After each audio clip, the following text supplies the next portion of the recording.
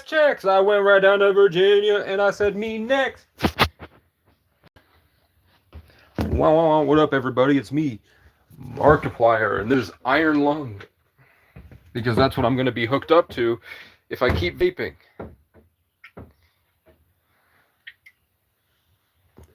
And he left behind big balls. Where's everybody? I went right down to Virginia and I said, me next. When I heard the NRA was writing big ass checks, I went right down to Virginia and I said, me next. And I left behind big balls. We have to do the... I'm so dehydrated, my body has a euphoric sensation when I touch the water. Big ass, I went right down over. Am I choppy? Am I choppy? Am I cutting out? Am I cutting out? Am I cutting out or am I coming in clearly? Double tap that like button if I'm coming in clearly. Here, maybe I could show you from here. I got a shit ton of boards. I got a shit ton of boards. And then I got a whole bunch of framing. And I'm gonna put a deck together. I don't know where I'm gonna put the deck together. I also have fence post and what we in the business call an arbor. I got an arbor, everybody. I can't go out there because it reconnects. Let me try. Maybe if I go slowly. It won't. Maybe I can hold the connection if I slowly walk over. Am I still coming in clearly? This is the top of the arbor. Some of it's a little bit broken, but that's okay. There's more fence than I thought. Framing. These are all the boards. This is a bunch of miscellaneous stuff. And then these plywood right here and the plywood right there, that's going to go over the roof. So I'm going to probably ask somebody for help that does carpentry. And then I'm going to go up there. There's 3 separate leaks. There's one leak up there where I have the tarp. It's also getting in right up here. So this whole thing is busted. This whole kind of half of this camper needs to be replaced. I got a really cool idea. It would be, I don't know if I could do it, but I was like, if that whole half of the camper has to go, this quarter right here, if that whole quarter has to go, why don't I put a fucking deck up there? Wouldn't that be cool? And then I cut these trees are very young. It looks like somebody already cut them down a while ago. Like they're probably about 4 or 5 years old, I think. So I don't think they would mind if I cut just this back. And then I put a deck up there.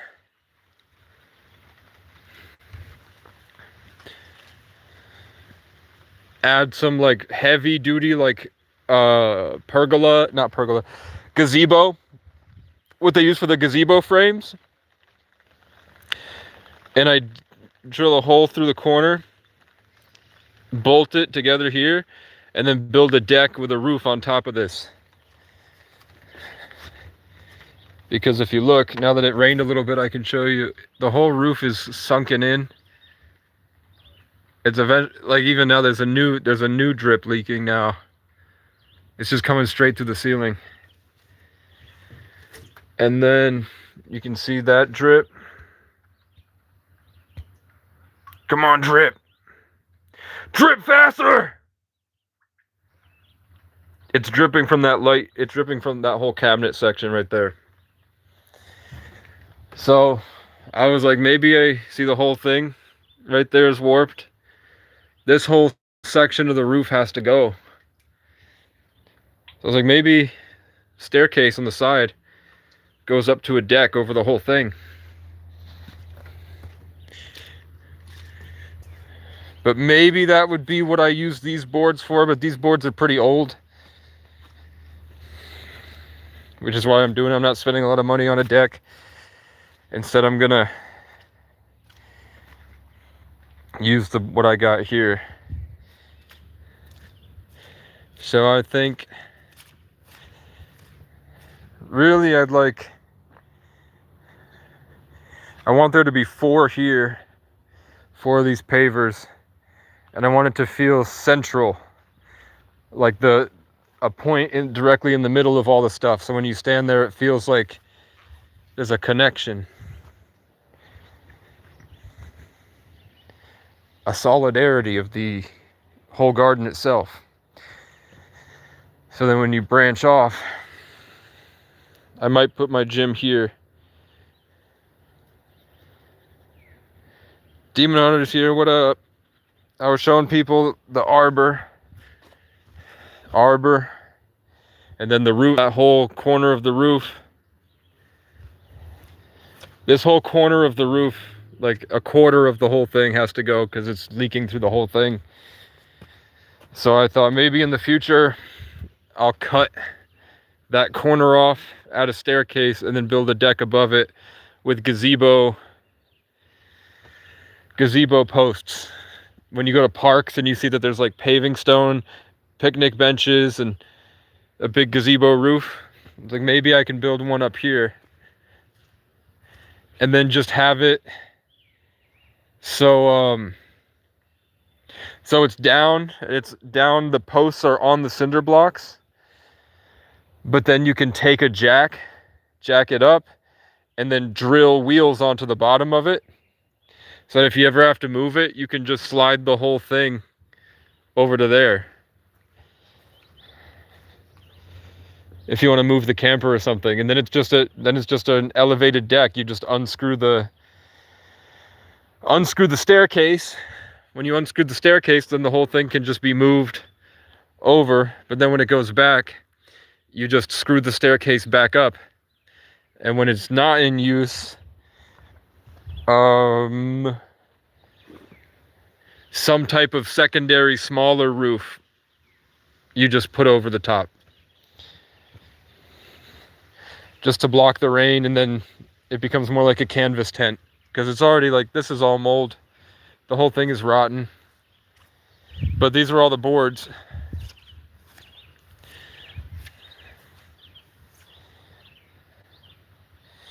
That's all framing. And then these are the boards that go on top of it. So I think it's 10-foot boards and 6-foot deck boards, 10-foot framing, thicker boards. And I spent $20. I spent 20 in gas to go get the last of this. I didn't use all of that 20. I bought $6 worth of 2 sandwiches to eat. And then I spent 20 on screws for the deck, and then screws for the arbor and the camper. So I got the screws for the frame to put the frame together, and then the screws that put the decking over the frame. And then I'm gonna have to put one in here to drill that in so that it sticks. So arbor for plants to grow up on, it could. I've got these fences too. I just fucking almost broke my ankle on that shit. That's not good.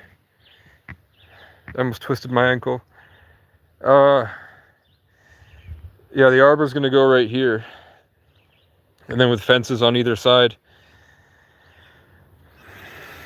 And then I want a big pergola over the middle here. And I thought it would be cool to have a deck here. A deck here for people to sit on. And then a pergola with the solar string lights and plants growing around it. And then paver pathway with a bunch of new types of flowers instead of... It looks like people just drove up a couple years ago with and just chucked a bunch of seeds around.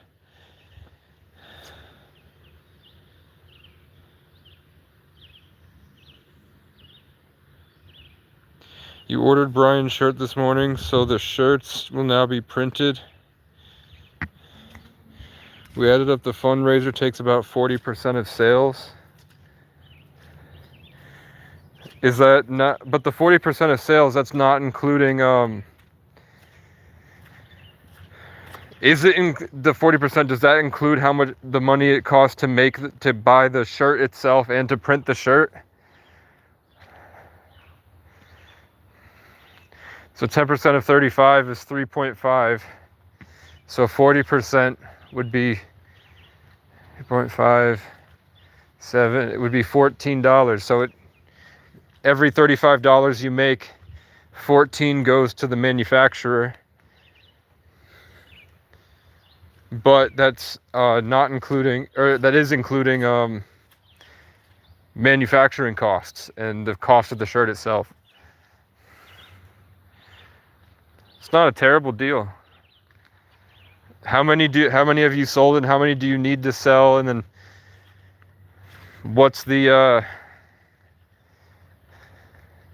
what do you get after your goal? If we sold 100 total, the total would be $3,500 or so, and you would get $2,025.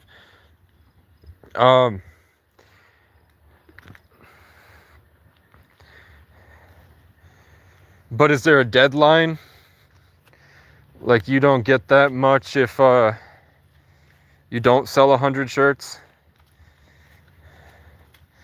Like, what if you only sell 15 shirts? Do you have to pay them something, or do you just get to pocket the money? You sold 6, the goal is 100.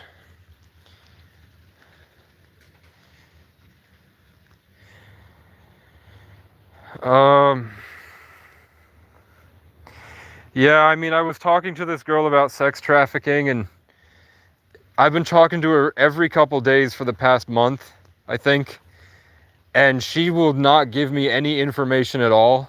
And then she freaks out about how she's being gang stalked, and then she freaks out about how they're trying to come for her kid, and then she'll send me a link to a news article about a court case. But she says that she has hundreds of families that she's reached out to that are all planning on filing a lawsuit against DCF, and that she knows a lot about sex trafficking.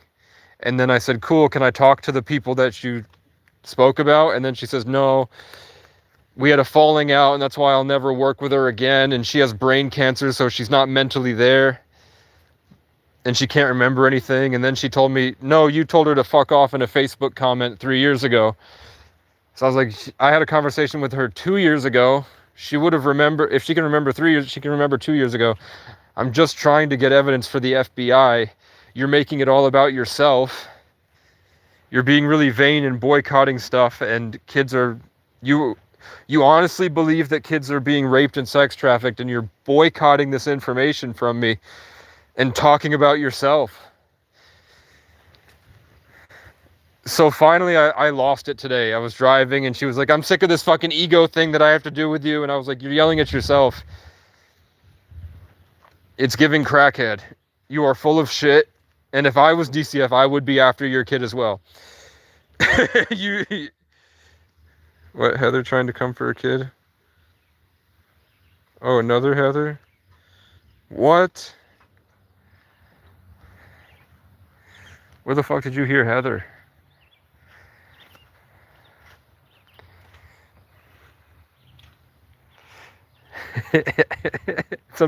I think M stands for money might actually be an angel communicating with the higher authorities. People are...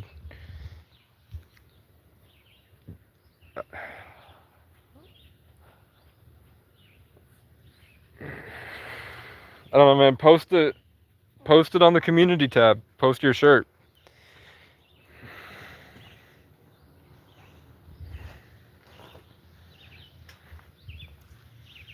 Post it. Let's see what the shirt looks like, man.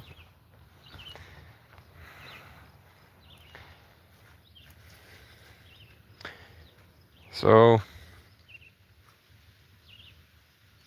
yeah, you can't, you have to post just the link itself and then hit spacebar after you copy and paste the link. You have to make sure it's the right link, and then you post the link in the comments. The link that you posted was not the right way that the link should be. It had all those 20% and all that random stuff. That's why I said that you should make a Shopify store, but I don't think you did. And then, I don't know. I'm seeing it. It's not hot, like, you don't need a permit to get 10-foot boards. Like this was about, like these framing boards right here together were about $50. Plywood is $45 a sheet, but that's 4x8.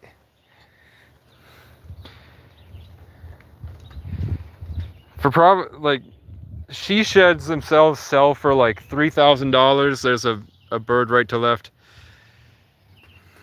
You make a Shopify store. Like these, it's not very, like you could probably, they sell for $3,000. You could make a she shed for $800. It cost $800 to make. They're not that difficult to make, and you could sell them for $3,500. And you could just make one pretty easily with these types of frames, and then plywood. And even like plastic and shit over the roof. And then inside it, you could have a work table and a sewing machine that runs from an extension cord from inside. And then you could just pump out like 50 shirts, go to a fair, go to like a fairground or a Christian event and sell the shirts.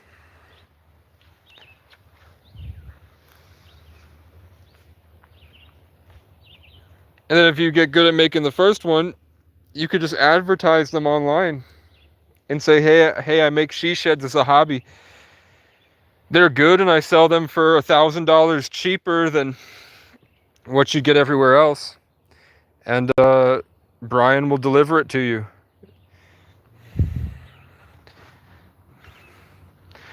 So you just make all 4 walls and then you assemble it on the property. I don't have the means to do it, but you guys do. I wouldn't get anything off Temu. Temu's not good.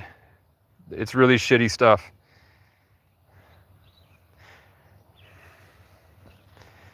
I wouldn't get it off Temu. I would go to somebody that's already doing what you're trying to do and ask if you can see how they do it for help with your mission.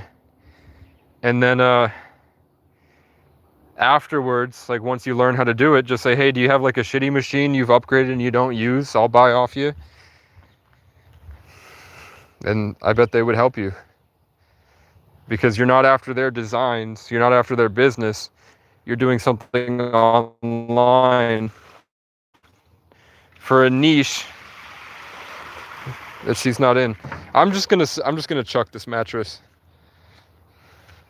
I was gonna donate it to the homeless people, but they wouldn't take it at the homeless shelter, and now it's got mold everywhere. So I'm just gonna chuck them. Fuck it.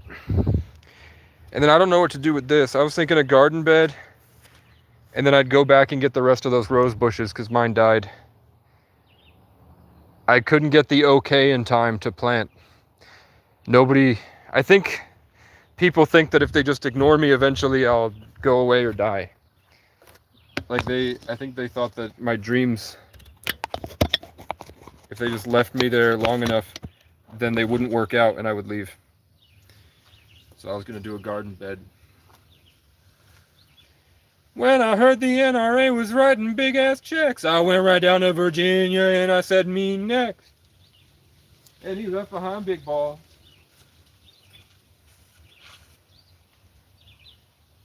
Drill. I got screws. I'm planning. Look what I'm planning.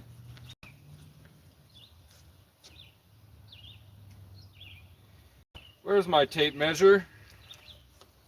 Build a dollhouse for fun to get a dog. I have a doghouse tent right there for a big dog. I already got the doghouse. Because I was supposed to be fostering a Kangol. because an 18-year-old girl got a hold of a Kangol and lives in Burlington. And her landlord was like, you can't have a fucking Turkish bear killer and you're a child. So you've got to get rid of it or you're gone. So then she wouldn't bring the dog to me because she said she wanted a contract that said I had to give the dog back once she moved out of that apartment. And I had said, you know, I would be down to sign a contract, but you'd have to put needs to be an adequate habitation for the animal. Like, I trust that you could train dogs. I trust that you have dogs. And I saw that you grew up on a farm. But a Kangol is not a dog as much as you think it is. Kangols are not like, oh, you fucking bitch. Fuck you. A bird flew up and shit on my fucking... A bird flew up right to left, looked me right in the eyes, shit on my fucking shed, and then flew away. Fuck you.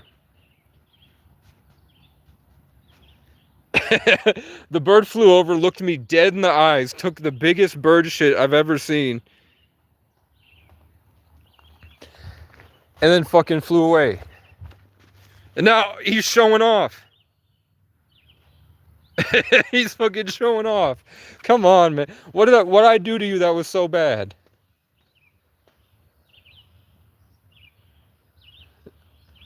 What did I do to you that was so bad?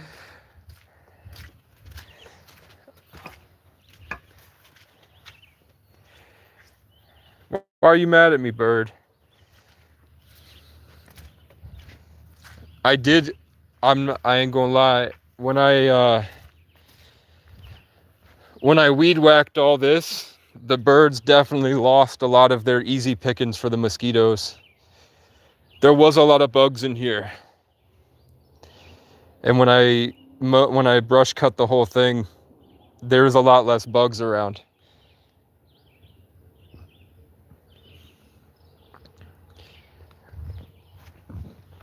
So I could see why they would be kind of mad, because it did just fly out of the area where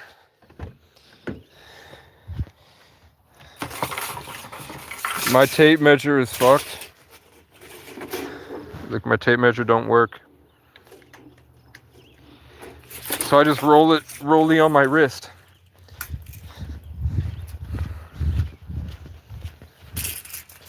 How's it going? It's all right. I got the rest of the boards to build the deck. And we're looking at, this is the arbor I'm setting up with the fences. And then I'm measuring this and I'm trying to find the right place to put the pavers.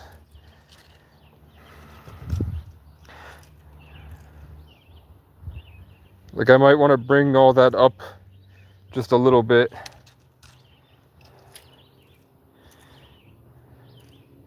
Put another one right here. And then move this back and over just a little bit so that I can have maybe 6 of the pavers here. And then ideally I'd want 3 or 4 more pavers coming out. And then bordering the pavers would be the broken up pieces. You're putting all that stuff to good use. I'm sure they would be overjoyed to come up here and destroy everything. We don't have a lot of time. It feels like life is moving too fast. It's already the summer. I've been eating better and losing weight, so I feel better. But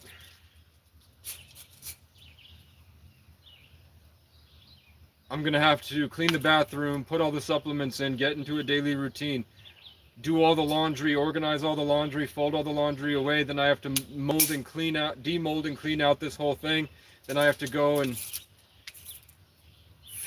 put something better over the roof so that it doesn't leak during the storms. And then I have to go in and gut everything and replace the roof with plywood and then put the roof back over the top.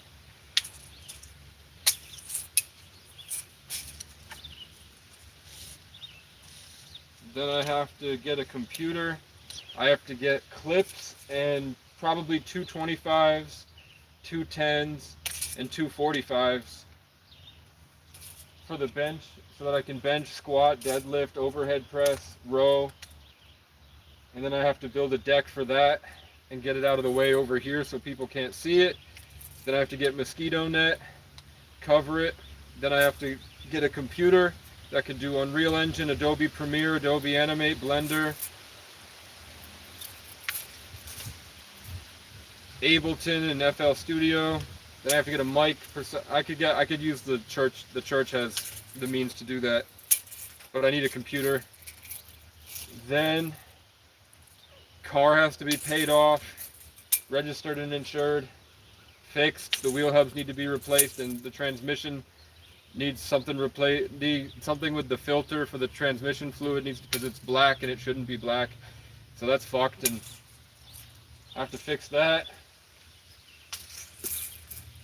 Then I have to build some type of shed that can serve as like a rest space for people fleeing sex trafficking, so that people can come here and rest and sit on their phone and just lay by themselves and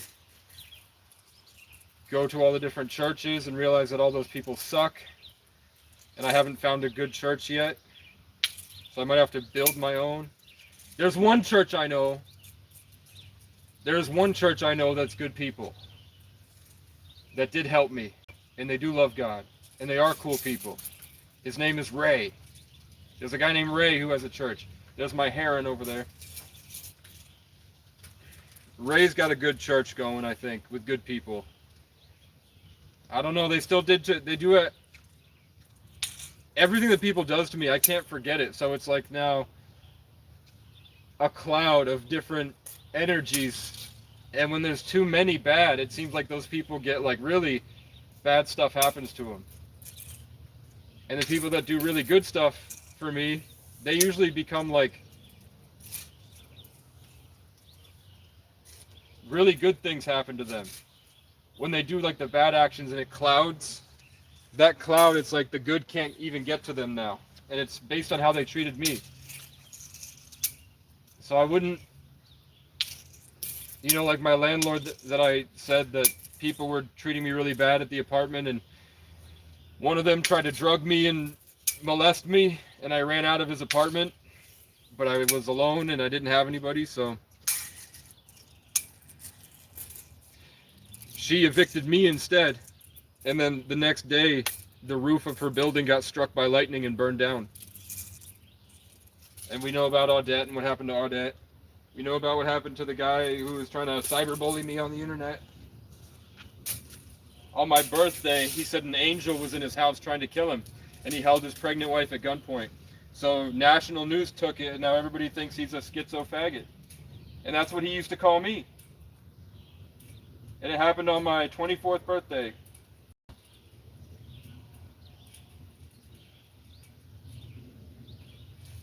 So these are widthwise about 4 foot 1 inch. So I'm assuming these are 4 feet.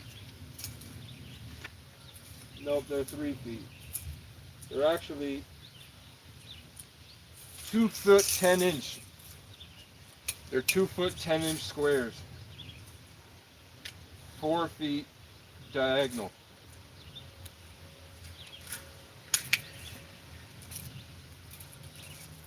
I'm sure that adds up Pythagorically.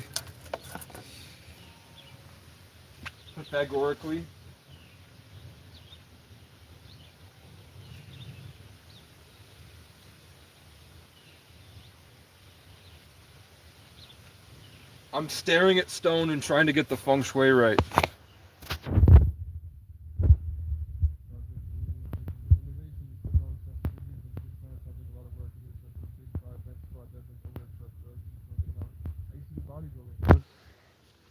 My max bench was 225 at one point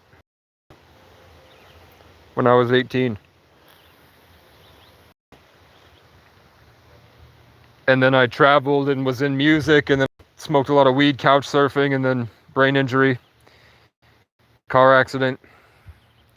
And then I got back into it in 2021 for the rest of that summer and fall, and then I became homeless. So I couldn't really do anything.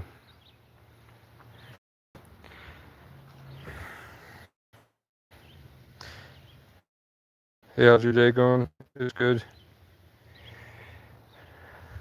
This is what I'm working on.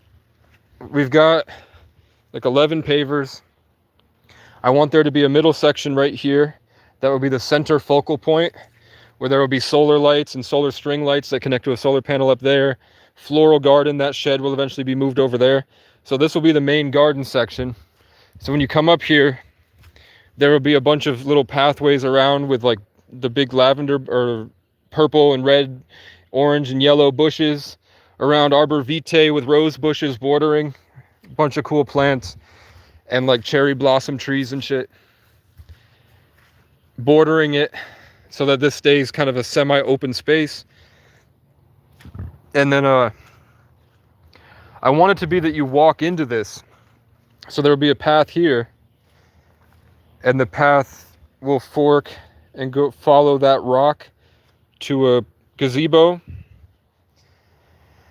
And then it will fork over to here and then go to where a deck will be built with my bench press on it. And then this, hopefully, with the stones, the stone pathway right here,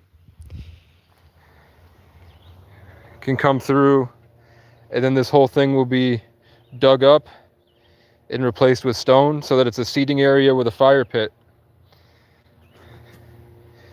And then I would like for under the fire pit, so the fire pit is sort of, it has 4 legs, but it's raised up a little bit so that under it the water goes under the stone into a drain and then down through a tunnel that leads all the water that comes through here, because it's all at an angle. So the water will run over the stone down there, and then above it, stone to block the water, and then put boards on it and have a staircase down to a platform that's gazeboed like that, so that the snow goes off and the rain goes off it, and then you can go down there and sit and hide away from the world. And then this would be more of like a picnic event space where it's paver stone, picnic benches, and then frame around with the gazebo top, so that you can sit here.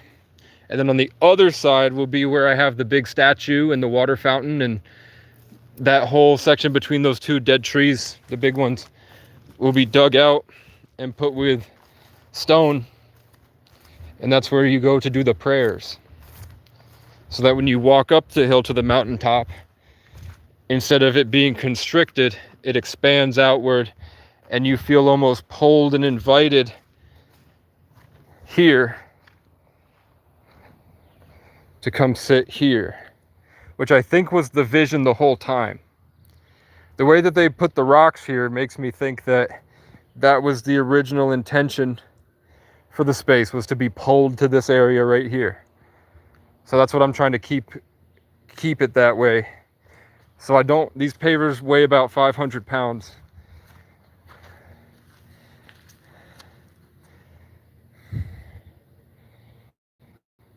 I can only lift it if I do this and then I deadlift it. So they might not be 500, but at one point it takes 3 of us to load it into the car. I know that 2 of us couldn't do it. And we're pretty strong. So the guy said that it was probably, he used to do like freight work, and he knows how much a 500-pound thing weighed. And he says these are about 500 pounds. So before I bring those out over here, I'm trying to make sure that I got it right. So I think it has to end right here. This is where it feels like I should have the paver. Right here.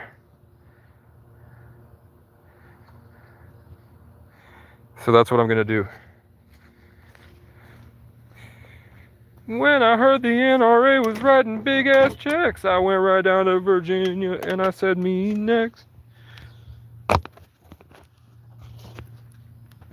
Coming out of his mouth.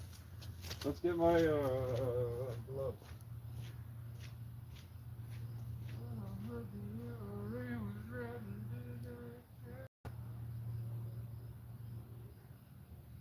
And I said, Nina, and he left behind big ball.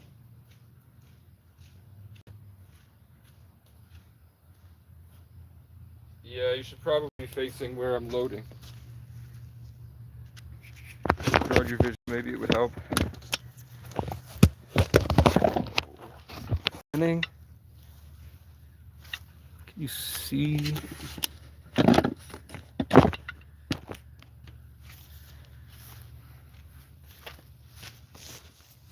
Look where I'm planted.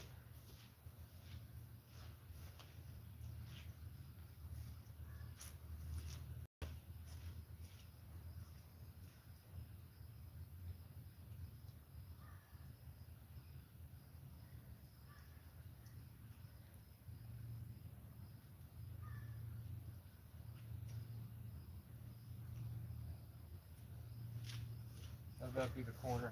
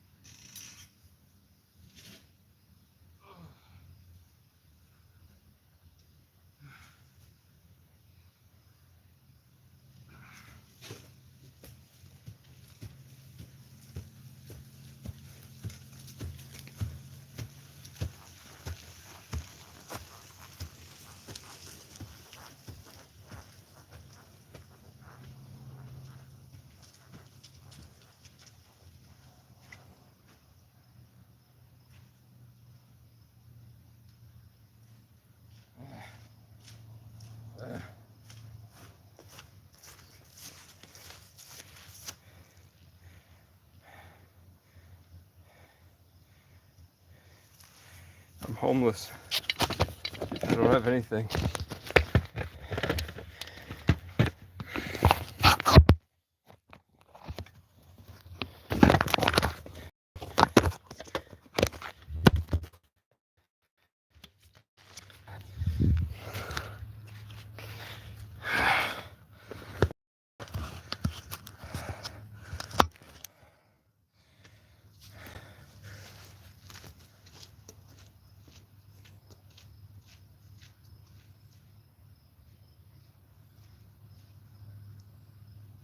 Another heron.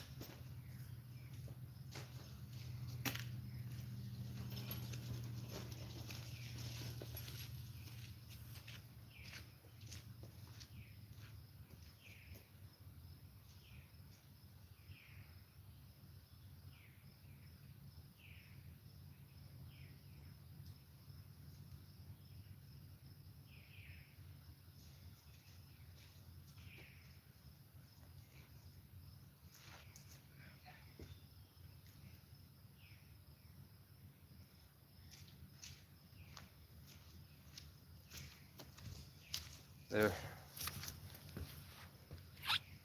That's where I'm going to start.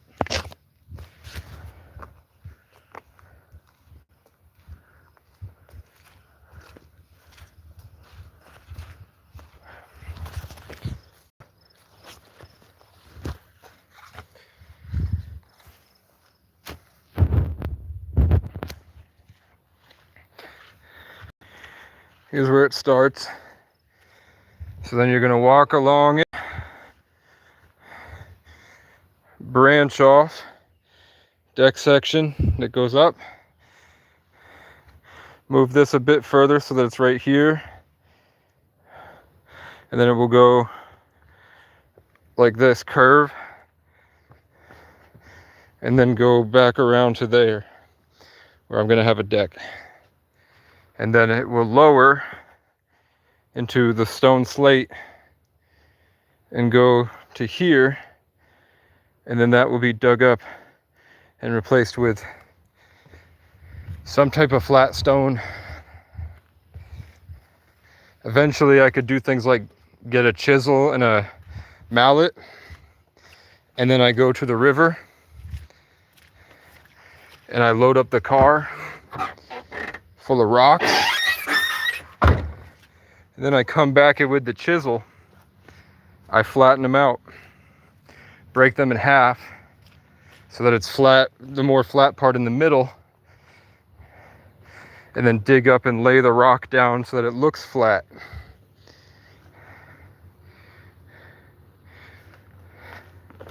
Because I want to make it so that people can sit here without mosquitoes and ticks. And that it actually feels nice to sit here. So I'm gonna take it, I'm letting this stuff die so it gets weaker, so that when I take the mower through, it's already kind of rotted a bit, so it's easier to chop up. And then I'm gonna be raking everything off to that pot over into the woods there. So then rocks here, then a semi-step rock.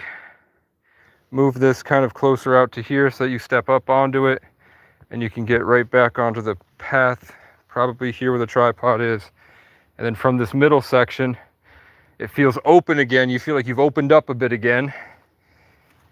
And once you feel like you've opened up again, I want it to be inviting, so you feel compelled to go up there. And then when you come back, you return to the middle point, and then you walk back out. There will be, the rocks will sort of flower out here and trickle out so that you walk right back to out of the garden.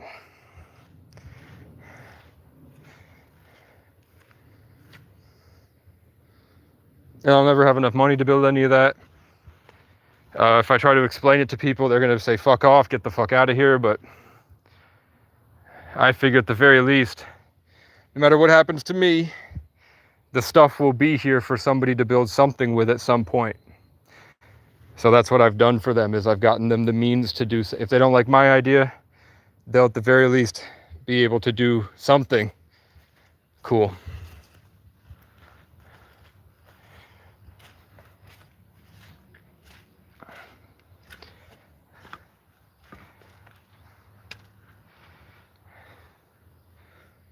And I was gonna haul all this over to the other side, or at least organize it, but I'm thinking I'm just gonna let the sun dry it exactly as it is. Because if I put it on a pile and they're already wet, it won't dry the same. Like, all the parts that are wet exactly where they are. So I'm like, let the sun cook it exactly in the parts that got wet. If I take it all apart and then pile it on top of each other, there would be mold growing on the boards that are under other boards. So I'm just gonna leave it for now. And then once it dries out in the sun, then I'm gonna move it over here and extend the deck out to here.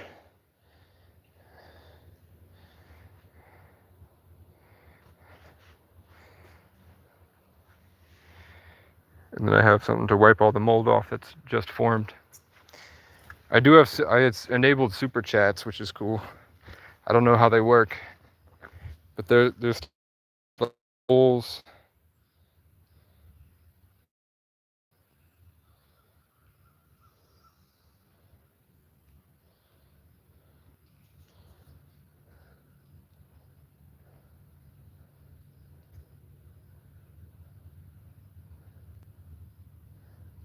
Can't pass background check. Yeah, I was a DCF kid, and my mom has schizophrenia. I was taken from her when I was 14. When I was 22, I went back to stay with her for a weekend, and I let my lease run out so that I could travel now that I had saved up and got a car. And then when I told her that I was planning on leaving to DoorDash, she freaked out, called the cops, and said that I was out of control, when really I was just saying I'm going to go DoorDash in Burlington. So she told them I had a grenade and I was trying to kill her. She lied to them several times. She tried to hurt me, then she filed a restraining order, and then she would message me every day trying to violate it, so that if I responded to her saying, "I'll pay your insurance, I want to be a mom, I'm sorry," then after I would take the bait, she would call the cops to have me charged with a felony. So I'm now a multiple count felon. So I can't get a job anywhere. I'm trying everywhere, even recycling places and garbage truck places and jobs nobody want. They won't take me.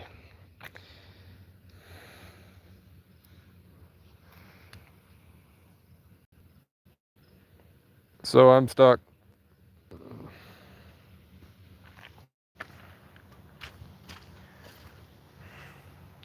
I'm stuck pandering to retards and struggling to get my needs met, man. It sucks. I've asked tons of carpenters and people for help, and nobody has gotten back to me. So I'm just getting free shit off Marketplace.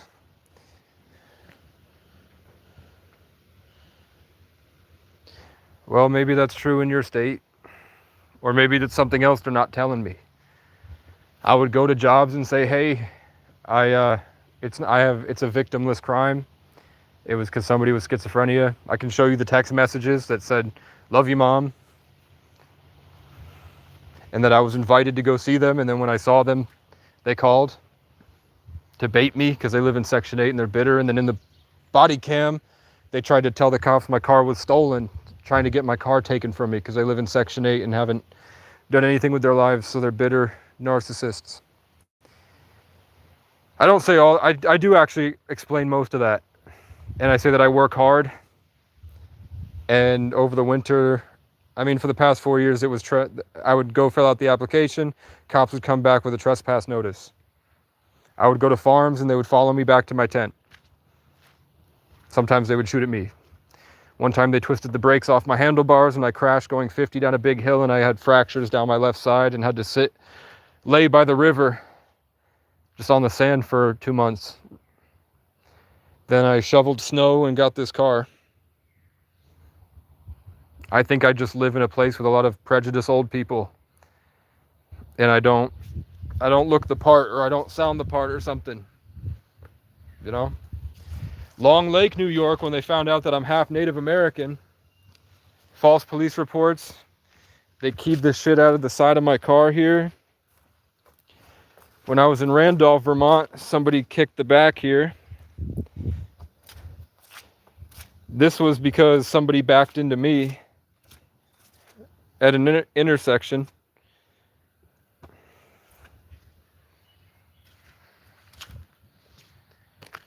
And they Long Lake trespassed me from the gym. Randolph trespassed me from everywhere. It took 2 years to get somebody to have a conversation with me. It's just old people, and they're not very smart. And there's also not a lot of opportunities out here. And it was bad enough here. I didn't want to go. I tried to do it. Like I spent a month in Miami. I spent 2 weeks in Phoenix. And then I rode Greyhounds around the country. And I didn't want to get involved with that stuff. When you're homeless out there, you have to pack in like sardines into places with people. And I didn't do the drugs, so I didn't want to be around them. I would have been dead. If I tried to be homeless without a car in a city, I don't know what would happen, man. A lot of people tried to rape me here. I can't imagine in places where there's 10 times the amount of people. So, but eventually I was given this 100, just got to lower your standards, bud. I'm begging the farms to let me shovel shit. You can't get much lower. I'm waiting on callbacks for people when they have an opportunity for me to shovel shit. You know, like there's really, I tell you I've exhausted my options, I kind of have here. So we have Demon Hunter here making clothes. I've designed some Christian clothes, and she's doing a fundraiser where she's selling a kind of her own version of it. And then when we get enough money, I'll be able to build a she shed, run an extension cord to the she shed, get a printing press, sewing machine, embroidery machine.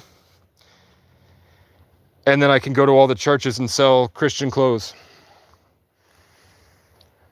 Then I'm trying to make wagons for homeless people. It's a 9x4x4. It looks like a red Vermont barn, but it's got 2 wheels and 2 legs and 2 broom handles. Then when you're done with it, the broom handles go in, the legs fold up, the wheels linch pin so that the wheels are out here, then they go in. Then the roof folds in, the walls fold in, the floor folds in. And so when the wheels are under here, the wall is here. So then all of your stuff is in a saddlebag, and you can just carry it like a suitcase. And then when you're done, or when you want to open it back up, it all opens back up. And then you have a 4x9x4 cubby that you can sleep in that's protected by the 4th Amendment. No more getting raped in your tent. No more people burning down your shit. No more cutting your tent open and killing you like they do here. No more cops violating your 4th Amendment to beat the shit out of you. Because you'll have a solar panel and you can record on your phone and hide in the wagon. And then no more leaving your campsite around, having to beg people for rides when you get trespassed. You just pick everything up and go. Car's closed. We're good. It's raining now. So now I can show you the leaks. It's leaking through this whole cabinet here. Leaks from this whole roof it's coming in.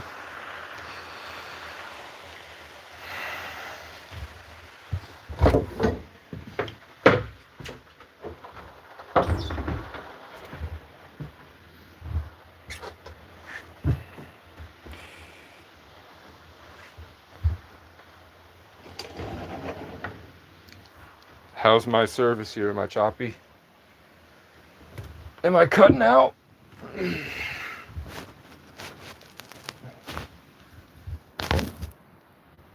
Is the audio good?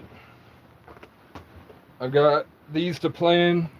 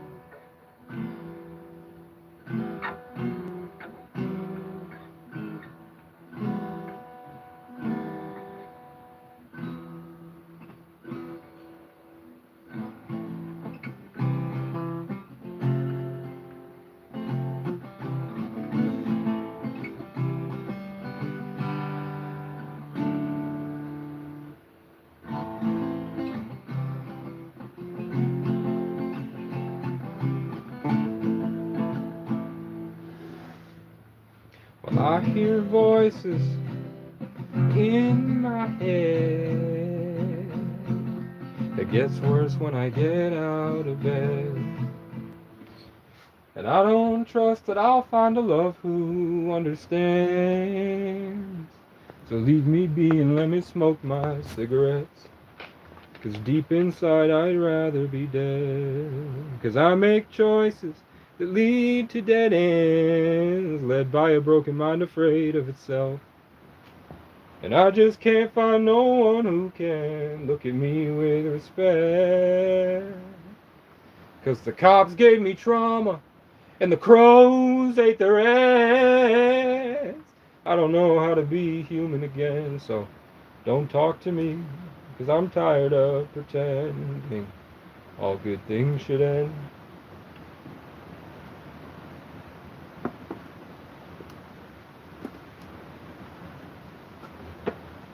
I'm officially out of fluid.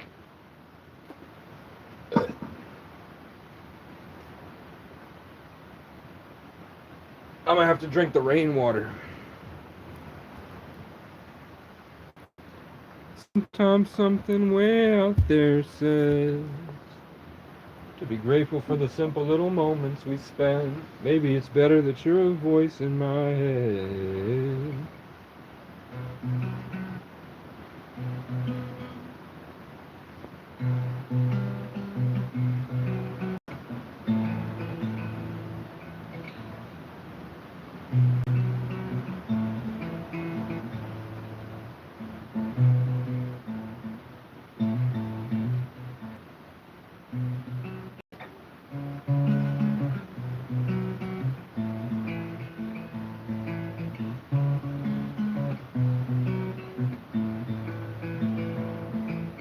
Thought I'd be alive by now and I could save the world somehow, and you'd come back and see my name in lights.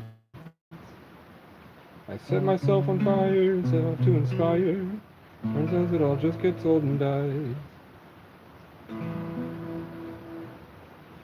But I won't come back and tell you that all my options fell through, so you can say you saw it right. You'd welcome me with open arms, love me and then break my heart, leave me there and run off with my life. We used to be on fire, now we're all just liars, hiding from the truth about ourselves. Like mosquitoes on a mountainside, we all waste the gift of flight, hunting for the love of someone else. I don't see well, I can't breathe. They said I would be a millionaire, live my whole life in the air, profit off the children's hearts and minds. But when they sat me in the room, my hero sang a different tune, and all I saw was evil in their eyes. So you can keep your pretty lies and tears that look like crocodiles, sell it to somebody else. Like mosquitoes in the rain, if you want blood, if it comes with pain, and we don't really, and no one ever has the heart to tell. I can't see well, I can't breathe, I don't sleep well without you here with me. I love you, I hate you, I miss you. You missed me, I bug you, you're annoying, you need me. I thought I would be the king by now and save the world. It's funny how I wound up in the woods all by myself. The friends I fought to save only care about reputation. They're stuck screaming in the sickest show and tell. It turns out they all suck, and now I'm happy that you're stuck. Where were you when I was crying out for help? You wrote me off as nothing, but now that I got money, suddenly you care about my mental health. We were fearless, running wild, singing songs. We were fearless, running wild, singing songs around the fire. Now you're living in whatever lie that helps. Like mosquitoes in the cities, we want blood and it ain't pretty, chasing a light that kills ourselves. I can't see well, I can't breathe, I don't sleep well without you here with me. I love you, I hate you, I miss you. You missed me, I bug you, you're annoying, can I kiss you? and fly away again.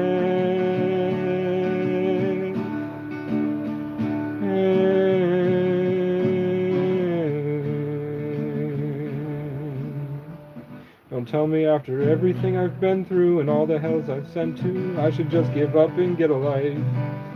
The world put me through so much I can barely function. It takes everything to get up and try. But fuck it, I'll wear that blue collar and waste my life for dollars. Maybe find love when I'm 45. Sit there in a shitty house and listen to you bitch about all the things you're too afraid to try. Maybe then I'll feel a spark and finally open my heart up and take off in the woods again.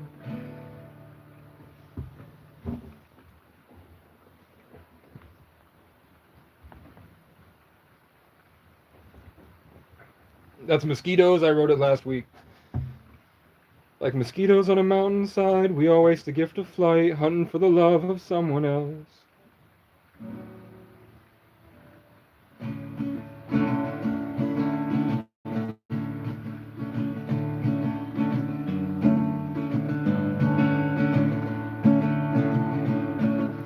Thunderclouds and passing rain keep me trapped inside a cave, dreaming about when I'm on stage. Something clicks and I finally find my place.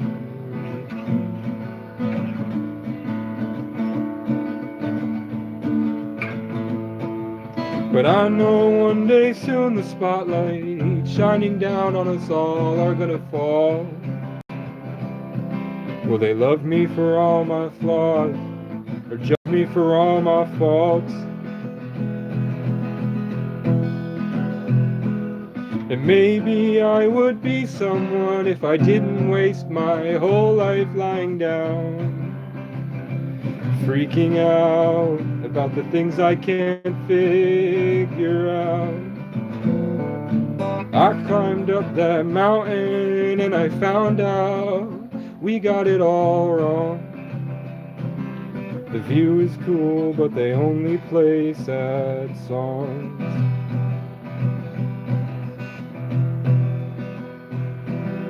And I sat down with the superstars and they told me they'd rather lose it all and be anyone who can do anything. Maybe it's a trap and being famous ain't all that, 'cause every step you climb is a sacrifice, and the farther you rise, the further of you got left to die, until you're sat atop your pile of trophies alone and begging God why.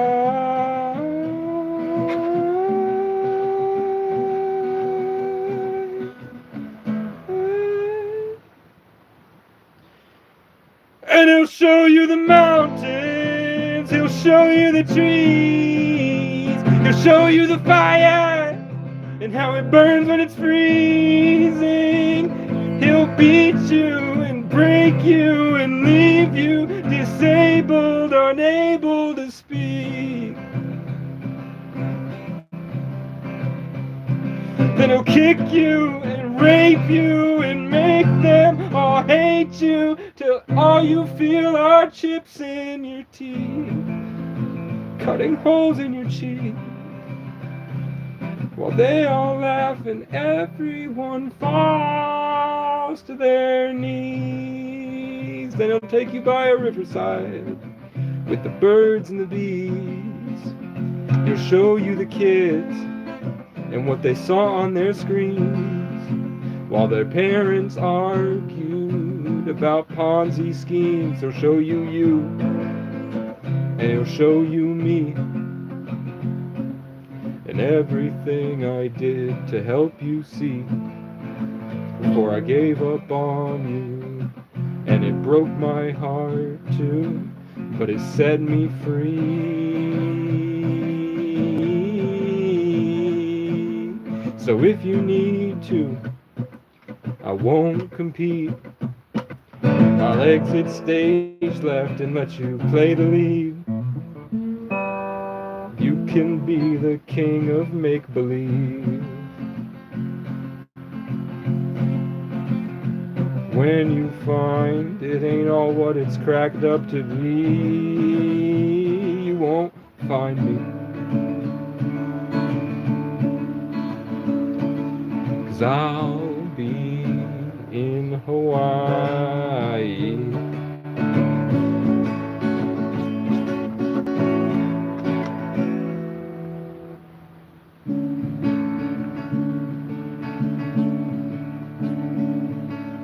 Thunder clouds and passing rain keep me trapped.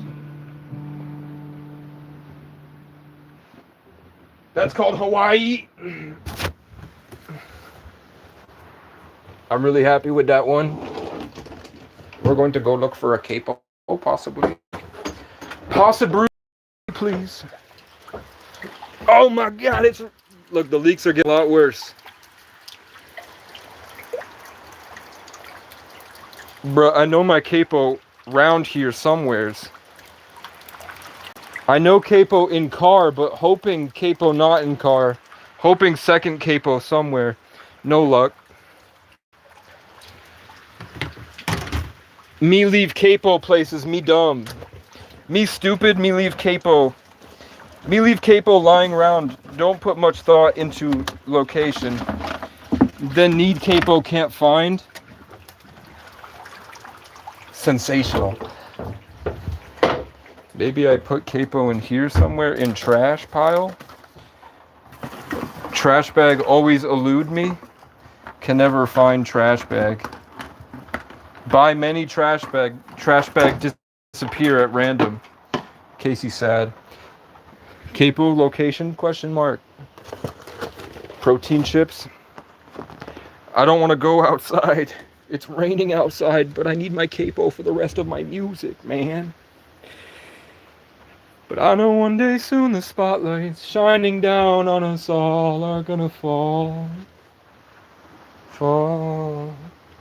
Will they love me for all my flaws? Or judge me for all my faults?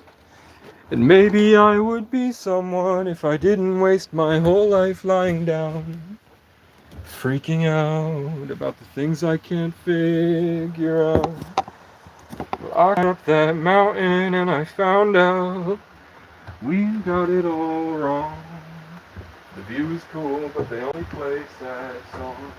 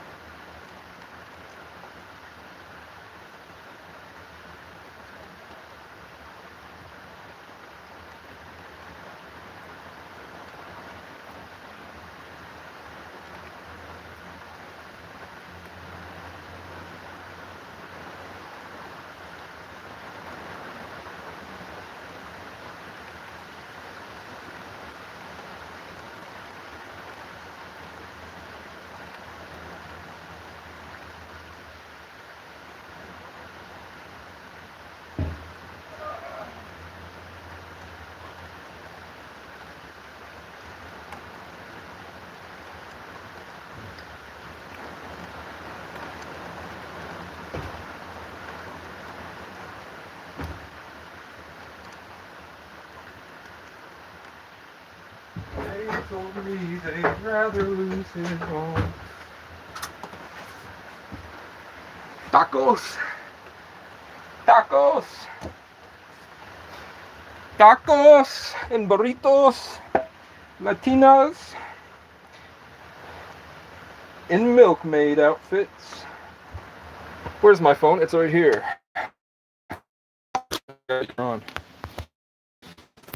Thank you, Demon Hunter, for the 10 gifted. That's what it looks like outside. Green, green, green, green, green. See, that don't make no sense. You sent me $10, but on the super chat it says 58 cents.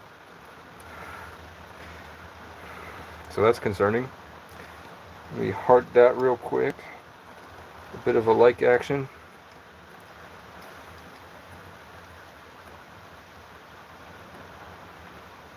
Oh. What?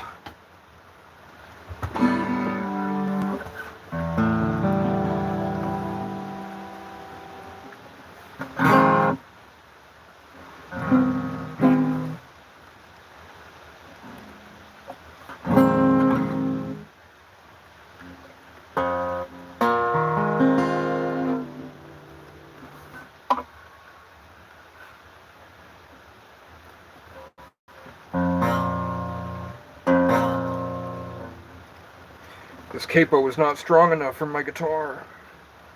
I might have to break out the other guitar. No, it works.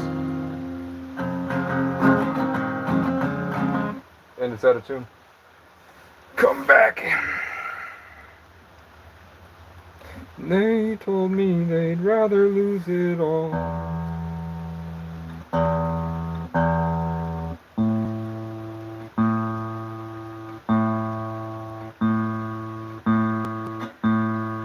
They made it seem like I had like an hour to fix the camper siding. In this 40-year-old camper, the siding was off. And they said, you know, we can't. The owner asked us to come up here and lift the camper off the ground for you. We can't do that if the siding's off. So I panicked, because they made it seem like they were going to be right back. Went and bought a bunch of nails and a hammer, and I hammered the nails in. And now there's a bunch of holes with nails sticking out on the inside. And they never showed up anyway. So I'm going to have to take the nails out, reseal it back up, and then replace them with screws.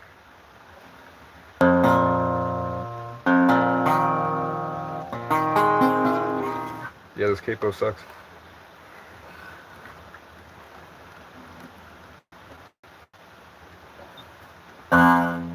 Come on, capo.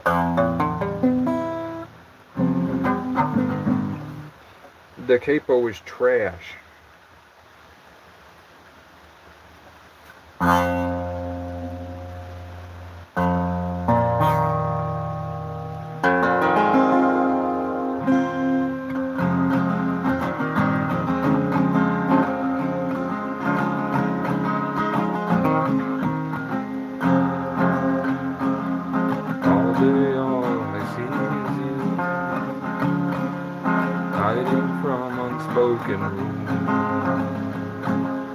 Fighting for some broken purpose. I'll never be good enough, but I'm dying to be. I've been talking to a 45, and I think it agrees with me. It ain't my fault they kicked me my whole life and left me out dysfunctioning. And I wish you would call me back so I can hear you hide the truth. We got something wrong inside, and that's why I'm in love with you. I can't save you, no matter how hard I try. We're out of time. Too many burnt pages of the stories we'd hide inside. And I can't change you, no matter how far we drive. We can't leave behind the troubles we're trapped inside. You were my whole way of life, the new world, Bonnie and Clyde. It ain't no one can stop us if they try. I protect my cabin with railroad spikes so I can try to find some sleep. But something out there keeps on trying, and it's gonna get me one of these nights. So send me off my broken boat captain of a hopeless dream. Match my rhythm and hold me one last time. Leave that launch and pray the sea's good to me. 'Cause I've been talking to the stars at night. I think they agree with me. It ain't my fault you ain't did me right. I dodged that bullet, but it left a hole or two. I can't save you, no matter how hard I try. We're out of time. Too many burnt pages of the stories we hide inside. And I don't blame you for taking off sometimes, but I can't leave my life with those lion eyes. You were my whole way of life, the new world, Bonnie and Clyde. And ain't no one could stop us if they tried.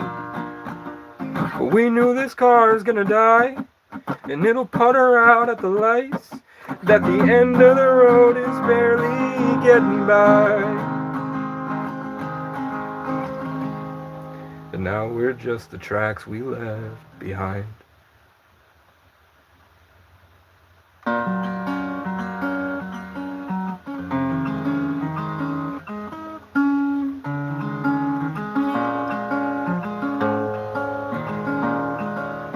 Staring down the barrel of the hot sun, shining with the sheen of a shotgun. Carol has a little if we need some. Joa has a ride if you wanna come. Hanging your jeans with a clothespin, skin still wet, still on my skin. Mango in your mouth, juice dripping, shoulder of your shirt sleeve slipping. Christmas Eve with your mother and sis. Don't wanna fight, but your mother insists. Dog's white teeth slice right through my fist. Take me to the ER and they put me on a list. Grocery store list, now you get pissed. Unchecked calls and messages. I don't wanna be the owner of your fantasy. I just wanna be a part of your family. And I don't wanna talk about anything. I don't wanna talk about anything. I just wanna kiss your eyes again. Witness your eyes looking. And I don't want to talk about anyone. I don't want to talk about anyone. I just want to sleep in your car while you're driving. Lay in your lap when I'm crying. Circle of pine and red oak. Circle of moss and fire smoke. Fan on the ceiling like a wheel spoke. Push the clutch in and pull the choke. Listen to the sound of your breathing. Listen to your hands soon. Listen to your heart beating. Listen to the way you move. And I don't want to talk about anything. I don't want to talk about anything. I just want to kiss your eyes again. Witness your eyes looking. And I don't want to talk about anyone. I don't want to talk about anyone. I just want to sleep in your car while you're driving. Lay in your lap when I'm crying. Weren't we the stars in heaven? Weren't we the salt in the sea? Dragging in the new warm mountain. Didn't you believe in me? You held me the whole way through. When I couldn't say the words like you, I was scared into going, but I wanted to. I was scared into going, but I wanted to. And I don't want to talk about anything. I don't want to talk about anything. I just want to kiss your eyes again.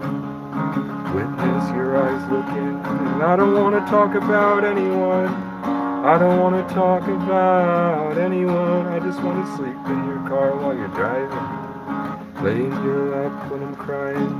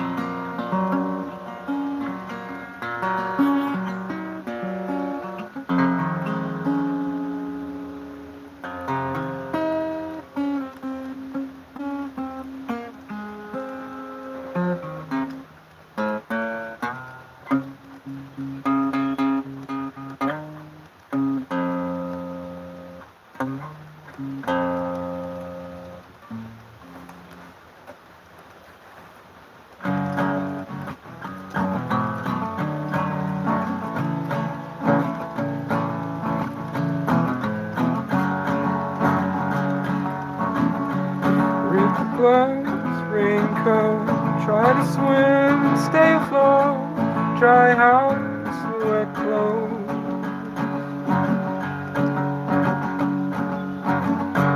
Loose change, banknote, weary-eyed, dry throat, call girl, no phone.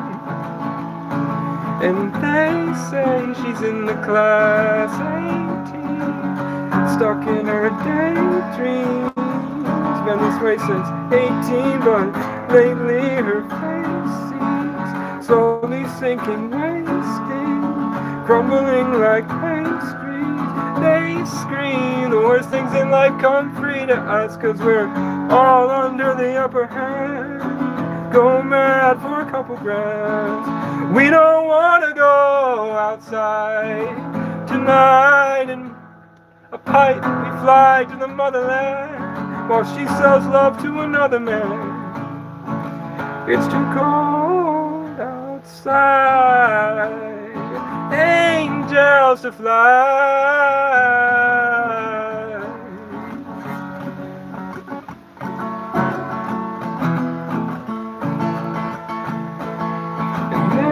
Say she's in the class 18, stuck in her daydreams. Been this way since 18, but lately her face seems slowly sinking, wasting, crumbling like pastries. They scream the worst things in life come free to us. Bloody mosquitoes. They're eating me alive, man. What's up? Do I have anything on 3? I have a lot of stuff on 4.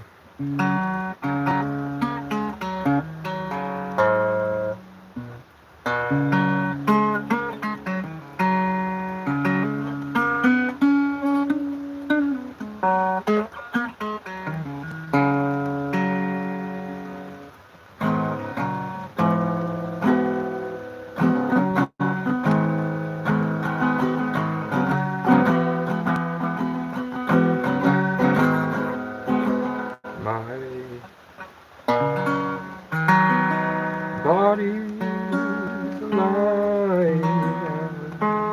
Her eyes on the sunset. My heart is a car I don't know how to fix yet, but you start my engines on. Drive 100 miles just to crash with you. I love like a wildfire, burning through the mountains. I'll tear this whole city down until I found it, something that feels a love that's true.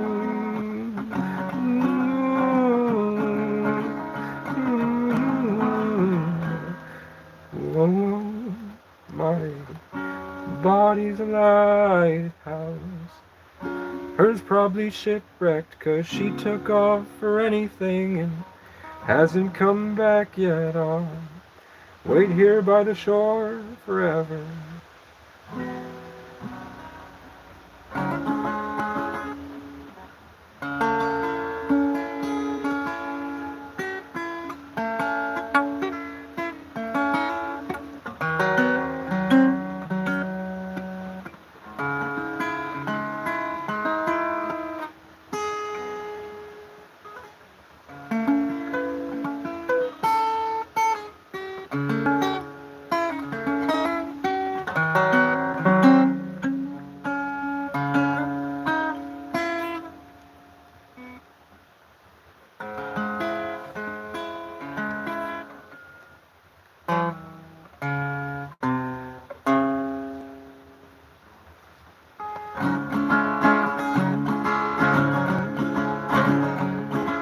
Well, I hear voices in my head. It gets worse when I get out of bed. And I don't trust that I'll find a love who understands. So leave me be and let me smoke my cigarettes. 'Cause deep inside I'd rather be dead. 'cause I make choices that lead to dead ends, led by a broken mind afraid of itself. And I just can't find no one who can look at me with respect.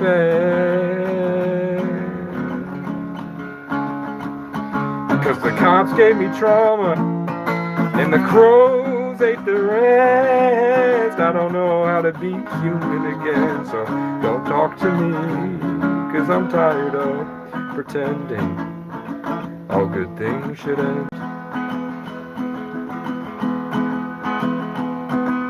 Well, it's been hard to catch my breath, running from the knowing I won't see you again. And sometimes something way out there says to be grateful for the simple little moments we spend, and maybe it's better that you're a voice in my head. 'Cause all these voices in my head get so beautiful you couldn't comprehend.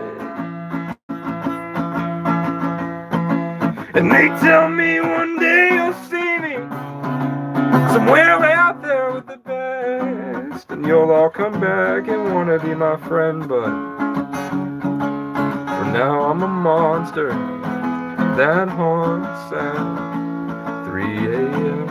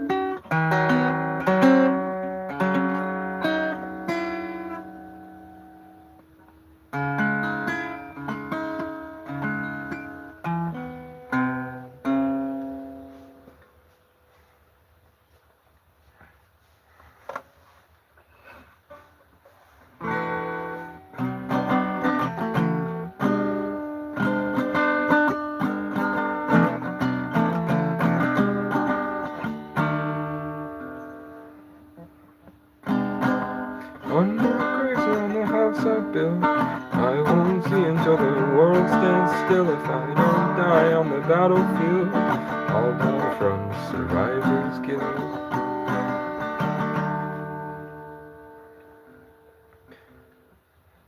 And I know you're all dead and gone, your stories got old and the world moved on. I'll keep you alive inside my songs about times before it all went wrong. I lost the ones I loved the most to broken dreams on a lonely road. I saw my hometown overdose, I just kept on going.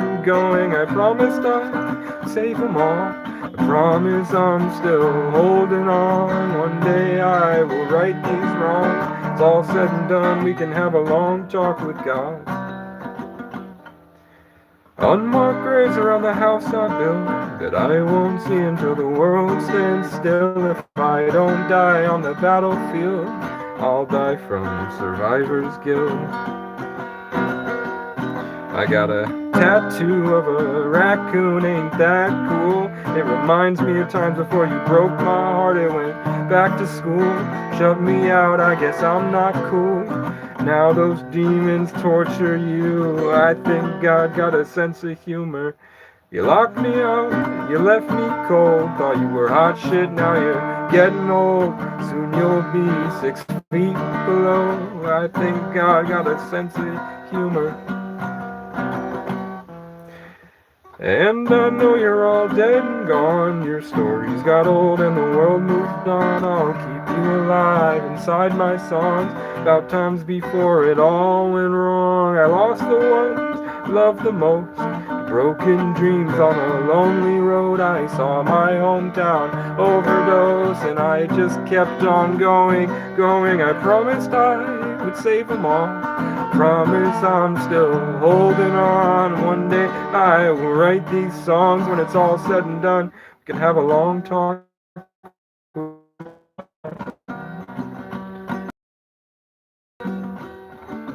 Unmarked graves around the house I built. Won't see until the world stands still. If I don't die on the battlefield, I'll die from survivor's guilt.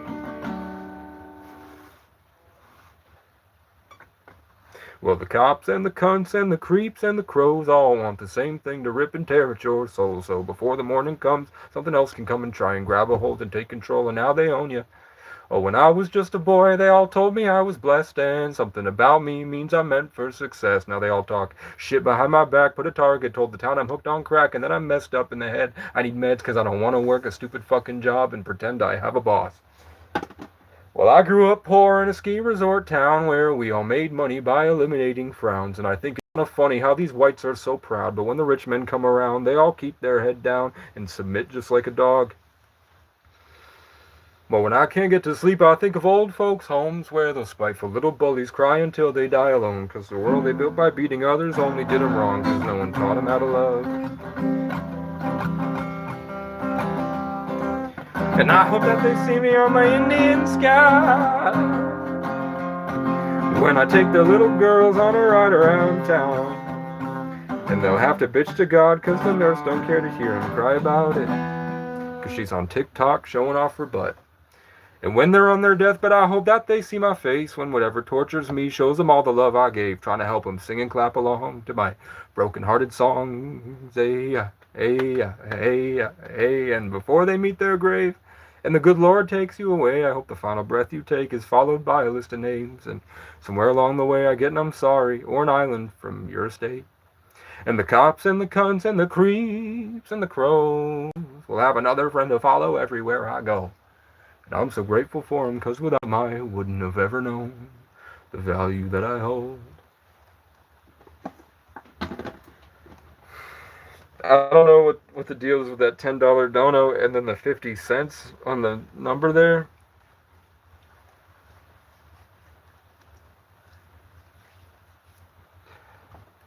Maybe somebody also donated 50 cents separately or something, but hotel.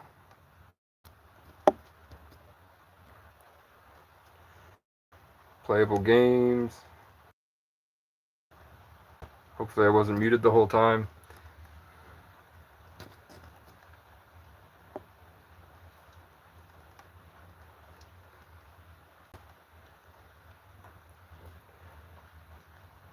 I don't want to be 26, man. I'm 20. I've decided. I've deleted 6 years off the timeline. It said you should get $7 of it. That's tough.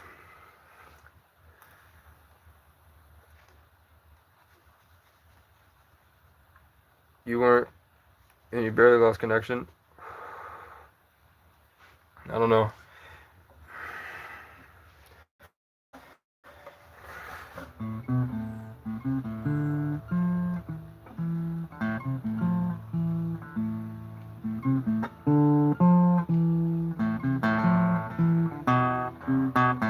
How are these mosquitoes getting in? They bite my fucking feet, man.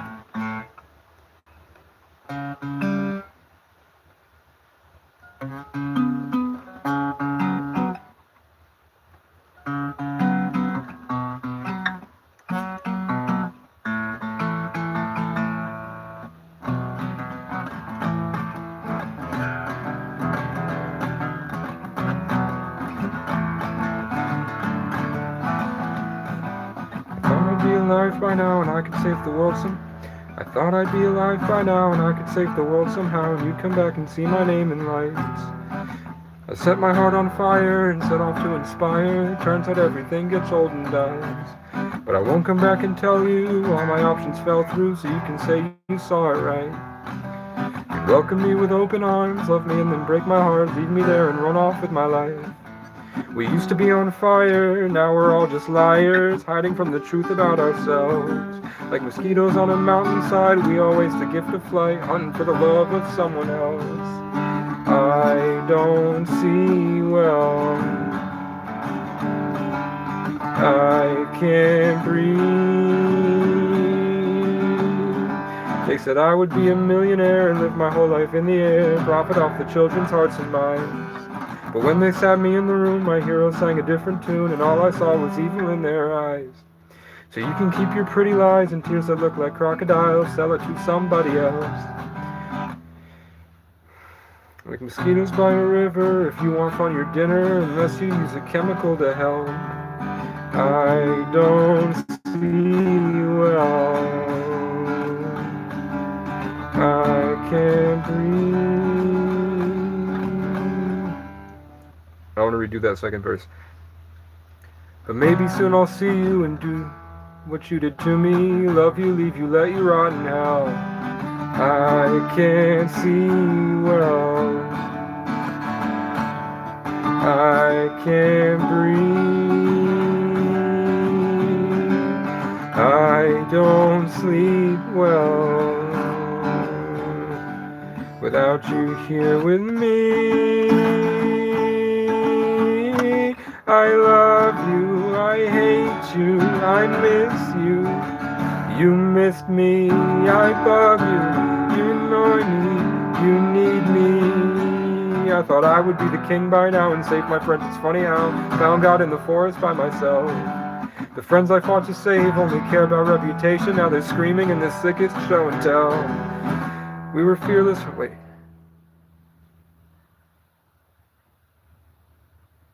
It turns out you all suck, and now I'm happy that you're stuck. Where were you when I was crying out for help?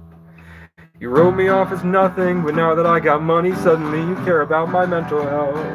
We were fearless, running wild, singing songs around the fire. Now you're living in whatever lie that helps. Like mosquitoes in the cities, we need blood and it ain't pretty, chasing a light that only kills ourselves. I don't see well, I can't breathe, I don't sleep well without you here with me.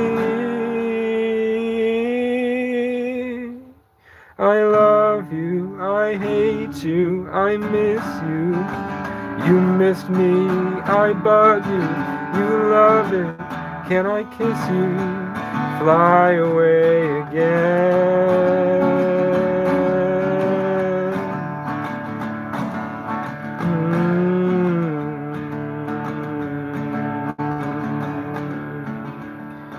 Don't tell me after everything I've been through and the hells that I was sent to that I should just give up and get a life. They put me through so much that I can barely function. It takes everything to just get up and try. But fuck it, I'll wear that blue collar and waste my life for dollars. Maybe find love when I'm 45. Sit there in a shitty house and listen to you whine about all the things you're too afraid to try. Maybe then I'll feel a spark and finally open my heart up and take off in the woods again.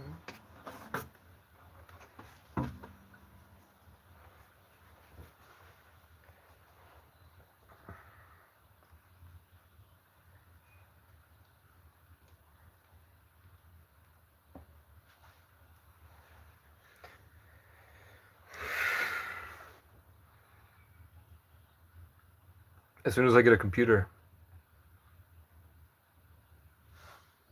But then I have to get music software. And then I have to go to the church and beg the people at the church to let me use their studio. And then I have to make sure my headphones work and then work on the mix. But I have a lot of songs.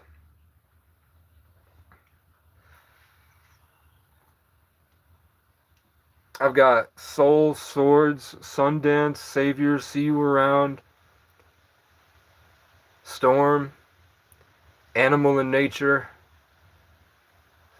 And then I think I want, instead of Shillelagh, which was going to be an Irish album, I think I'm going to change it to Songbirds. And Mosquitoes will be on Songbirds.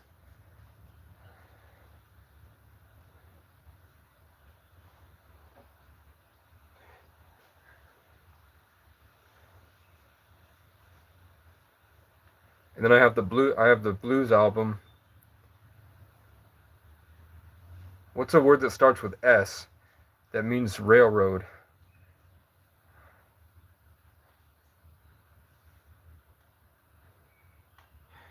Because I wrote the majority of those when I was sitting in the woods and walking on the railroads, wandering through Vermont.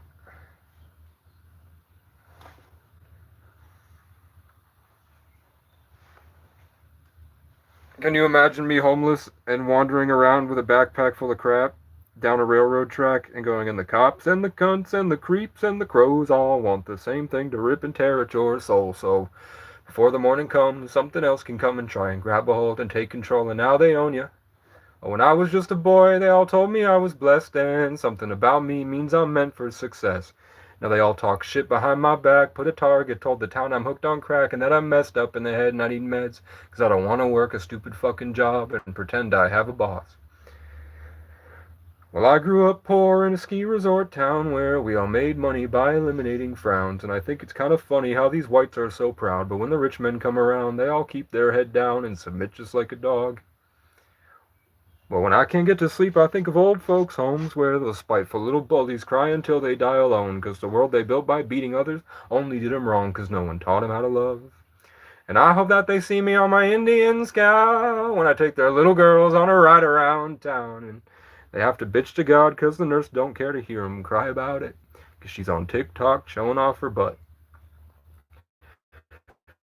When they're on their deathbed, I hope that they see my face when whatever tortures me shows them all the love I gave, trying to help them sing and clap along to my broken heart songs. Ay, ay, ay, ay. And before they meet their grave and the good Lord takes, I hope the final breath they take is followed by a destiny. Somewhere along the way I get an I'm sorry or an island from their state. And the cops and the cunts and the creeps and the crows will have another friend to follow everywhere I go. And I'm so grateful for him, 'cause without him I wouldn't have ever known the value that I hold. I'm going to, well, I hear voices in my head. It gets worse when I get out of bed. And I don't trust that I'll find a love who understands. So leave me be and let me smoke my cigarettes. 'Cause deep inside I'd rather be dead. 'Cause I make choices that lead to dead ends, led by a broken mind afraid of itself. And I just can't find no one who can look at me with respect.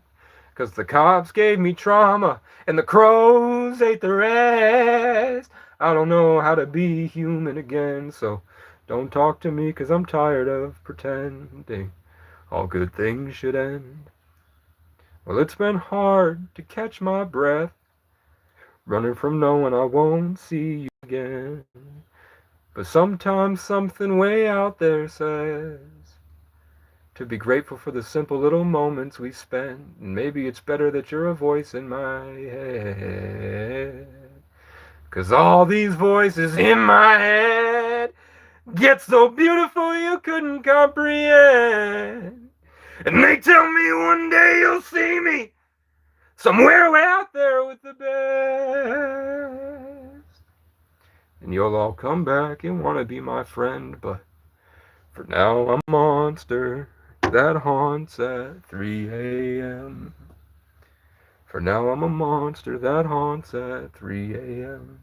I miss my mom, I miss my dad, I miss my house, and what we had, it ain't that bad. 'Cause I still have it all in here. I can go back any time that I feel sad. I miss your smile, the way you laugh, I miss your eyes, and what we had, it ain't that bad. 'Cause you moved on, but in my heart you're laying with me.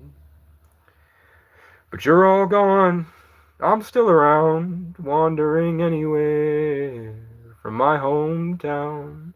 I'm scared to see what they built on what burns down. You're all here in my memories, I keep like an old age back and fall to pieces, terrified of what I can't see. I'm on a hill next to a tree, staring out at the bittersweet, the ghosts of you and what I couldn't do, a symphony. I miss my mom, I miss my dad, I miss my house, and what we had, it ain't that bad. Out here in the wild east, where the leaves change every season, you can drive through on the weekend, sit and drink with some real good mac and cheese. Please be sure to come back for the skiing. We're in the business of making memories. We'll be here if you need us. Just don't stay too long after dark, you might get raped by the police. And we won't care unless it plays and sounds nice on our screen, or comes through at the right time, scrolling on our feed. Once that open sign flips over, only God gon' hear you please. Out here in the wild, wild east. Out here in the wild east.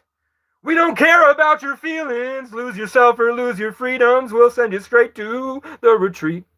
We will beat you if you feel good. We got kids who think they're real hood that no one cares to teach. Out here in the wild, wild east. We take pride in being mean. You should see how tourists treat us. So hold your pain and hide them stains, or we'll ask you to leave. If we don't like you any reason, you're most likely food for trees. We will find out where you sleep, and they won't find you anywhere until you're evergreen. And we won't let you in for heat and drive by laughing as you freeze. 'Cause we all know it's your fault the rich men bleed us. And we won't never be there with you neither, 'cause we still believe in Jesus. So if you make to the morning, shut your mouth and stay the fuck far from those leaf peepers. Anywhere where we don't see you, we don't care what's in your veins, who you were before who you became. Play a role or play it safe. 'Cause if we don't put on a good show, then we'll have to hunt to eat. Out here in the wicked, wild east. The world's toilet and great escape, where our problems hide in closets until it's your turn to get raped. I'd help you all, but where were you when they left me in the rain and locked me in a cage, took away my brain, took away my name, paraded me around possessed and put me on display? I lost everything but the legends in my DNA. Then when I try to give up, get me enraged, and I get back up, rampaging through the trauma they engraved. I will see you in the forest. You won't see me till it's too late. So while you're out there drinking, enjoy how it all tastes. I am something ancient. I've been through more wars than you could name. I watched you and I waited, picking needles way up haystack. I had a mountain to myself before the Richmond north of Richmond came. Building Legos with the legend and a Labrador way out there in nature. I let you think I'm crazy and find creative ways to hate me. I found it entertaining. I couldn't find a therapist who'd stay. I was too good at playing games. But your pride and your selfish ways cause you to make mistakes. I have a list you know you made, and an army in the shade of the acacia with a plan for the escape. You'll be somewhere under waves of crackheads and hurricanes, and I'll be with them foreign girls who love to feed me grapes. I only came to break my people from their chains, tell jokes and get laid, and make my name last as long as my last name. Wake up. The one you left to die. The only one left standing. The life you'll never live. A love you don't deserve to understand. The tree of life, the golden spiral, grown from an abandoned orphan child, alien, indigenous, and Irish, who who gave everything he had to help the ones he met along the way. He died, wandering alone, fighting to save the lives of those who ostracized him. Only the forest heard his cries. But somewhere deep a green heart writhes, glowing, growing, that caring soul survived. Now he's in the air you breathe, thriving, bittersweet parasites. But the blood is on your hands. One day you'll lose your mind, come to your senses and look through that horizon and realize it's always been exactly as I've planned. I'm those iridescent lights, blinking billions of eyes. Everything you think you know is a lie. I am vigilance incarnate, the first and last wildfire. And you're all my favorite albums. I'm the case you live inside. I still take you out and play you as I drive. Flying down these dirt roads with a bear cub and a peregrine, my heroine beside. With an E at the end. The greatest gift this world created is the illusion of goodbye. You're either with me or you will be cast aside. Either way, you are all going to die. And I'll wake up fine when it's time to do it all again. From now until forever, I'm Chaos of Francois O'Brien.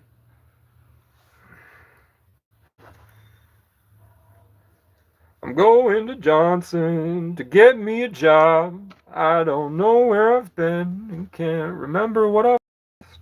I didn't mean to stay here so long. I'm sorry I can't fit inside of your box. If you knew where I'd been, then you know why I'd stopped.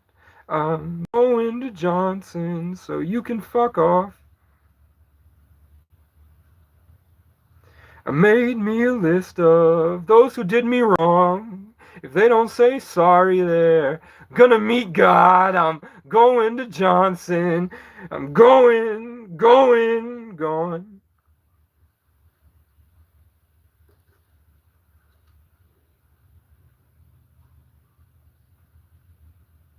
In my head, you're in my bed, waiting for the day I wake up scared. You'll tell me it's okay, I'll take you anywhere. I know you hate me, we made mistakes, but if we can just escape somewhere away from all the pain, maybe the memories we make will fill up all the holes we made. But you're gone and that's okay, I'll fold your blanket up and leave it in my safe place. In my heart, it's cold and dark. I waste my time looking for the broken, missing parts. I know they hate me. They think I'm crazy. But they don't understand just what it takes to be out here every single day, isolated and afraid. The angels keep me sane when I'm alone and I'm in danger. Don't worry about me, girl, it's okay. I'm outside, singing in the rain without a safe place. Girl, what you doing after this? Come and get a smoothie with the kid. As a matter of fact, I got a bottle of wine back at the crib. You can pull up loose the shoes and we can kick it. You can leave your phone in the whip. If your man calls, it's just what it is. Don't you know nobody else is doing this? I don't even need to see the shot to know what to switch. So here's my phone. Drop them digits. And we can find a way away from all that bullshit and stay uplifted. You know I like to wear the pants. Everyone around us is still stuck inside a trance, so if you get a chance, come and take my hand and let's dance. Ooh, I like the way you move. Come real close, get in the groove. I'll take the lead, it's nothing new. What do we really have to lose? You look at me, I look at you. You bite your lip, my room is zooming. Feel the love, it's what we're here to do.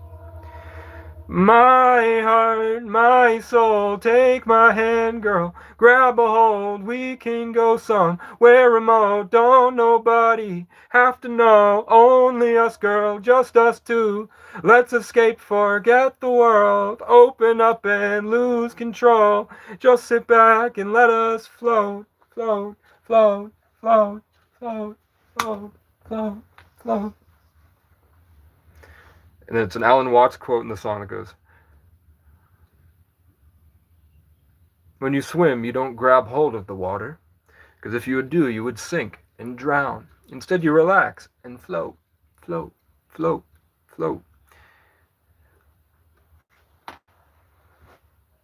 If I stayed up the whole night fighting, trying to get control of my mind, I'd probably wake up and fly and find some way to live outside of time. But when the morning comes and the sun and the clouds roll by and the strangers arrive, I probably just seem like a crazier guy.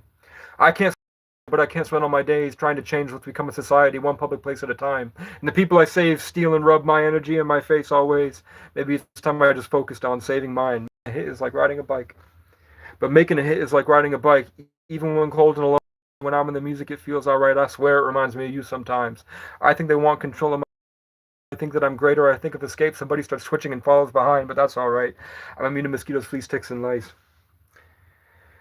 This kind of reminds me of times just to get after high school when we used to get high for the very first time. I'd sit at the party and talk about aliens, codes I deciphered, alien dollhouse, meanings of Hollywood signs, and you all decided that I wasn't right in the mind and I don't deserve friends in my life.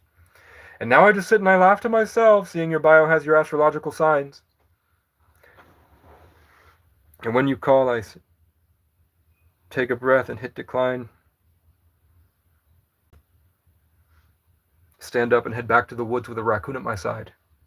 Every time I fell and felt like crying, I ended up laughing and fine.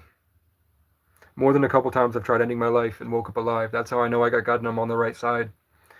I am somewhere far, far away. You won't know when I'm gone. That's the Irish goodbye. I had a dream last night. I was the last giant and I had to survive off eating Siberian tigers and biting the heads off of Vikings. And as I laid down cold and alone and dying, closing my eyes for the very last time, the universe opened, the birds sang, and aliens taught me to rise. I feel like I'm still somewhere out there, one of those weird dots we see in the sky.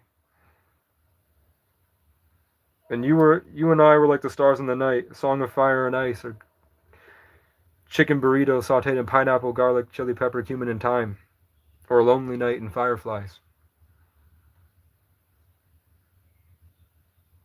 But you chose to lie and be with inferior guys, and now I live outside. I could never be like those interior guys. I can't wait for the day they wake up and realize they were trying to emulate me the whole time. I am somewhere far, far away. You'll all smile and laugh as I'm gone. That's the Irish goodbye.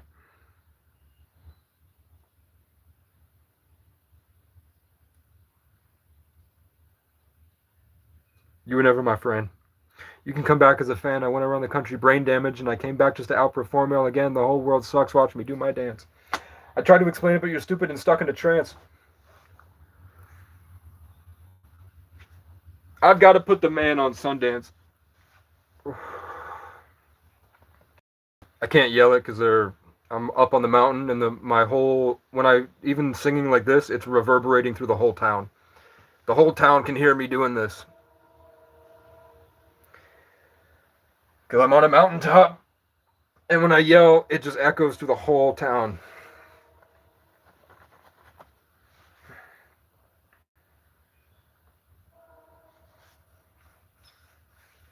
So there's some stuff I cannot.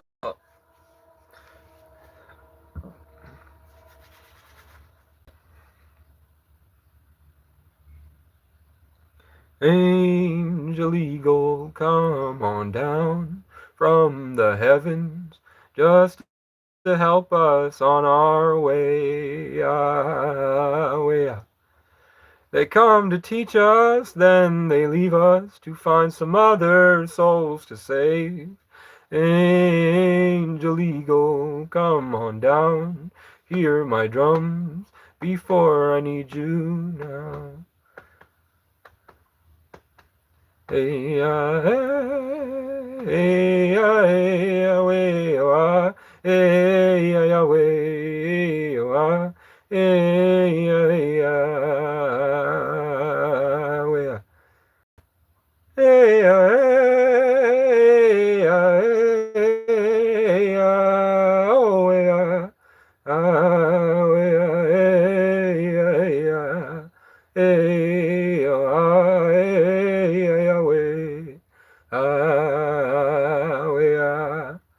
Angel Eagle, come on down, hear my drum, because I need you now. Alright, alright, alright, alright. Everything's gonna be alright. No matter what, I'll be by your side. Take my hand and hold me close to the fire. Light me up and watch me burn alive. Alright, alright, alright, alright. Everything's gonna be alright. No matter what, I'll be by your side. Take my hand and hold me close to the fire. Light me up and watch me burn alive. I'm just another bum hunting for a cigarette. And all the rich kids are laughing at me, sitting in pain wondering why they can't see. Everything was taken from me, and I'd do anything just to feel peace. My love is eternal. You gon' get what you deserve real soon. All the things that I said I would do came true. It's all thanks to the universe. Whoa, whoa, whoa. Robot dogs, mosquitoes with vaccines, stubborn white pride in a big truck. Hold me here in the evergreens. Nuclear bombs ain't got nothing on we. Our love is eternal. I'm finally free, singing outside with the birds and the bees, swaying around like the leaves in the breeze, until we get tired and fall asleep in the trees.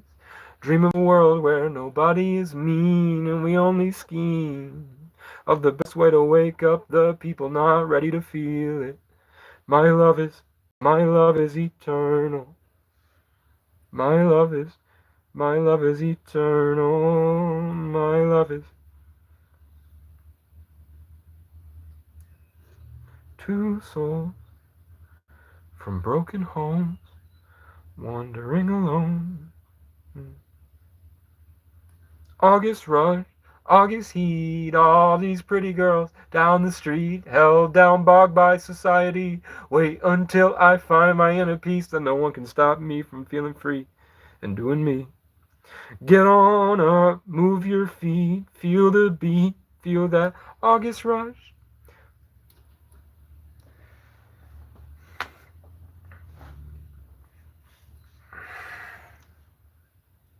They said life gets better as we suffer. So I don't talk to God unless I wish that we could love each other, make mistakes and learn to move on from one another.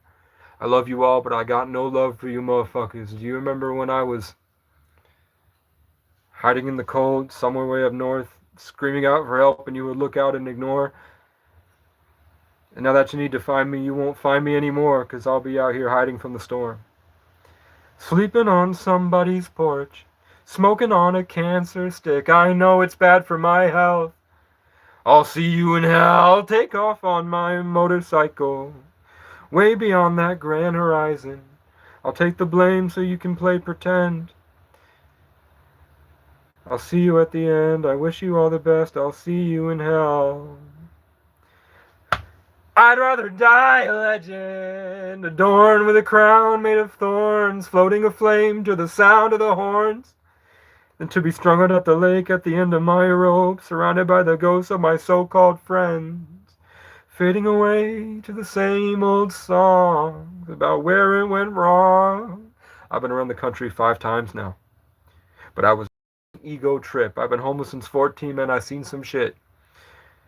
We're all tired of pissy white privilege, dumb white retards who can't mind their own business, see us in our struggle and sit there talking shit, rape the whole world and then beg God for forgiveness.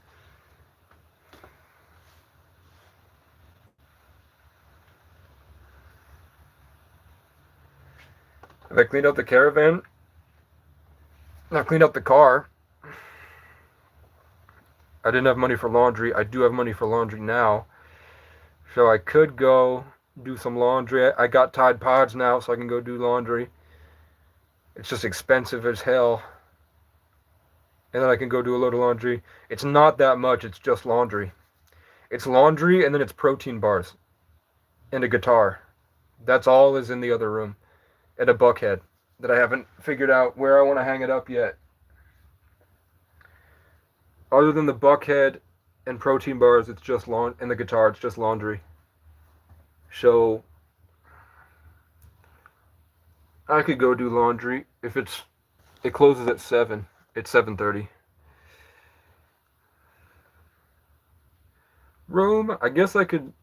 That might make me feel better, actually. It might make me feel better to take a trip. It'd be a lot of money. How's the tarp on the roof secured better now? Instead of going back up there, and I tried to rearrange it, and it just doesn't. It gets in. I'm gonna just rip open the roof, buy roof pitch, and I went and got plywood. So I'm gonna lay plywood over the rotten stuff and then put the roof back and then seal it somehow back up. But there's really nothing you can do. It's leaking through the whole roof. Even if I patch one spot, wherever it's coming from, it's going all the way through the entire roof, and then it's getting to the speaker and the antenna.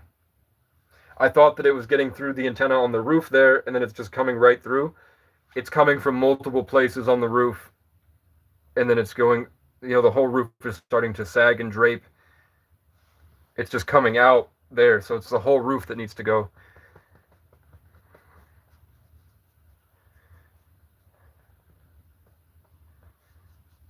I guess I could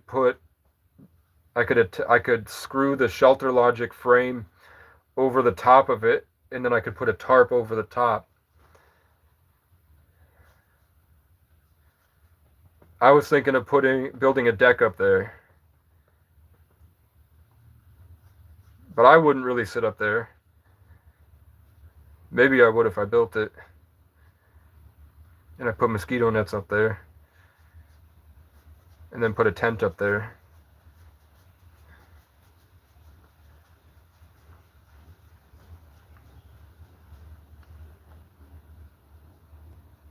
I want to do ayahuasca. I want to do an ayahuasca session with good people down in South America. And then I don't think I ever want to come back home. I don't know. I felt like I was obligated to save the state, and now I no longer care. Like, the whole journey for the past 14 years has been me trying to get to a point where I could just save the state completely, make it independent, revitalize everything, agriculture and manufacturing, and evolve all the parks and bring the native tribe back and build the school system better and revamp the foster care system and develop apps for everything so that there's better communication between everybody.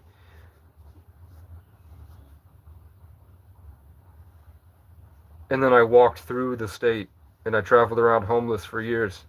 And they kicked me and beat me and molested me, and they tortured me, and they charged me with a bunch of nothing. So I would sit in court for years for nothing, and they won't just drop the case of, like, I got bumped into by somebody in the hallway, and they gave me an assault charge.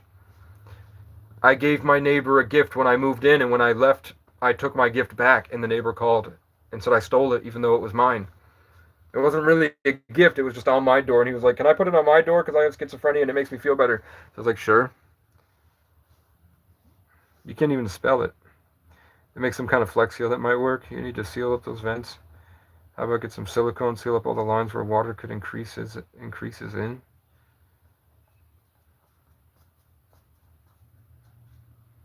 Delusions of grandeur? You mean I'm intelligent and I wanted to apply his solutions and create a better life for everybody?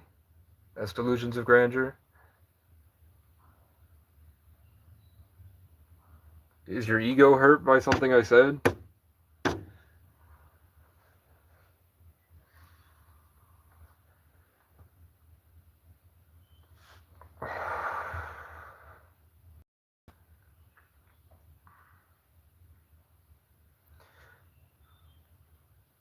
You can't see it. It says Kaiser on it. Yeah, you just can't create a better life for everyone. Just stick to that small bubble for now. It would be pretty easy, but it never worked out for me. And I was like, why doesn't it work? It's so easy to do these things. And now I'm understanding the people don't deserve it. They don't deserve the help. And what's funny is that the people that they're like, you getting handouts, you don't deserve help, you fucking addict. Those people do deserve the help. The quality of life I would be improving is for the middle class as well, and they don't deserve it. They deserve to work and suffer. God does not want me to apply these solutions to fix everyone's life and make them happy and having fun, because they're pieces of shit. So I'm assuming I'm going to be moving somewhere that does deserve it, like Hawaii. Maybe Hawaii deserves it. Or Ireland deserves it. Or South America deserves it. Maybe Vermont's just supposed to wither and die.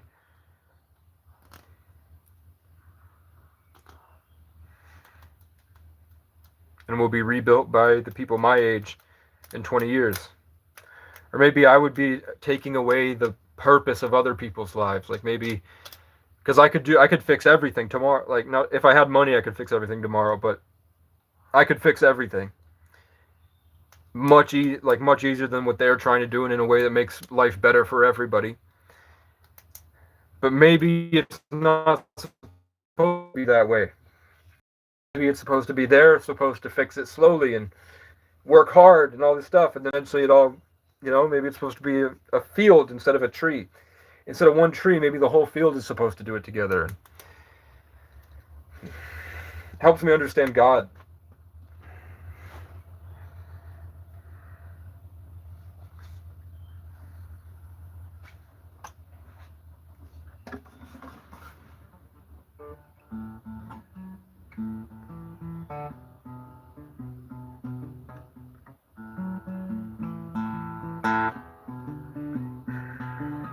Thought I'd be alive by now and I could save the world somehow, and you'd all come and see my name in lights. I set myself on fire and set off to inspire, and what I found, it all gets old and dies. I won't come back and tell you that all my options fell through, so you can say you saw it right. You welcome me with open arms, love me and then break my heart, leave me there and run off with my life. We used to be on fire, now we're all just liars, hiding from the truth about ourselves. Like mosquitoes on a mountainside, we all waste the gift of flight, hunting for the love of someone else. I can't see well, I can't breathe. They said I would be a millionaire and live my whole life in the air and profit off the children's hearts and likes. But when they sat me in the room, my heroes sang a different tune, and all I saw was evil in their eyes. So you can keep your pretty lies and tears that look like crocodiles, sell it to somebody else. Like mosquitoes in the river, if you want blood, it's dinner time, unless you use a chemical to help. I don't see well, I can't breathe, I don't sleep well without you here with me. I love you, I hate you, I miss you, you missed me, I bug you, you're annoying, you need me. I thought I would be the king by now and save the world. It's funny how I wound up in the woods all by myself. The friends I fought to save only care about reputation. They're stuck screaming in the sickest show and tell. It turns out they all suck, and now I'm happy that you're stuck. Where the fuck were you when I was in hell? You wrote me off as nothing, but now that I got money, suddenly you care about my mental health. We were fearless, running wild, singing songs around the fire. Now you're living in whatever lie that helps. Like mosquitoes in the cities, we want blood and it ain't pretty, chasing a light that kills ourselves. I can't see well, I can't breathe, I don't sleep well without you here with me. I love you, I hate you, I miss you, you missed me, I bug you, you're annoying, can I kiss you? fly away again, fly away again. Don't tell me after everything I've been through, the hells that I was sent to, that I should just give up and get a life. They put me through so much that I can barely function. It takes everything to just get up and try. Fuck it, I'll put that blue collar on and waste my life for dollars. Maybe find love when I'm 45. Sit there in a shitty house and listen to you bitch about all the things you're too afraid to try. Maybe then I'll feel a spark, finally open my heart up and take off in the woods again.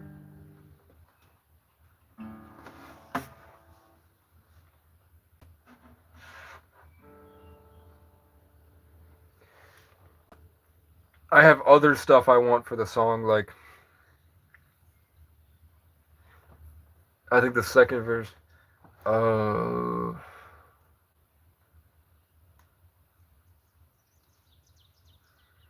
Second verse. So you can keep your pretty lies and tears that look like crocodiles, sell it to somebody else. But maybe soon I'll see you and do what you did to me. Love you, leave you, let you rot now. Like mosquitoes by the river, like mosquitoes in the rain. If you want love, it comes with pain, and none of us have the heart to tell.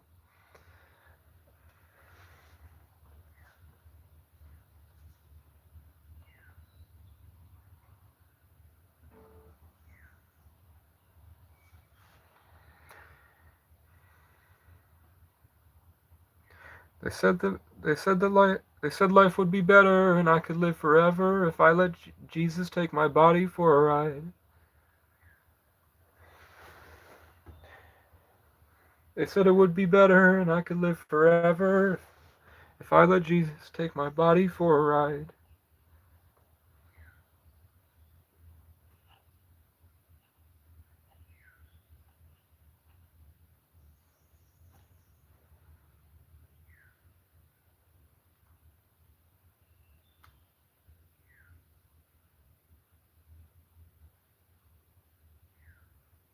I think if they were right,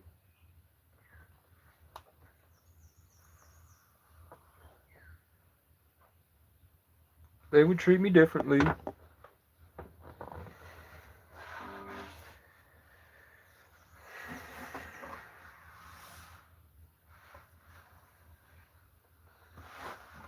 I Irish, we have our own problems. No one can fix society. You just make a bunch of parks. You make a bunch of parks, you get electric cars with solar panels, and you let people travel. Talk to each other, hang out, and create, make music, eat good food, cook good food. And everyone gets a gym membership, or there's gyms everywhere. People work out all the time. You make it free so they can climb trees and go explore cool places. And life is too short. So people wouldn't really worry about the drama. And there's just so many people that, you could be mad that people are taller and bigger than you or play better than you, but at the end of the day, it doesn't stop you from enjoying the roller coaster. And maybe the girl goes for somebody else, and that sucks, but there's so many people out there. You just work on what you can, be better, learn how to live without the need for somebody else, and then usually you find who you're meant to.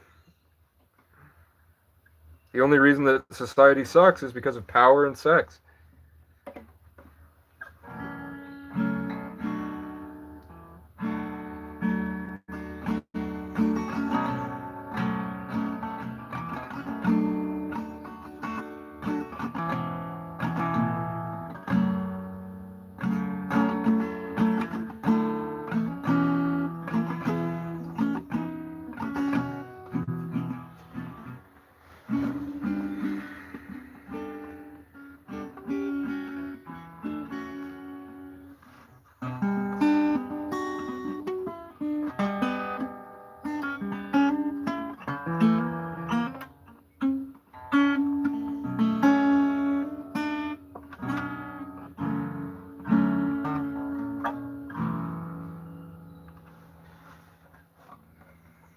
None of us have the heart to try. I can't see well. I can't breathe. I don't sleep well without you here with me. I love you. I hate you. I miss you. You missed me. Because it's about a mosquito. I love you. I hate you. I miss you. You missed me. I bug you. You love it. You need me.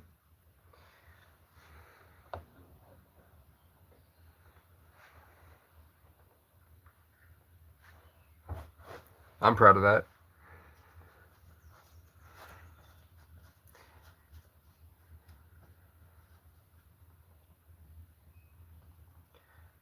I could go, the rain is over, I could go back out and kind of want to wait for the deck to dry now though. And I don't really know what I'm gonna, I don't know, I haven't measured the materials and see how much I have. Street line car subway is another name for train tracks. No.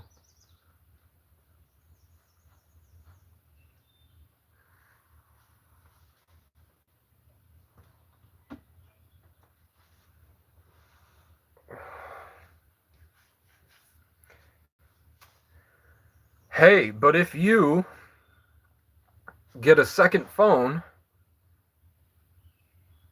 Brian, and have on that second phone, Brian has a Walmart Spark. You see what I'm saying? Then you section off the car in half. You could do 2 Walmart orders at once.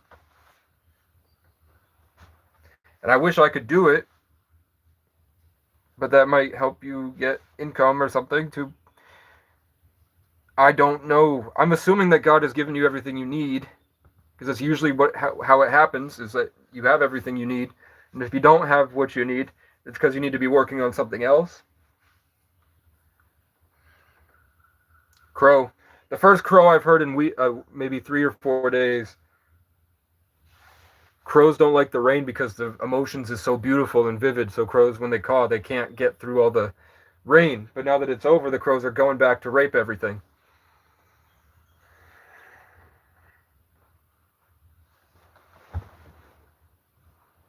I hear crows try to caw in the rain and they can't pierce the energy, so they just go and then they stop. The world is better without crows. I think I need to move somewhere with more rain. I function better in the rain. When it's not raining, I don't function very well. When it's snowing and it's raining, I really well. My creative abilities are better. The PTSD is settled down, and I think better. But when the sun is out, it's like I'm being cooked alive, radiated, and my mind just doesn't work. And then the crows are there, so I'm always feeling attacked and raped by the crows. Still, even right now, they're doing it. They're sitting over there trying to re-exert the territory again. Maybe soon I'll see you and do to you what you did to me. Love you, rotten hell. I don't know what that 58 cents is.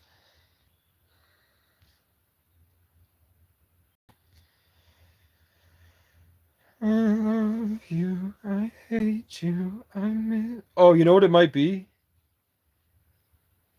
I don't think that's ad revenue. I don't think that's ad revenue. Because for every 1,000 views you get that watches the ads, you make $18, I think.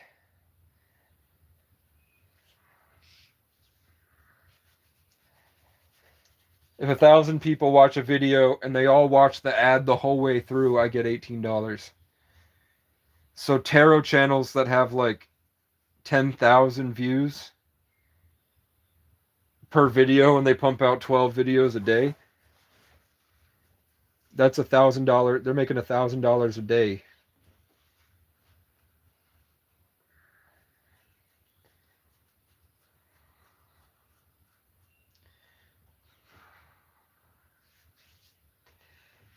And then they are. It sucks that I had to stop watching a tarot reader because he got enough money that his wife got really ego. Her ego got way too big, and it started trickling into his personality. And then they got a big ego about it now, so they do live streams with like hundreds of people watching, where they just sit there and play pride games. But he used to be a really gifted reader.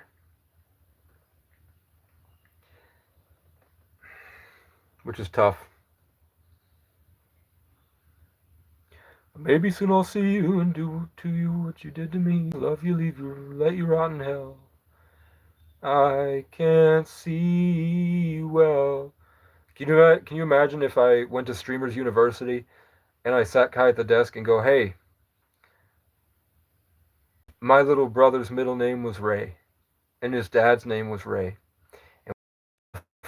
Fight over this girl named Ray, and I ended up dating a girl named Bria whose middle name was Ray, and she went by Ray. And then I left, and my car broke down, and the only people that would help me after someone tried to beat my head in with a baton, and I had to fight him off and chase him with a hatchet out of off the land. The only people that would help me was a guy named Ray and a girl named Casey, whose brother's name is Dan, and my sister's name is Danielle. And then I walked through every small town after, and every town I entered, it was a Casey, a Ray, a Frank, and a Brian.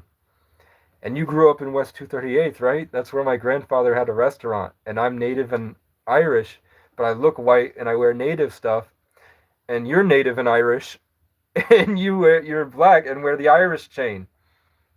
And then who overtook you as Streamer of the Year? Queso.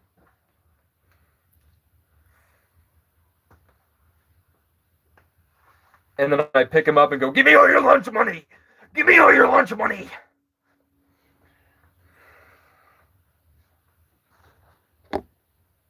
Can you imagine if Cinna is streaming in the other room and I go in and go, you look like a fish.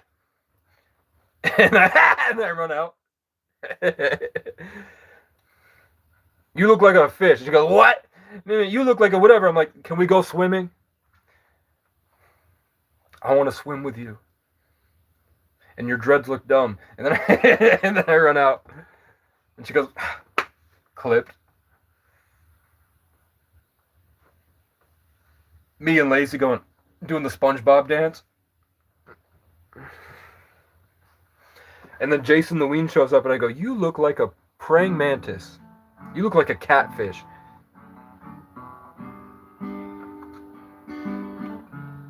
And Adept and Tarayumi are meant to be together because they both look like chipmunks.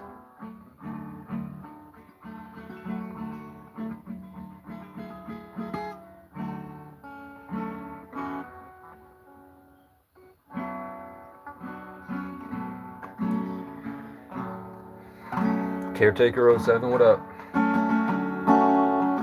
I was saying if I went to Streamer University, I would tell Cinna and your age that they both look like fish, and that Jason the Ween looks like a catfish or a praying mantis, and Kai Cenat looks like the donkey from Madagascar, and FaZe Adept and Tarayumi look like chipmunks, and Sarah Safari looks like a lizard.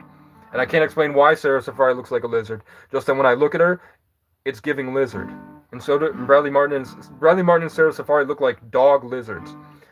And I can't tell you why.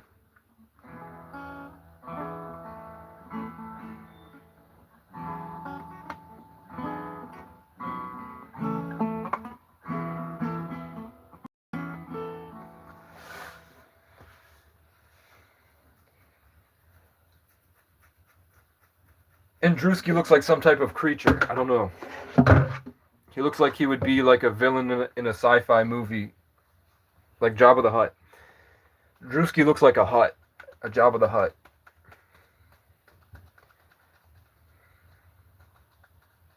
Love you, leave you, let you rot in hell. I can't see well. I can't breathe. One time Slimesicle posted a picture of Burlington, Vermont, and I said, hey, I fought a guy for tent space a block down the road from there. And he hearted it, and then he unhearted it. I was like, come on.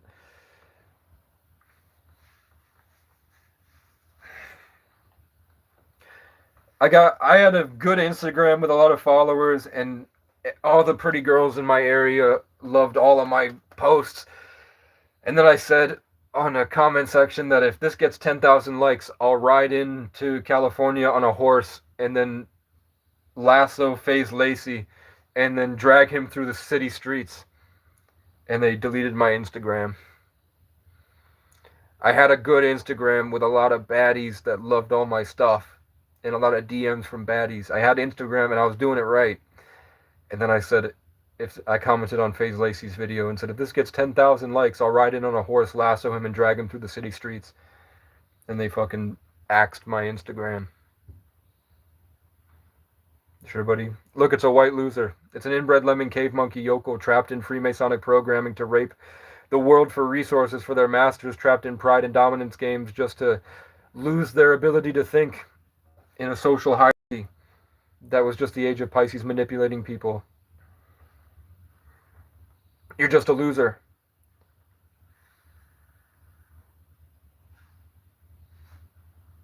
No matter how hard you work, buddy, it's all for your masters. Even if you get a box, they'll take it from you when you die. So you live just playing pretend. All you do is just play pretend.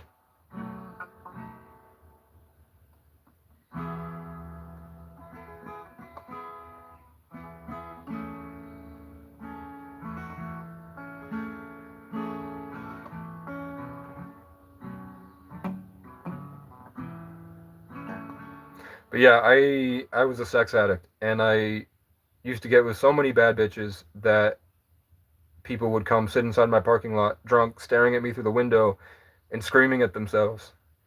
And when I'd go out to see them, they were convinced that we were in a competition for a girl. And they said the girl's name. I was like, she was too ugly for me. I grew up with that girl. You're a nut job. And then people had said that he'd been in my parking lot for months. Because he thought he was spiritually attacking the window. And I was 15 and I was 16. I got her first job at the Price Chopper. And it would be her, and then it would be two old ladies at the other registers, and guys ranging from like 13 to 70 would be all the way back halfway up the aisle just trying to talk to her. And I was like, you don't see that as fucking creepy? You don't tell them to stop?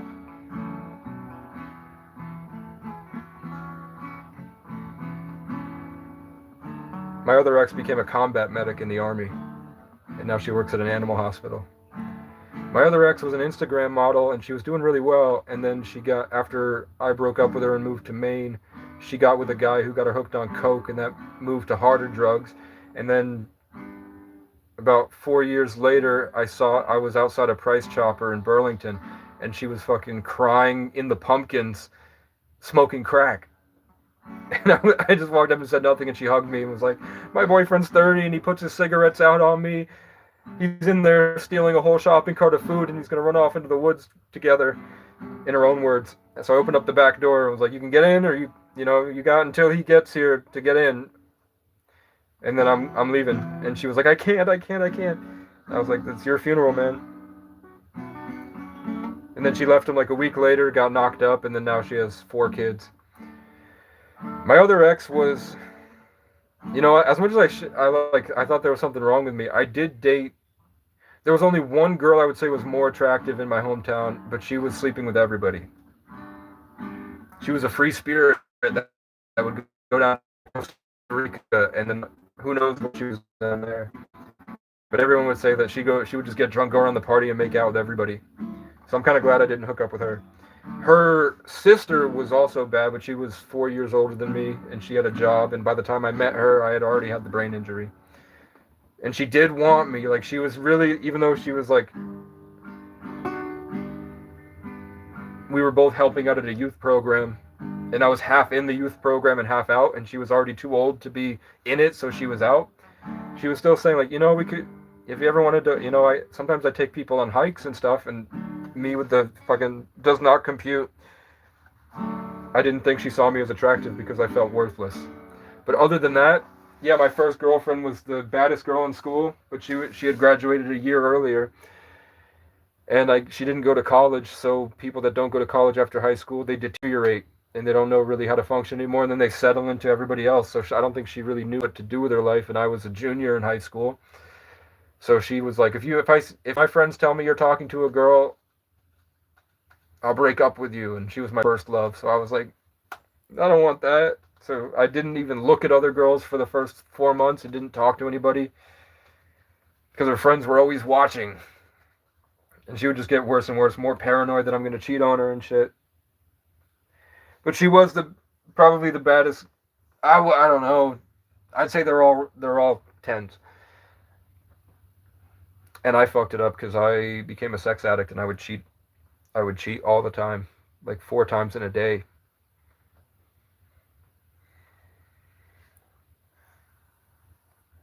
Another white loser has entered the chat.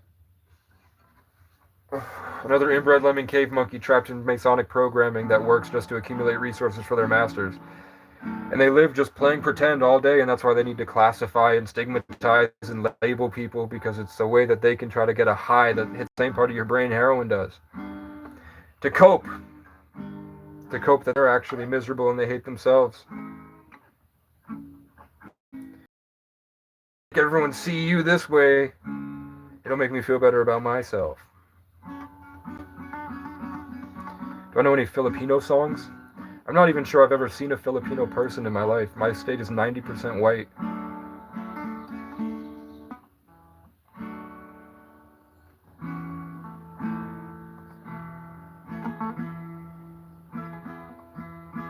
Barrack Builds is a loser. Let's see how many subs he has. About his channel. Is it the attention? Yes, he has 5,000 subs. I knew it was about attention. I knew it was something with the attention and jealousy. With 5,000 subs, you're still talking shit in people's comment sections? You would think that with more subs you would yourself, but you're addicted to heroin. Heroin. You've lost yourself. I have a song for that.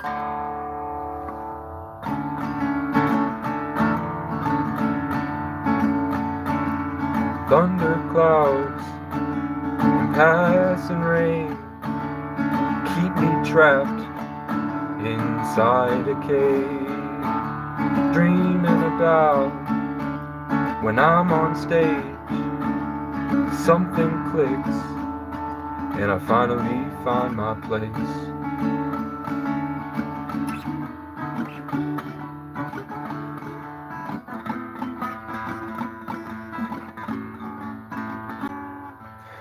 But I know one day soon the spotlights shining down on us all are gonna fall.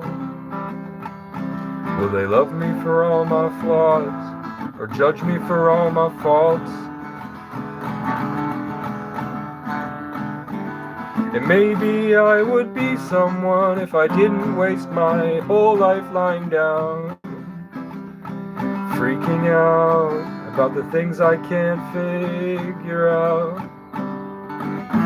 I climbed up that mountain and I found out we got it all wrong. The view is cool, but they only play sad songs.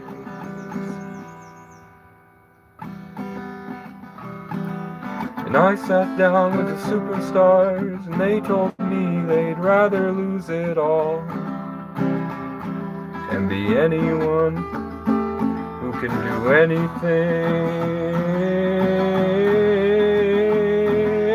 Maybe it's a trap and being famous ain't all that, 'cause every step you climb is a sacrifice, and the farther you rise, further have you got left to die, until you're sat atop your pile of trophies alone and begging God why.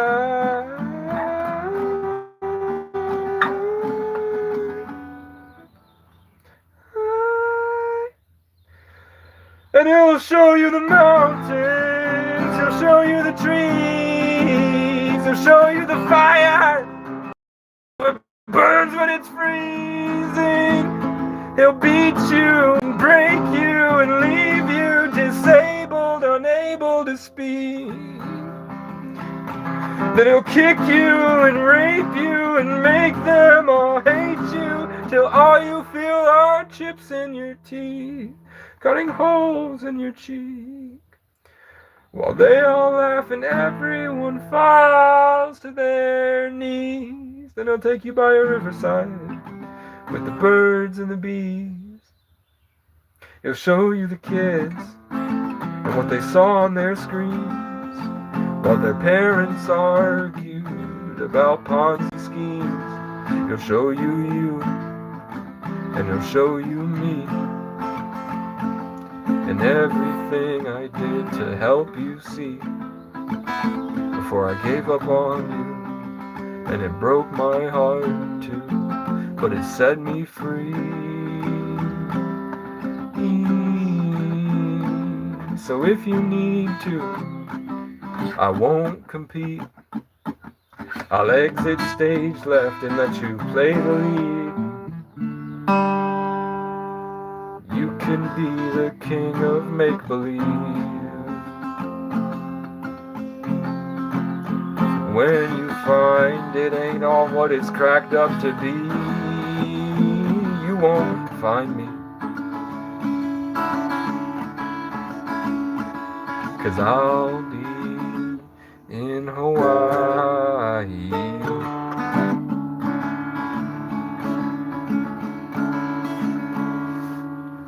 Thunderclouds and passing rain keep me trapped.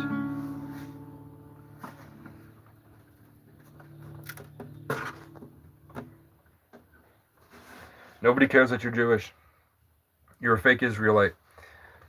Only the Irish are the true Israelites. What up, Wheels? I had to explain to a white loser that the reason that he was jealous of my attention that I'm getting, even though he has a bigger channel, was because that he is in fact addicted to the same stimulation the brain heroin gives you. And the more subscribers you get, the less of yourself you become. And the more you just become an addict. And he happened to be trapped in the white programming as well, as an inbred lemming cave monkey screaming in a cave. So he had to try to turn the monkeys against me. And he lives just going from comment section to comment section, screaming as a cave monkey, hoping to get other cave monkeys to scream with him for serotonin. As a boxer, you've gotten very good at delivering tongue punches to fart boxes. How do you advertise that? You're more than a boxer, you're a hunter. You're going out looking for fart boxes to tongue punch, aren't you? Do you tell people that's what you do? Yeah, you told it to me. You're not tongue punching any fart boxes in my chat. I'll put you on the guillotine.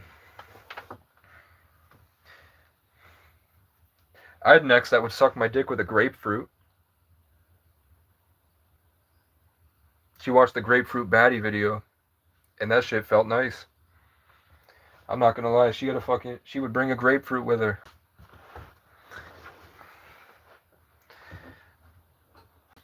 She would bring a grapefruit with her.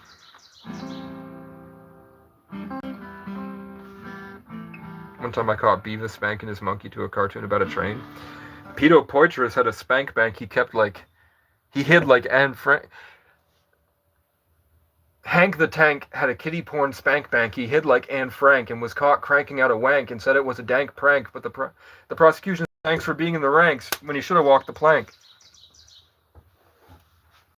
Pedo Poitras filmed child porn.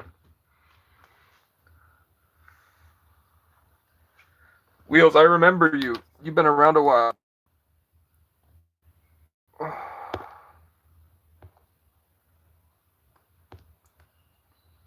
You've been here since Christmas. You've been here since before Christmas. You've been here since the fall. You've been here since I was hunting that bear in the woods. I wrote another song.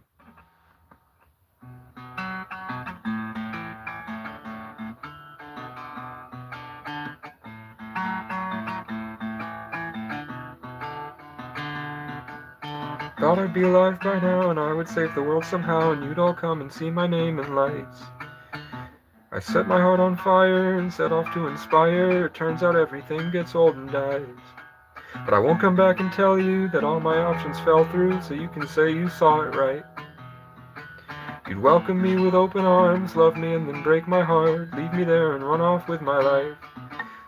We used to be on fire, now we're all just liars, hiding from the truth about ourselves.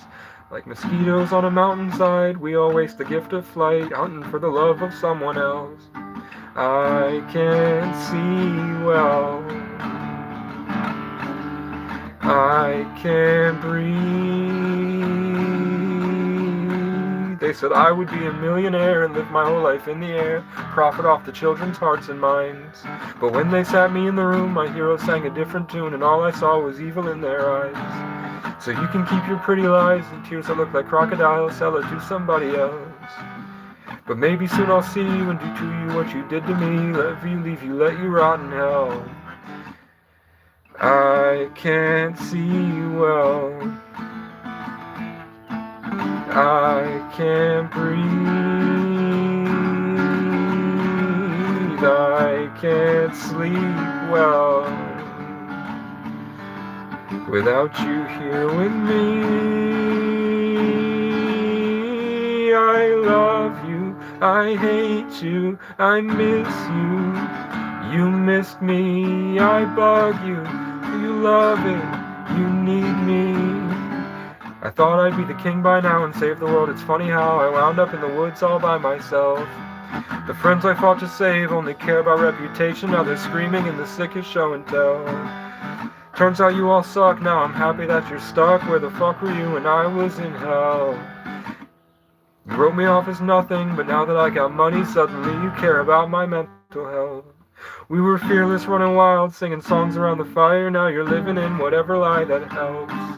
Like mosquitoes on a mountainside, like mosquitoes in the cities, we want blood and it ain't pretty, chasing a light that only kills ourselves. I don't see well, I can't breathe,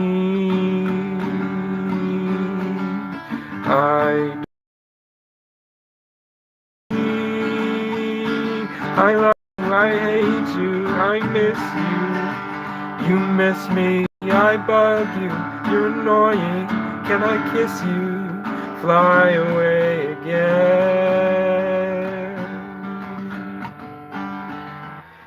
Don't tell me after everything I've been through, the hells that I was sent to, that I should just give up and get a life. You opened me through so much that I can barely function. It takes everything to just get up and try. But fuck it, I'll wear that blue collar and waste my life for dollars. Maybe find love when I'm 45. Sit there in a shitty house and listen to you bitch about everything you're too afraid to try. Maybe then I'll feel a spark, finally open my heart up and take off in the woods again.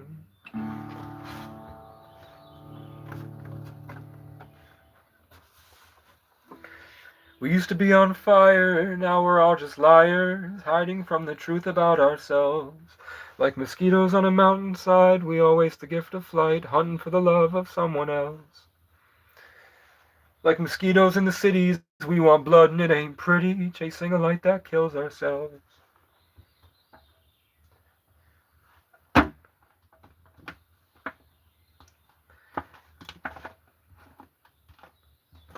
Here's a little song I wrote, you might want to sing it note for note, don't worry, be happy.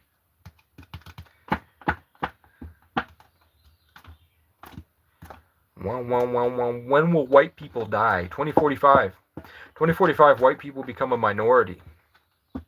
They're fucked. You're fucked. You had no culture to begin with, really, though.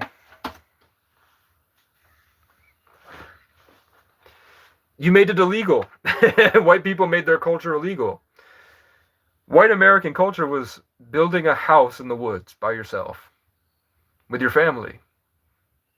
working hard on the railroad, while the other white people are mean to you and treat you horribly and kill you because they don't care. That was white culture. White culture was the dichotomy between poor and rich whites. That's all white culture was people out in Appalachia working hard, out in Montana, trying to have a family and build a life, just to be killed by a government that doesn't care about them. That's all white culture was. Now they made it illegal to be and then white people shit on people living in tents and building shanties in tent cities. Like that, is that not white culture? Coming in from a faraway place as a refugee to be homeless and build from it.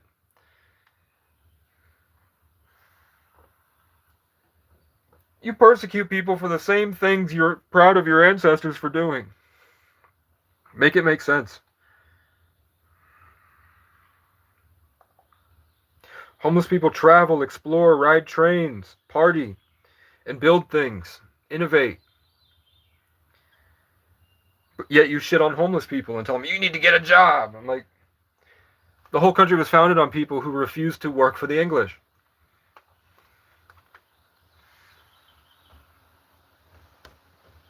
And now you love the government, which is proven to be pedophiles and crazy people that do not care.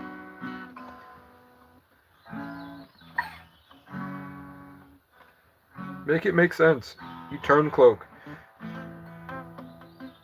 You literally wear red shirts. You're the lobster backs.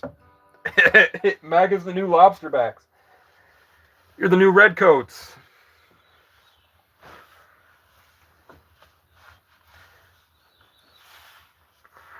And Jesse Wells is a crazy talented person. Jesse Wells is the hero of old Vermont ladies. The strong, smart Vermont lesbians that went crazy because of the current political state of people addicted to the same stimulation of the brain heroin gives you, and they found that politics is the easiest avenue to get that heroin hit.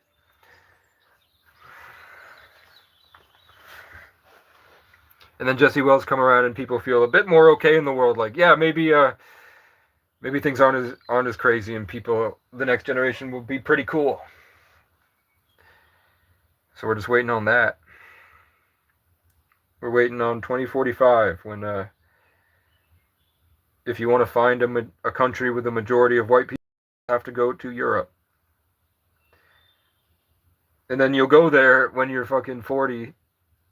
And you'll realize, like, wow, the white people in Europe, their prison system's better, their crime is down, their rehabilitation works, there's free gyms, and it's not illegal to be homeless. The white people in Europe are doing things much better than the white people in America. And that is not black people's fault.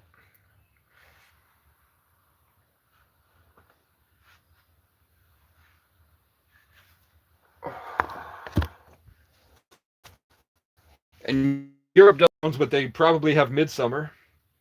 They probably have shit like Midsummer out there. Like, I see some videos on TikTok of people in the streets of London, and they go, these fucking pagans. It's like a black man who is British. And he goes, these fucking pagans. They're all pagans. I didn't know what that meant.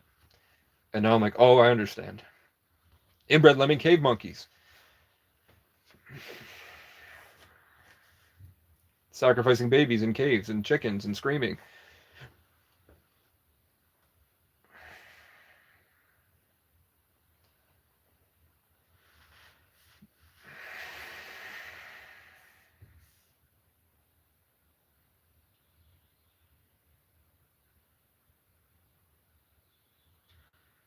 I'm just trying to build a deck that you can put on wheels and wheel around the property to put seating areas in different areas. I want to build a tow behind deck that you can attach to the side by side and you can wheel down, or you can pick up with the forklift and take it to different areas of the property. So like this week people can sit here, and the next week people can go move up here, and then when there's an event you can move it down. And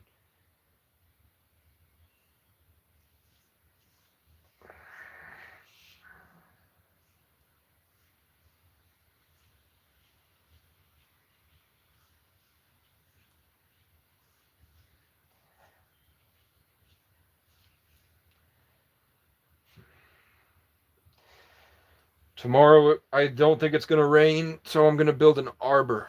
Have you ever got head from a snake?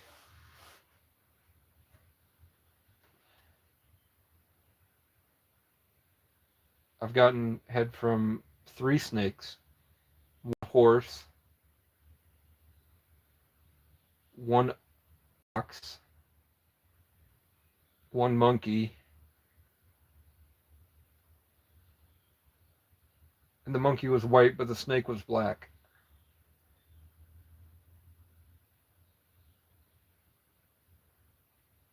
And I've gotten head from 1 cat. And not excluding Chinese astrology, I have had a dog lick my penis once, and it was not consensual. A girl was giving me head in a field, and her dog ran up and licked my dick, and I got up and walked back in the cabin, and she cried. And then she was drunk, so she got mad that and I didn't reject her, I rejected the dog. So I walked back, I drunkenly walked back into the cabin with my friends, and then she freaked out and then tried to drive away, and my friend tried to stop her, and she ran over my friend's foot. And then to cope with how I felt afterwards, because I didn't ask her to give me head, but I didn't stop her after she started. I was just in the field looking at the stars, and then suddenly she was sucking my dick. So I just let it happen, and then her dog came up and looked, and I was like, I'm done with this bitch. And then she got really sad and left. And then I felt really bad energy the rest of the night. And I think my friend knew that, even though she was dating my other friend, she left him to cuddle me that night, and then in the morning she pulled me into the other room, and I just laid there the same way I laid there the night before, and just let her do whatever she was going to do to herself with me. And she's like, you're not going to come? And I was like, no, I don't, because I had 3 other girls I needed to hook up with that day. I needed the energy. And then that night I would go back to my girlfriend, and that's why God gave me a brain injury, because I probably would, my body count would probably be 300 at this point. I was an addict for bad bitches, and I was smart enough that in a healthy way I would pick up women. Like, I wouldn't do things to manipulate them.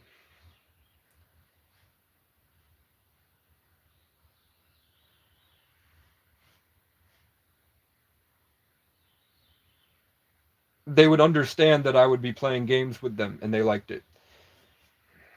It wasn't manipulative and playing with their emotions and making them sad and attached to me and shit like that. That's the dark side of game. The good side of game is like you just know how to have fun and be yourself. So I would do that, and then it just turned out that all the other losers that they were dealing with were not as fun as me. Summer rail or sad rail, no thank you. That sucks.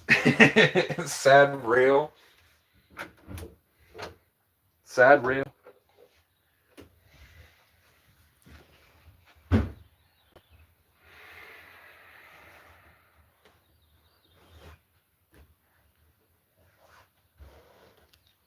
Summer maybe, but it's not really a summer album. It was a fall album.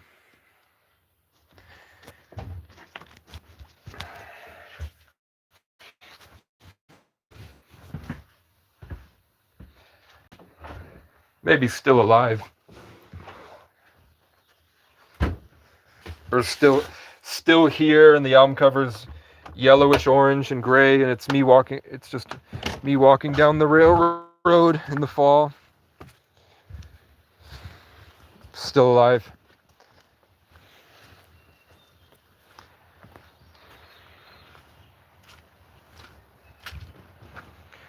I'm gonna probably move this several times, but eventually there's going to be these pavers on the ground, and it's gonna split off along there. And there's gonna be a section here, and then it's gonna go off.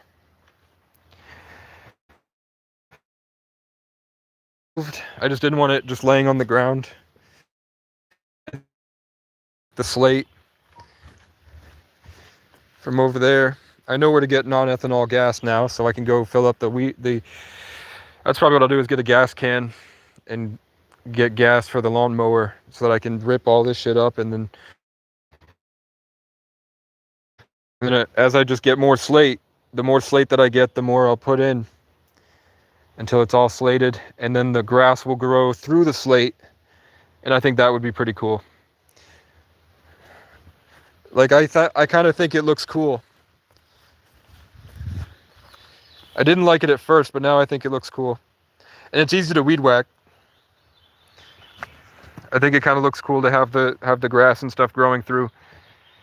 But eventually I would probably like to take tons of little rocks. Like, go to a river and just haul that bucket full of little rocks out to put in between the big rocks. And then turn this into a patio. And then turn that into a gazebo. So that people can sit up there and not be bothered by the mosquitoes. Because I'll have curtains that come down that I will cut the curtains so that when you pull the large curtain down, it's mosquito net. And then it just goes right back up. And then this will be the main section where people throw parties and stuff and events, and this would be like the play area in the garden where there's like bushes and rose bushes along everything, and then that section will be cleared out, cut up, and then pushed. These are dead trees, just and push back, water fountain around the whole thing, retaining wall. People to sit and pray. You sit and pray there, and then you just walk around the gardens, and the pathways will be put in so that you feel empowered and led around the thing with a harmony. If you want to move the pavers, you can just use the dolly to lift the pavers up. It's heavy, but 2 people could do it very easily. You literally just pick everything up and move it at will. The only thing that would be the gazebo, but the arbor you could take down and move. The pavers you could take down and move. The stone you could take down and move. It would take 3 people 3 hours probably to just remove all the stones that are around here, put them back into a pile, and then load onto the side by side and bring somewhere else. It's not that big a deal. What someone said, you're a Jew? He's a bad Jew. He has no money. Black Wildlife is a broke Jew. These are all my boards. Let's move this.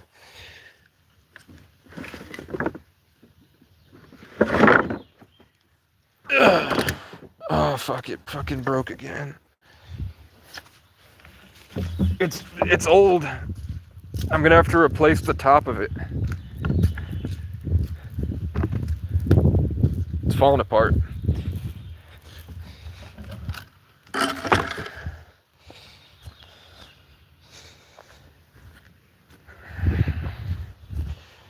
That's going to be, eventually the fence will be here and the fence will be there, and then the arbor will go above this. Or I might put the arbor further back here along the pathway that goes in and put it like at the front, and then the fence goes around this way like this, so that you have to walk through the fence and then to get to there. I don't know yet. No, I like it more right here, so that this feels like a separated section, so that when you walk through it, this will be cleared out. War room meeting for streaming and stuff, and porch. And then over here will be where I put the bench press. The bench press and the pull-up and dip bar right here. Or maybe the pull-up and dip bar right here. So then we've got a pretty decent thing where people can come here, rest as long as they need to, work out every day, get their life in order. And then I just need someone that will let me shovel shit. So then when the people are ready to go to work or something, when they come here, it's easy for them to get back out and then go back down the hill with God and go down to the cross, say your prayers at the cross. There's the bird right to left. And then when you get down, you still have God in there. And then there just needs to be a way to bring you to the job site so that now when you're out in public, you have the energy, you have the God energy and the perfection and the happiness and the abundance. And then you're a shining example of what life could and should be.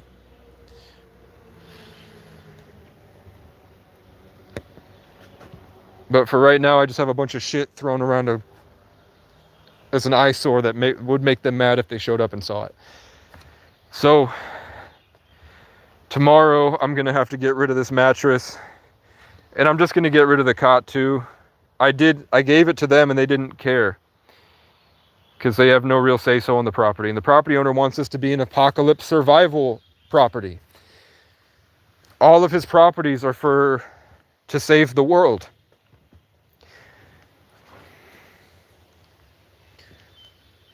And I want to get a computer. When I get a computer, I can edit it into a video so that I don't ramble on. I can put it clear, concise points that he can watch. And then I have like animations to show him what my plans are.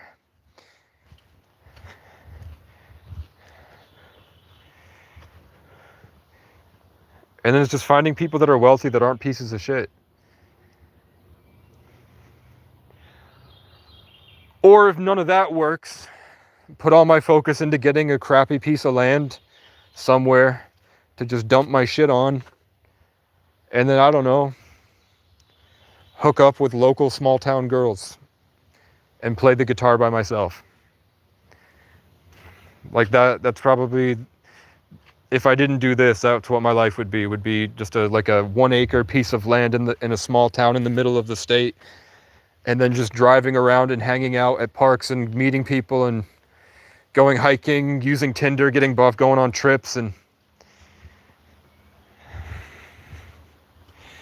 if I don't pursue this, the only thing I really care about is getting laid. I don't know if that's because I used to be a sex addict or not.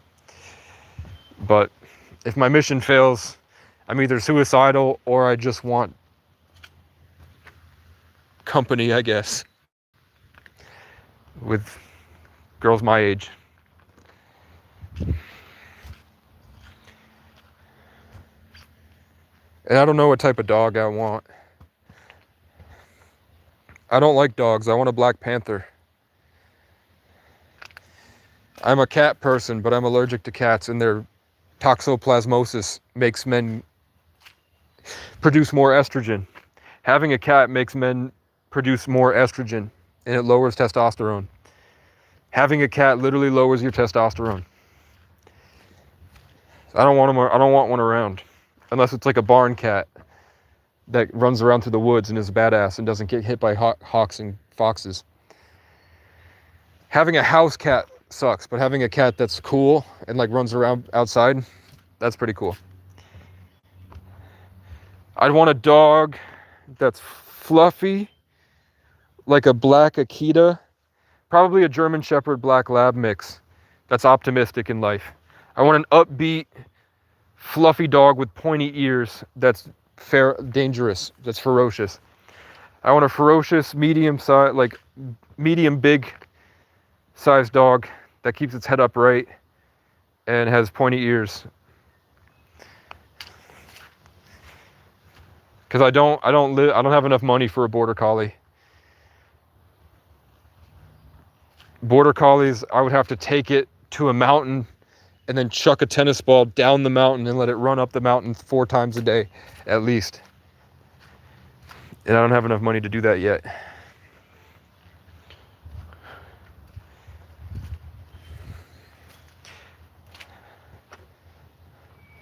Veterans will go sit in Tokyo for 4 years, fucking Asian women and just training then they come home and get a government paycheck the rest of their lives, and they shit on homeless people getting handouts from the government.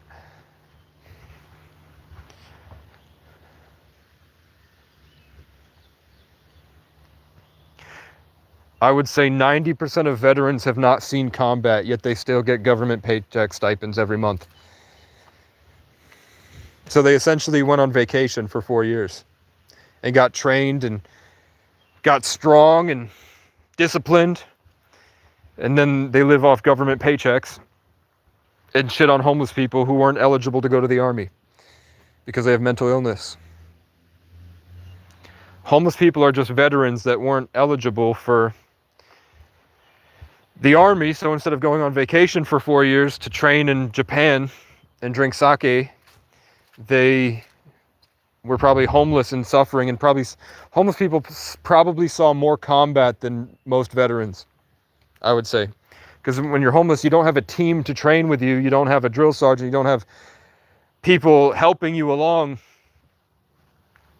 You're stuck out by yourself in the woods where people try to rape and beat you, and people come to hurt you, and you degrade yourself and you lose yourself in the woods trying to survive. And I would say homeless people, the average homeless person has been through more shit than most veterans. Yet veterans shit on homeless people for receiving handouts when they get a monthly check every month from the government and they didn't do anything.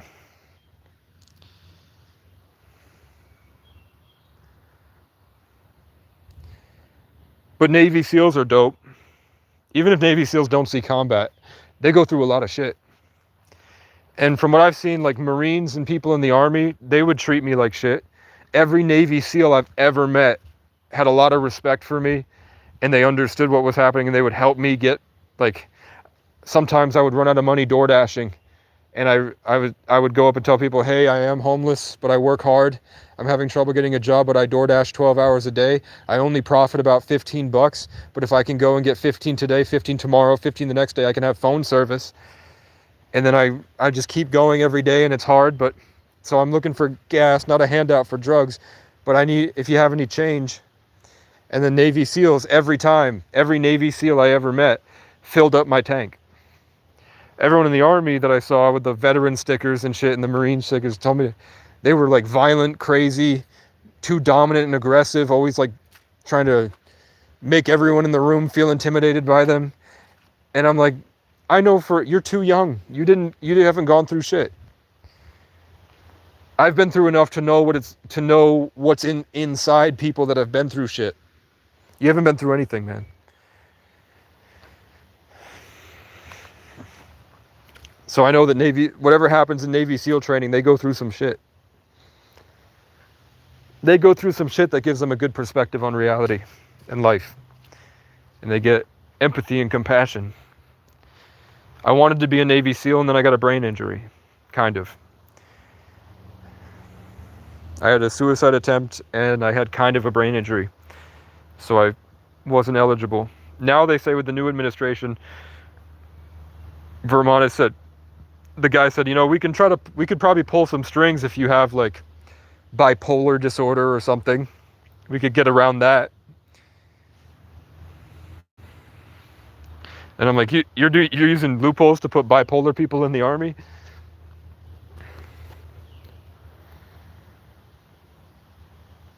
But when I would come back from my first tour, I would be 30 years old.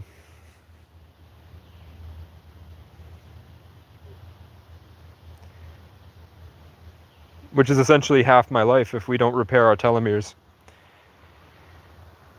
If we don't get access to repairing our telomeres, we die. But if they give us access to repair that one little telomere, there's a bird right to left. The only reason that we age is because, like iPhones, we have something in our brain that goes obsolete when the newer model comes out. As we get older, there's like a thin telomere that should be fine, and for some reason it's not, like it was genetically altered to be that way. And jellyfish have the same telomere in their brains, and that's why they live to 200, but it's repaired, so they live to be 200, 300 years old. If we just fix the telomere in our brain, we'll live to 300 easy, probably more. which is why how kings of old in Egypt lived 10,000 years. Because they had technology to stop that telomere in their brain from telling their body to stop to deteriorate over time. They just had the brain telomere repaired so the body wasn't signaling itself to age. We age because our body signals itself to age. The only reason we age is because our brain tells our body to age.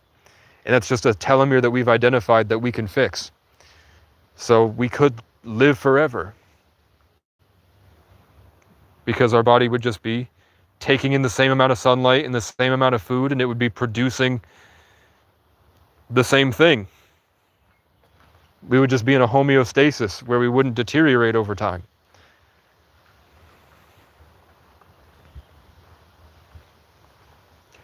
But life is kind of designed to die and reiterate a better generation. Like trees get old for some reason. It doesn't make sense to me why things get old when we have the same amount of sunlight and the same amount of nutrients and the same amount of stuff. Why does everything on Earth deteriorate and get old and die? If we eat exactly the same and we get the same amount of sunlight and the same amount of vitamins every day, there should be no reason for the body to wither, but it does. Even though our cells regenerate every 7 years, why it doesn't regenerate perfectly is because of something in the brain that tells it to do that. Age is just a genetic manipulation of the human brain that probably happened 10,000 years ago or something. Because before that, Egyptian kings, it's written that they lived for 10,000 years. And they would write on stone, and they would build pyramids, and they would do all this crazy stuff and tell us, literally, this stuff with Thoth is saying, I'm a scientist, I've cracked the ability to live, I've cracked the code in living forever, and I've lived for thousands and thousands of years, and I'm just leaving you a goodbye message before I go off to whatever I'm gonna do next. Thoth was like Rick from Rick and Morty. And he literally left a tablet that we can't create with our technology. The Emerald Tablets is something we couldn't make right now. And it's a guy saying, hey, I'm a scientist and I've solved life. So I'm just going to give you this one thing before I leave. And he says, go into a dark room, close your eyes, and sit there until you find the light. And then discover I am. Isn't that crazy? A scientist was able to transcend reality, and he probably went off into the multiverse. And the only thing he left behind was go into that shed and close the door and lock it so it's completely dark, and you will find the keys. Because as soon as you get in there and it's completely sealed tight and dark, all you have is your thoughts. So then your consciousness naturally opens up, and you can start to leave this realm behind and see what reality really is.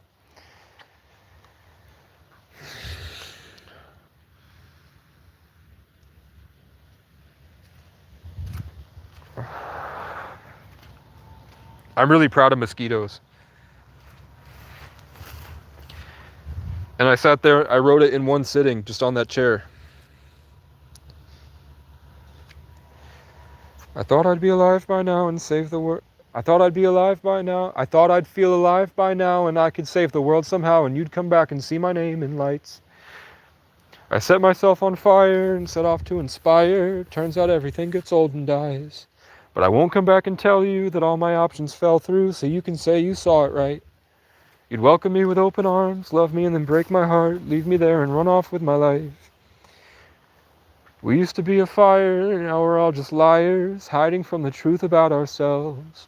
Like mosquitoes on a mountainside, we all waste the gift of flight, hunting for the love of someone else. I can't see well. I can't breathe. They said I would be a millionaire, live my whole life in the air, and profit off the children's hearts and likes. But when they sat me in the room, my heroes sang a different tune, and all I saw was evil in their eyes. So you can keep your pretty lies and tears that look like crocodiles, sell it to somebody else. But maybe soon I'll see you and do what you did to me, love you, leave you, let you rot in hell. I can't see well. I can't breathe, I don't sleep well without you here with me. I love you, I hate you, I miss you. You missed me, I bug you, you love it, you need me. I thought I would be the king by now and save the world. It's funny how I wound up in the woods all by myself. The friends I fought to save only care of reputation. Now they're stuck screaming in the sickest show and tell. Turns out they all suck, and now I'm happy that they're stuck. Where were you when I was crying out for help? You wrote me off as nothing, but now that I got money, suddenly you care about my mental health. We were fearless, running wild, singing songs around fire. Now you're living in whatever lie that helps. Like mosquitoes in the cities, we want blood and it ain't pretty. Chasing a light that kills ourselves. I can't see well. I can't breathe. I don't sleep well without you here with me. I love you. I hate you. I miss you. You missed me. I bug you. You're annoying. Can I kiss you and fly away again?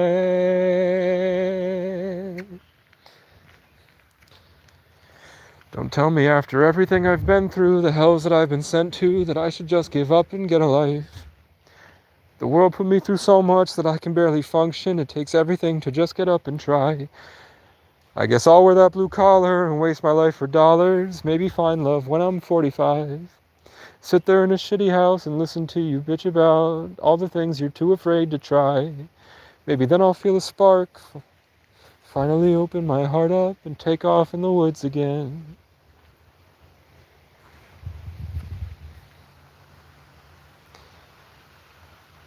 I don't know what to do with all this.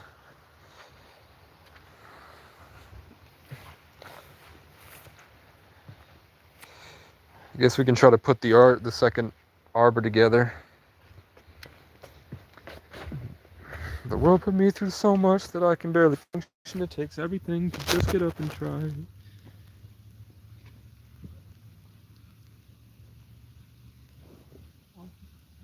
Maybe I'll turn up the phone. Miss my life for done. Yeah, that's why I didn't do it. Yep, I fucked it up.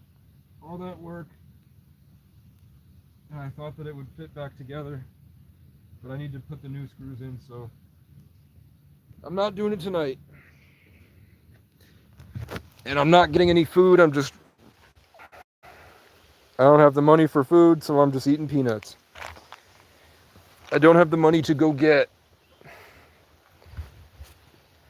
like the $6 two rib sandwiches from Cumbies or a $4 toaster oven pizza. And Domino's pizza is like $12. They say it's $9.99, but it ends up being $12. I can't afford that. Even two McDonald's sandwiches is like $7.85 here. If I wanted two double cheeseburgers, it winds up being like $7.50.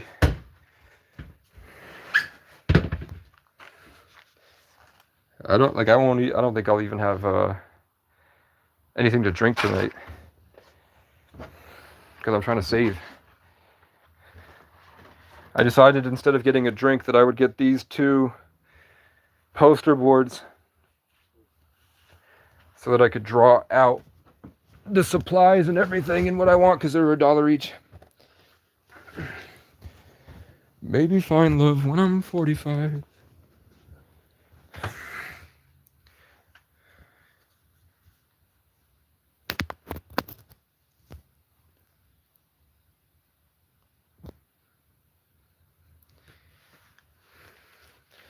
Black Tri Wildlife went off today.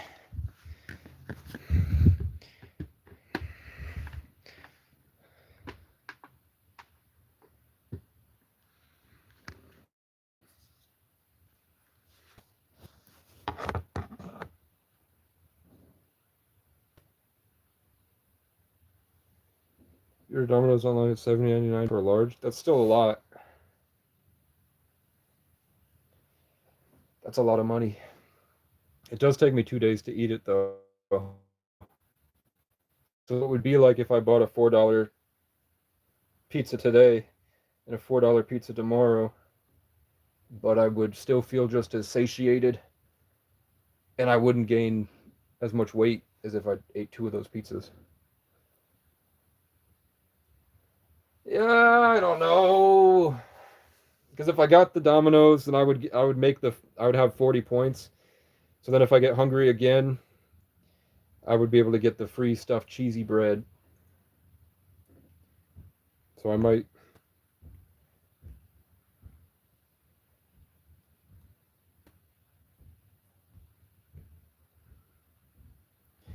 It's because I had to get phone service. My phone service runs out on the 19th, so I had to spend 50 on the phone service. And then I spent 20 in gas to get down and get the rest of the boards. So right now I'm hunting for somebody might be selling a laptop that has 16 gigabytes of RAM for 150. And the 16 gigabytes is enough to edit videos at least. I could edit videos together and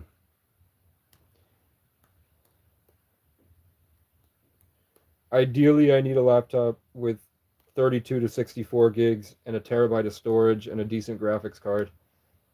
And then I can start doing Blender and Unreal Engine and actually make these short films and music videos and actually make the music.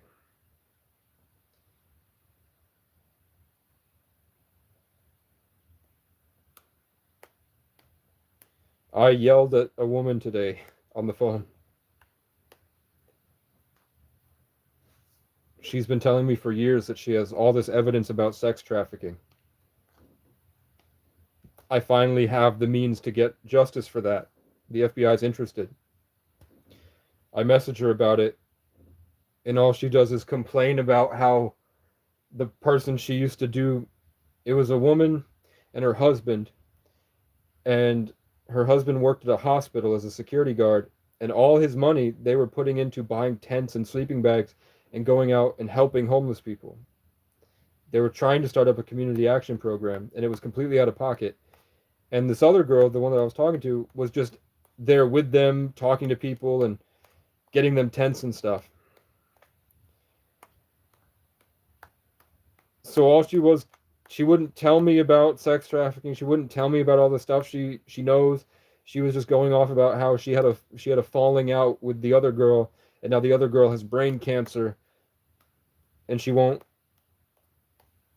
She was like, I don't want to open that can of worms anymore, and I'm like, it's about sex trafficking, and the FBI wants to know about what you have, and they're putting together something, and you said you've been doing this for a long time. These people can actually do it. They're trained professionals. They can actually do it. And then she goes, yeah, but she has brain cancer, so she's a vegetable. And then I found out later she doesn't, and she was just fucking bullshitting me. Like she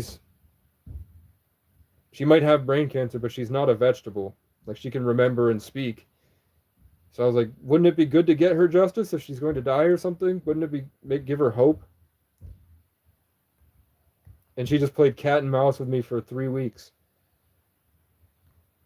And then she just starts going off about herself. Like if I were to take that information and bring it to the FBI and get justice for sex trafficking, because it doesn't involve her. She doesn't care. So I was like, fine, let the kids be raped. And she starts going off about how she's gang stalked and they're after her and they're outside her house every night. And they took her business from her and closed her LLC and fired her from the youth program. And I'm like, I'm sure to some extent some of that is happening, but it can't all be your fault. It can't all be their fault. Like even with the shit I went through, I take responsibility. Like Ron Audette wouldn't have ripped the tent open and dragged me through broken glass and done that to me if I had just gotten out of the tent. But also, they were harassing me for months and following me places and staging mental health crisis. And The only reason he didn't molest me one night was because he didn't know that I was a guy because my hair was down. And then when he saw that I put my hair up and he saw the facial hair and that I was a dude, then he got mad and left. But he had his fucking stomach pressed against my head, not saying anything in the middle of the night while I was sitting there writing songs in a place I had permission to be at. And he fucking put his crotch and his fucking stomach on my head. And then when he found out I was a dude, he took off. But also, I take responsibility that maybe that stuff wouldn't have happened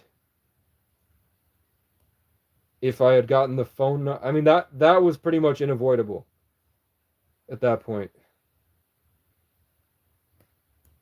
When I got permission at TD Bank to be there by the bank's supervisor, I could have asked for her name or recorded a video of her saying, I give you permission. So that when he did all his drama. But you know what? I think he did fuck up because he drove away and went around the corner of the building to call the security.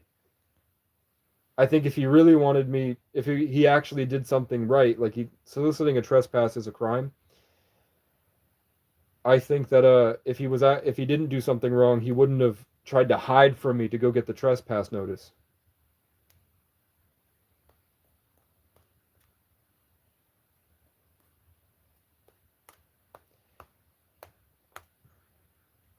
And I wanted to see what he would do.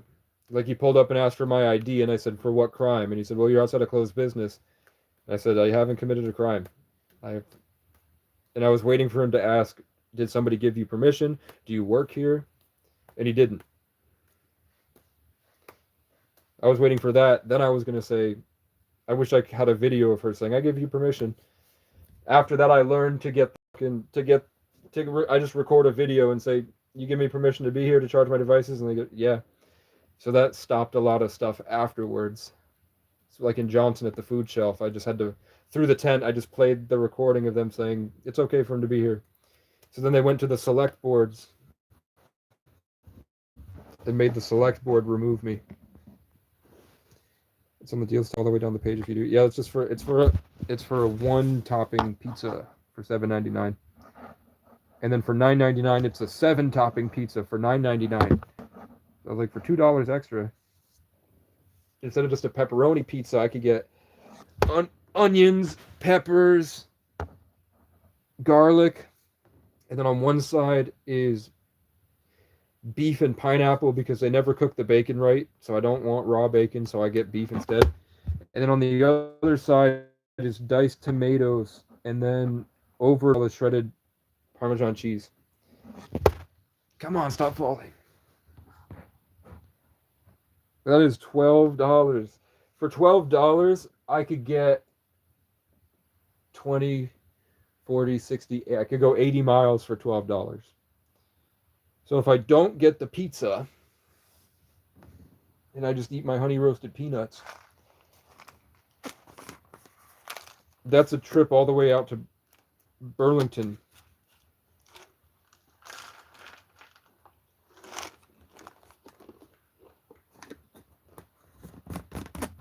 I'm trying to get clips and weights for the bench.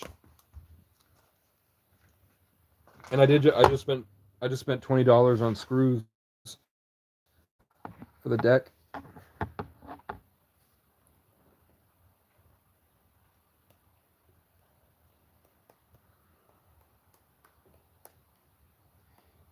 I spent 20 on screws for the deck, which is gonna that kind of fucked up my plans. Stop falling.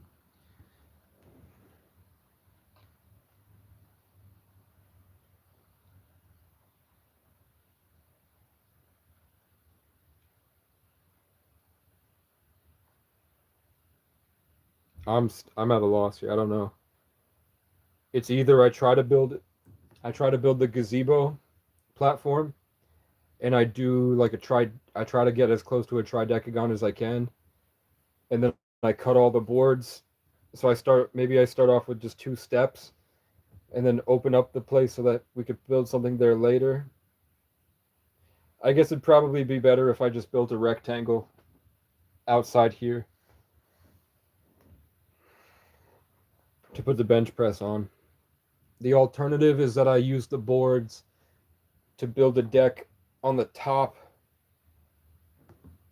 of the camper roof, and then I put the gazebo above that, the tent gazebo, and then that way it gets the rain off. I think I'll just build a deck outside the front here, and then I can do cooking with Casey streams and shit. And then I can put the gazebo over that.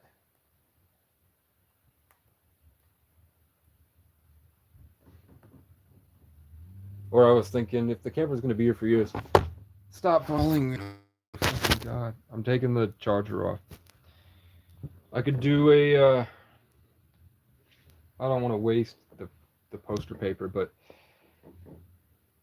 so a rectangular deck. This is the side of the deck.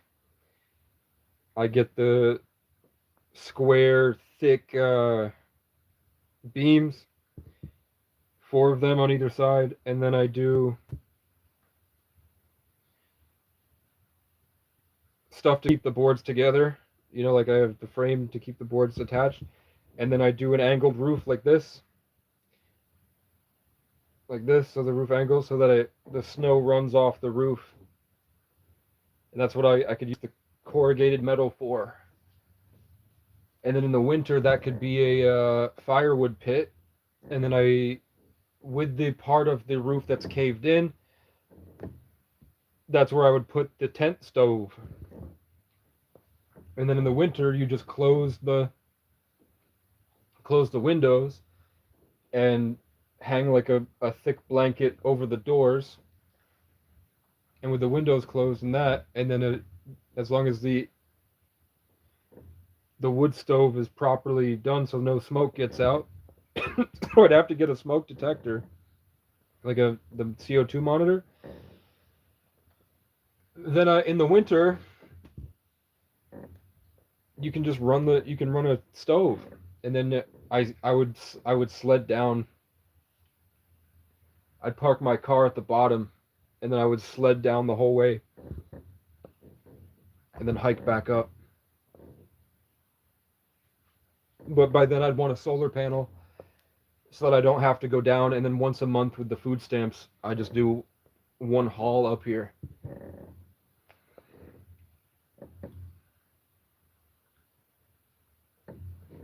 No, I get a real fire pit.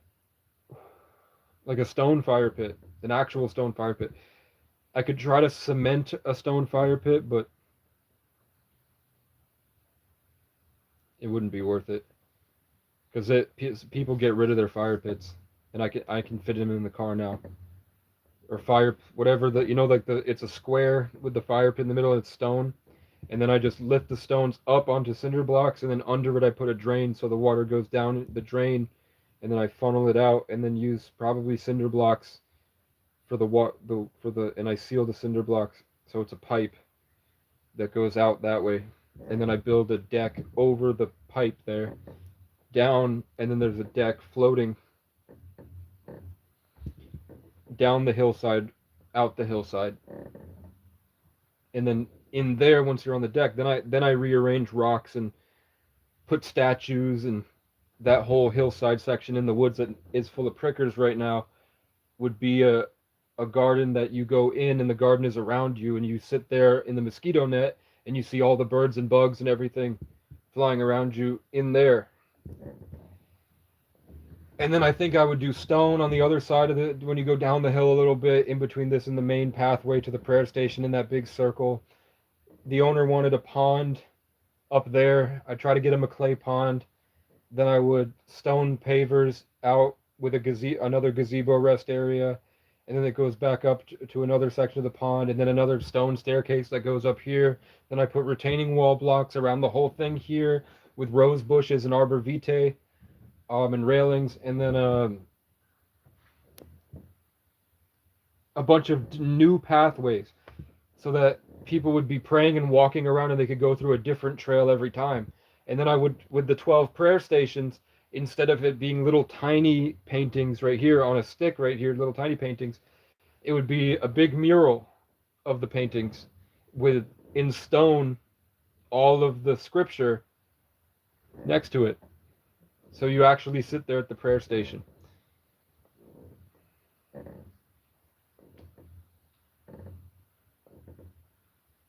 And then at the bottom, I would put a park for animals, like dog park, because this place doesn't have a dog park, so I would put a dog park there. And that's not even touching the other 75 acres, where there's a 25 to 50 acre hay field, and then there's another 25 acre, no, it's a 12 acre trail that goes down the mountain all the way out to another road. And that would be where I would put like monkey bars and pull-up stations, and you could work out. You could lather yourself up in bug spray and go out there into the woods the same way that Montpelier has outdoor gyms up there in their vast trail network through the mountains. They have public gyms up there, like pull-up and dip bars and monkey bars and shit up there.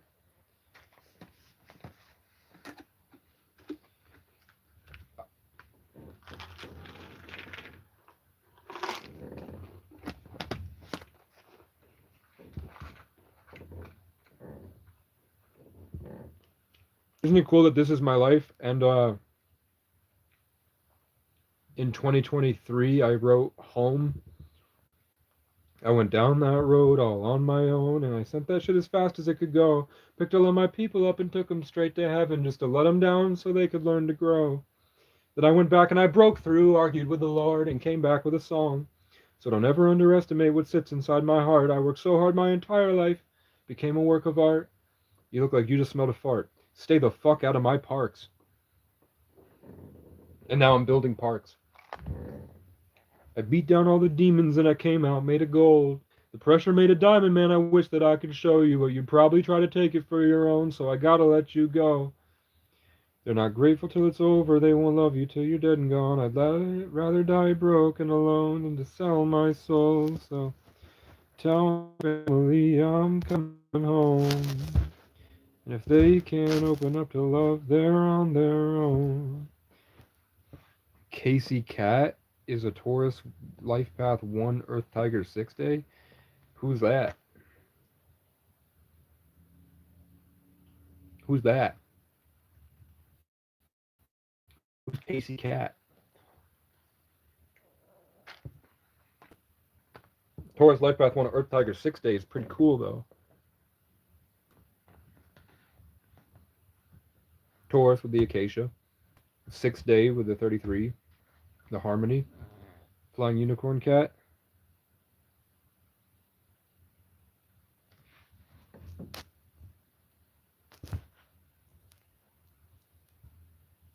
When did Flying Unicorn Cat say its birthday? I don't have that. I can't see that. I can see she said hi, but I didn't see her birthday. And I have all messages on. Did she say her birthday? Yesterday night. Oh, cool. So I missed it. It's a cool birthday.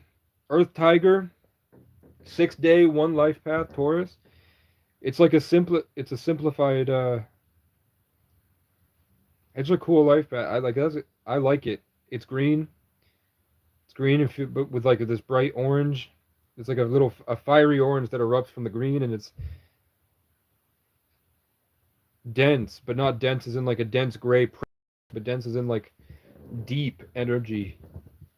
Like Taurus and the Earth it's really cool. It's dark, but then you sort of not erupt like a volcano, but just this bright orange fire, playful aggression, and it's all. I think you choose not to go hard in life, but if you learn how to be mobile with that and sort of take it with you, like I would see you'd be good on a horse. I think you would need a horse for that energy to give it momentum. It's a good energy. It reminds me of me, except mine is just way too and then it's hard to get into that density. That's why I like when it rains. You naturally have the density I try to get towards. And that's with the 6, the 6 harmony that you have the 6th day instead of the 11.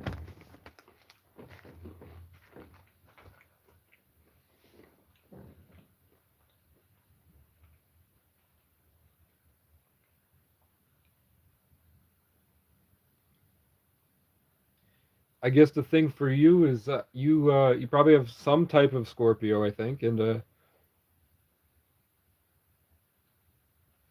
instead of getting bits of motivation, learn how to find a purpose that consistently holds that fire inside you.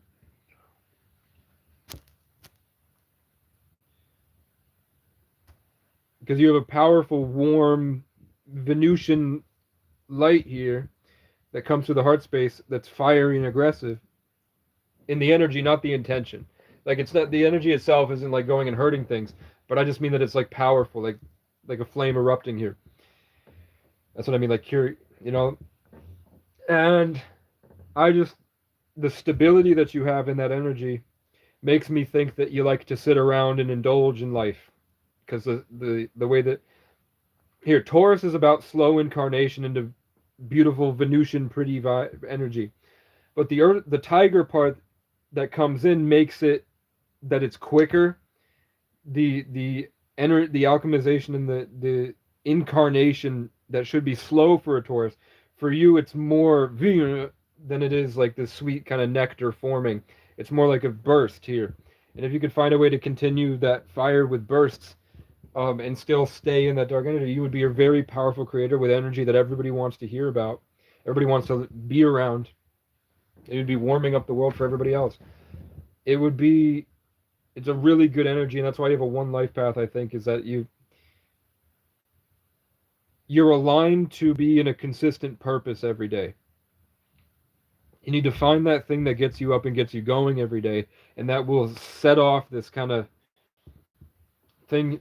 It'll set off the true self here. It's a really cool energy. I'm gonna keep it stored in my head to remember later when I'm in the creative space, because it feels like 2026 to me. Like that type of energy is pretty much exactly what I liked about the Avatar season that I've been writing.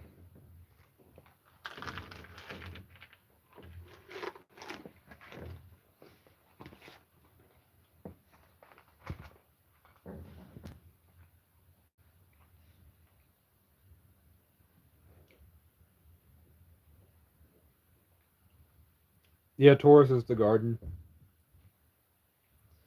Sagittarius is the tree that connects the heavens to the earth, and Taurus is the garden. Cancer is this deep well of emotions, the highest point in the summer. Crazy experience and very complex emotional stimulation and energetic stimulation and energy moving back and forth, information moving back and forth, and resources and hoarding it and giving it away and all this. Taurus is like slowly, the protector, making the garden, slowly working on the garden, making it beautiful, and working on something small like this. That's Taurus energy. It's sweet, sentimental, kind of this, but with a very deep underground connection to the earth that you only see the things that incarnate, the things that it builds, the things that it flowers and blossoms. The Sagittarius usually comes with Taurus in their energy so that they have the access to the underground to help the connection with the earth. Like, that's why I'm a Taurus, Sagittarius, Aquarius. I'm the Aquarius heavens, the Taurus underground, and the Sagittarius.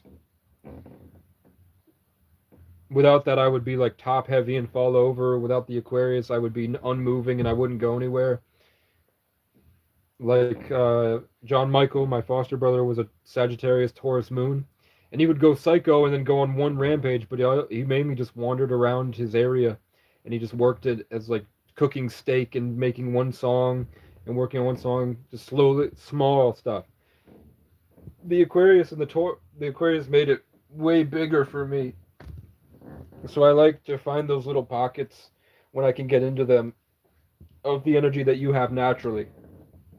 Like, it's a blessing to have that life path. And having it, is your name actually Cat? What's your actual name?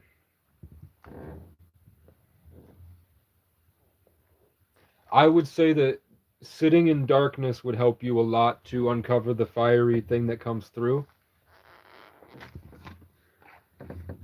Your name is Sam?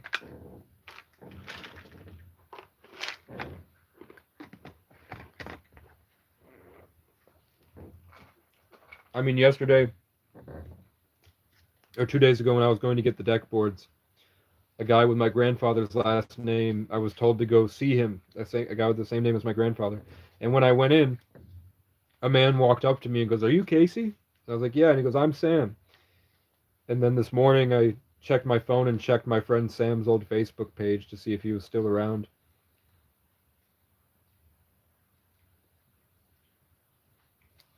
So you being Sam kind of brings me to the thinking that it's more than just a happenstance random life path, which is why I think that it had to be today that I did your life path and not the other day.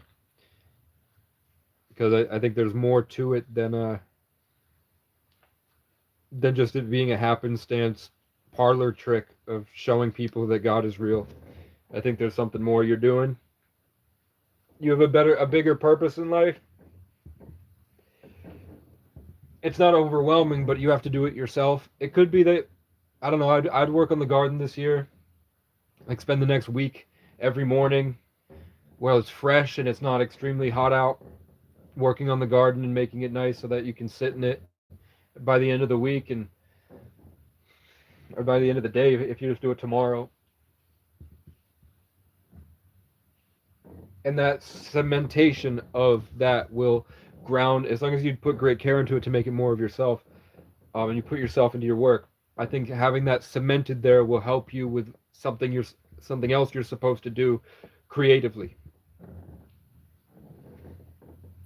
I think you're the garden itself is building a foundation in your consciousness for you to always have that feeling in you and that knowledge and experience, because there's something more that you have to.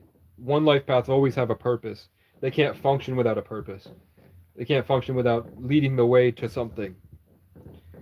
They literally can't function if they're not leading the way to something, piercing through and trudging through the wilderness or whatever. With the Taurus, that makes you not go as hard.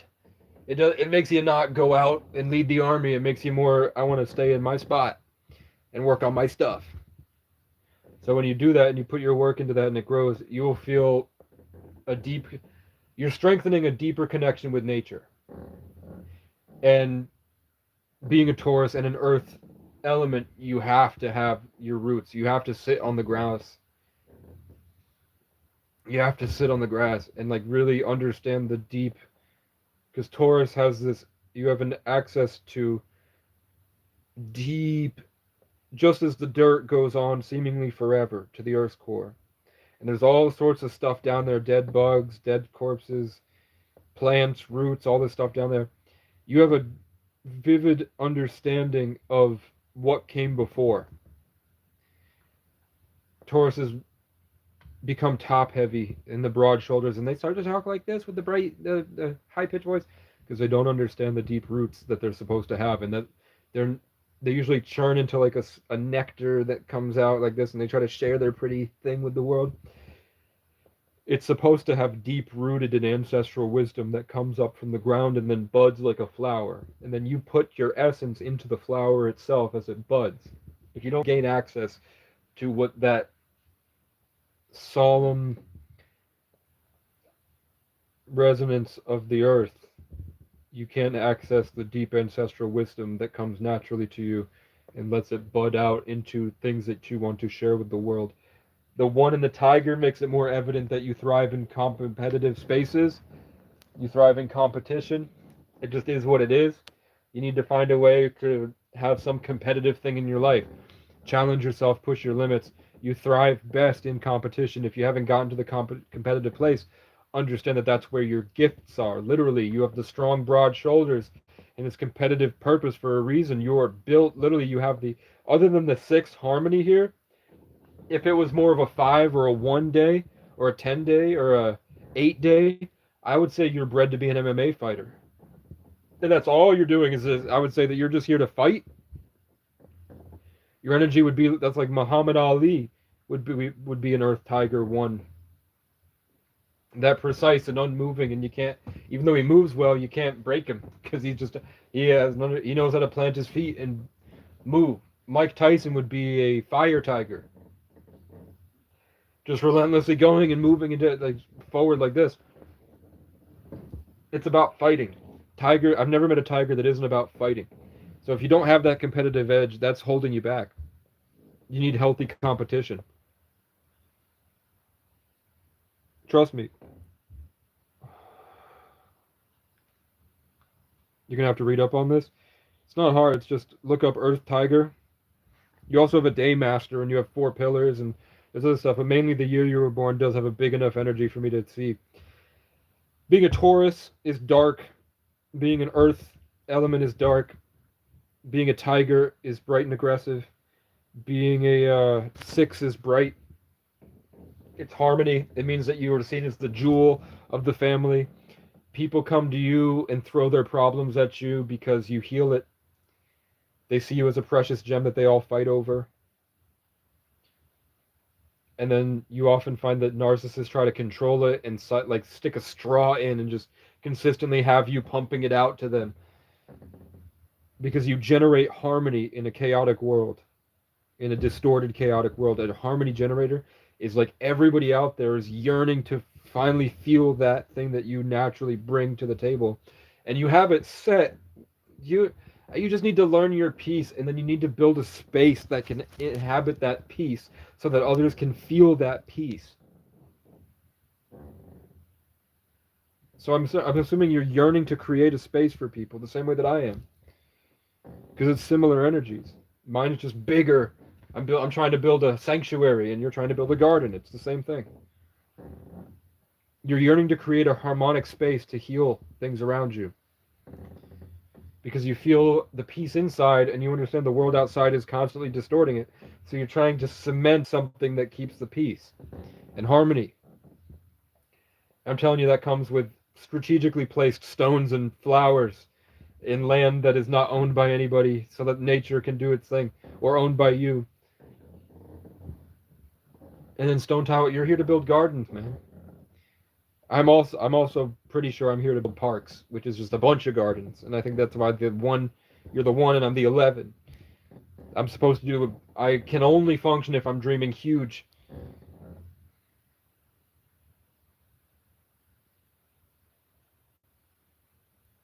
What I got from your reading, I think I'm going to keep you taught me a lot about simplicity here.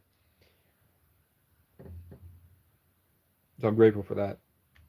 It's not energy stealing. I don't want to steal the energy. I have the river of truth running. I have the infinite just constantly coming through, which is why I can talk for hours. So I just sit, and then I've learned how to just use my upbringing with Legos allows me to harmonize, and the music production in Minecraft allows me to harmonize the infinite into different spaces and then create through that.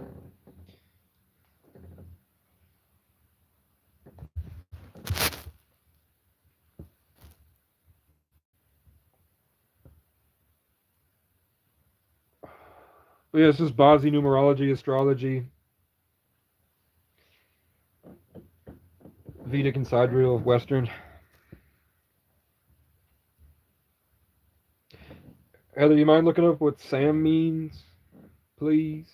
What does Sam mean, Samantha? Do you have any questions about stuff you're struggling with? I would say, it seems like you don't have an issue here with with narcissists and people trying to steal your energy. You might have had that at a younger age, but I don't think that you have many people trying to siphon your life force away.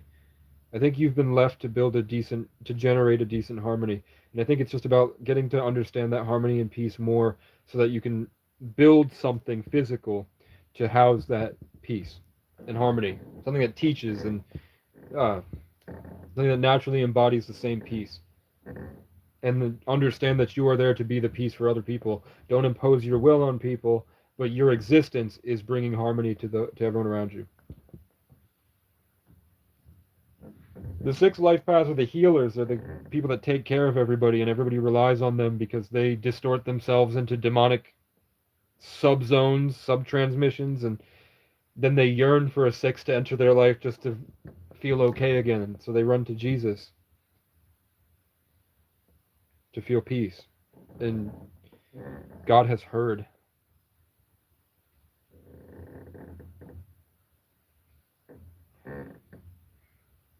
So I would say that means that Sam is the answer to people's prayers with the 6. So maybe you listen to people. Like, people come to you with their problems and you really listen. Maybe you're a manifestation machine, and when people come to you with their problems, your natural harmony generates with the Taurus energy, and with the aggressive nature, you solve the problem. So when people, what you take in with your senses and your emotional self, your harmony generates the solution for people usually. And I do the same thing, but it's just at this highest level, like psychotically visionary, trying to spread it and make and heal everything.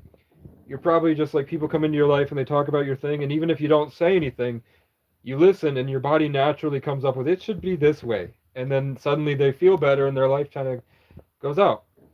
You're building a garden and receiving information that you solve problems naturally and bring harmony for people around you.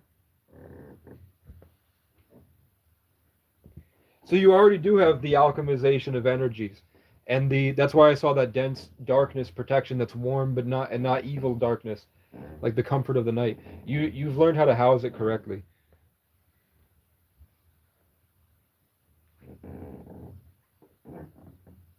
The only thing and it's just, be honest with us, unhealed. If you haven't figured it out yet, you're probably broke and lazy. Healed Tauruses have a means to generate income at some point, and they're very good at being frugal and stacking it up. But you're in the process of it. You're doing the garden. You're learning the foundational skills to generate a business. Building a garden is the same as running a business. Gardening is the same as running a business. It's just taking care of the plants, making sure they're growing right, putting it in the right position so that the outcome is correct. So you're on your way.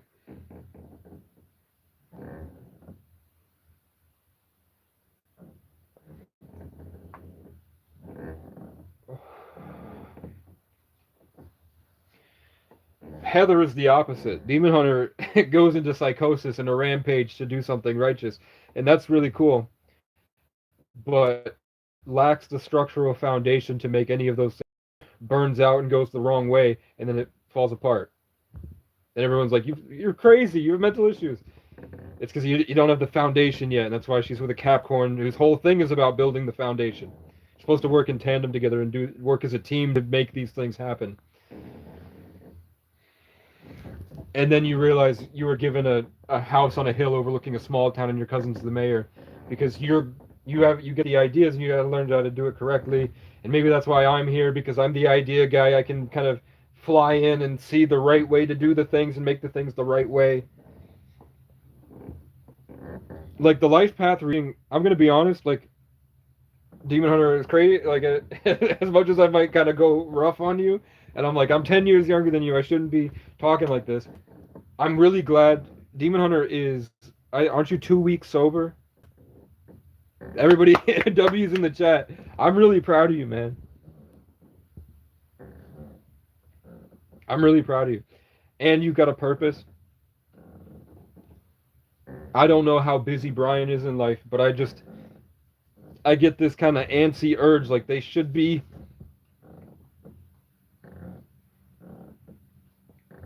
cleaning out the garage and putting in a space to generate income.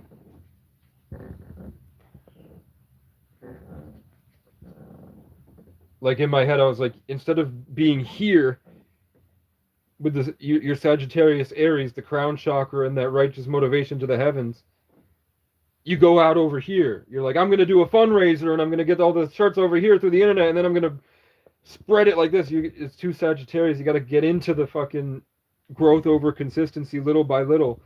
And that's the foundation that grows into the ability. Like the Sagittarius moon needs that grounded earth there. You gotta get the foundation right, or else the tree's just gonna keep toppling over. Does that make sense? And that's from experience. God had to take everything from me and leave me out in the woods by myself, suffering.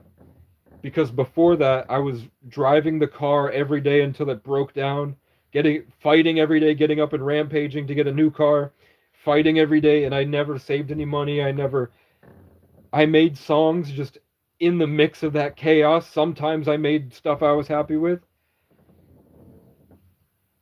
But then when it all got taken from me and I had to sit here, I learned how to make much better songs, and I learned how to work with the earth and go slowly and enjoy the moment a lot more.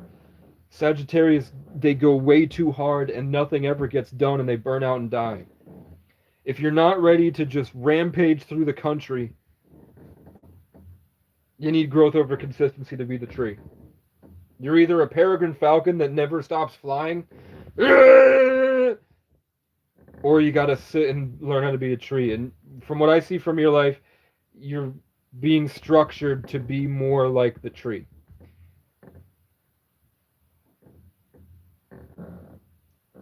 I don't know how to get rich people to cough up their scratch. I know a lot of rich people. You know a lot of rich people. The mission is right. But they won't. I don't. It's nothing for them to chuck me $20,000. They have millions of dollars.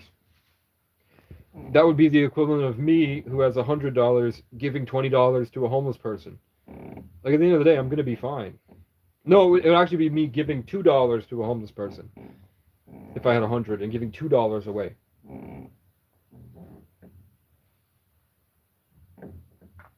It'd be like if I had $1,000 and I gave $20 to a homeless person. That's the equivalent of asking a millionaire for $20,000.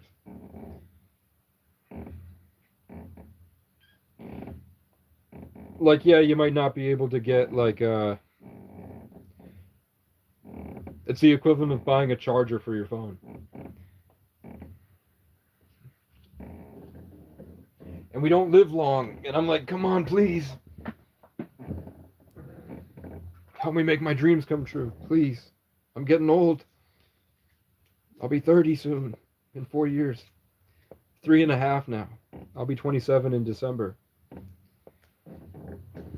In 3.5 years, I'm 30, man. I gotta do something.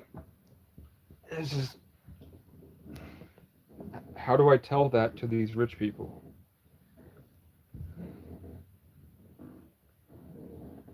I guess it starts by designing the wagon, finding the right frame, making the hinges right.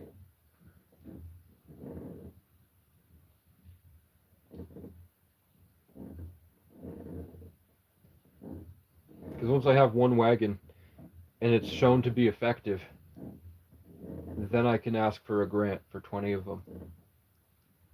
Then I can strategically give it to a single homeless shelter to use around town. Then I can find funding in a grant for public showers, and then build public showers in the center of that town for everyone. Then people are showered, they're by the river, they can rest in the wagon. They can lay there as long as they need to feel comfortable and powerful, or whatever they need to get back up and keep going and heal the trauma. And then they're much more presentable, and people are much more welcoming and invite them to do things. And then they have access to the state, like the community, and they can go do things and build things and innovate and create stuff and make cool shit. I'm a firm believer that if you improve the quality of life, people feel the less of a need to escape. Until you get too far, and then you need to escape again. Like from lower to middle class, if you're lower class and you get elevated to middle class, I would say 80% of the addicts stop using drugs. But when you get from middle class to high class, you get back on the drugs. Because you've done everything and nothing's fun anymore. So they do drugs because they're broke and bored and traumatized, and then they're rich, they're just bored.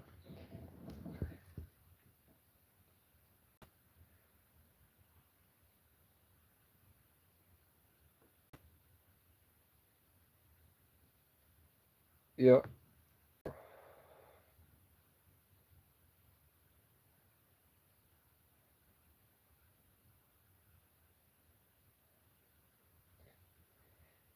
Yeah.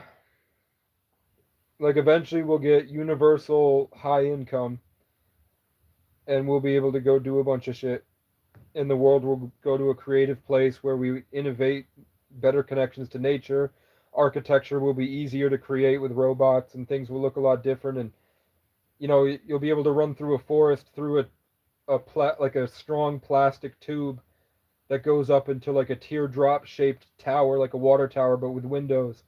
And then the second floor of that tower is a bedroom, and the first floor is a kitchen. And then you can just turn the make the window itself, um, instead of closing curtains, it would be like it would turn into plexiglass where you can't see through it. And then you can just hit the button, and then the windows go back to normal looking windows. And then you take a small helicopter, like a one-man drone that with AI stops itself from crashing into anything. And then you fly out of your forest and fly into the landing zone, and then you come down into the marketplace with everything there, and there's robots running all the stands, and you pick up, and then there's just concerts going on and people hanging out and just like alchemizing information together. That's not far away. That's happening in places like Sweden, most likely. Like out in Europe, they probably have tons of that shit going on. That's not far away. And that's why I say that I'm on a time limit, because to do the great thing, you got to do it now, before that happens, or else then it will be easy to do, and no, people won't value it less. That's why I think that I had to go through such a hard journey in life, because the other 70% of my life will be easy, hopefully, or just different. And then it will be almost impossible to have gone through what I went through in the future when we get to abundance. It will be impossible to live like Casey did.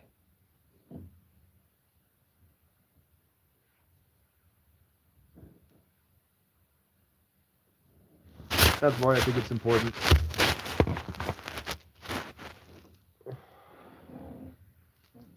I do life path readings.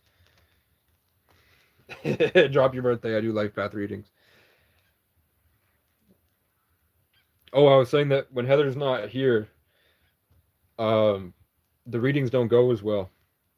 Like last time I had a reading when Demon Hunter was not here, I was getting the exact opposite of what the person's life was, because I was trying to go into the energy, and it was this black darkness that kept. When I would reach in, it would kick me out, and I would get the exact opposite of what I was trying to get. So everything I told him, he was like, "Nope, it's the literal opposite." That was because something was bouncing away. It was like the best life path readings tend to happen when Demon Hunter is watching for some reason.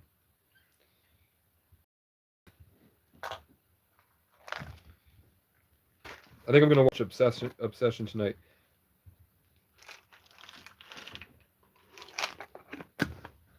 I mean, I did make $10 on this stream, I guess, or I made 7 because Demon $10.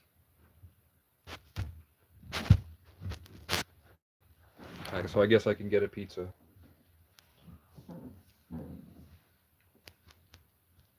It would be like $15 though to get a pizza, and I'll probably go to the gas station and get a 2 liter.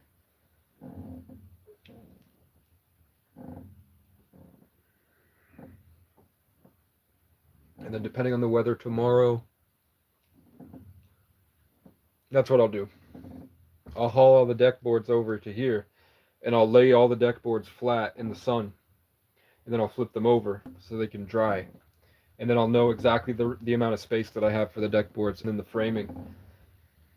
So I know I'll measure it and write it down on a piece of paper so I know exactly what I'm working with. And then I'll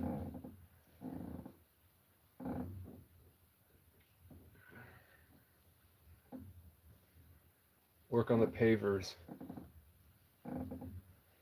It should be enough so that when you stand on the pavers, you're drawn into the rock section.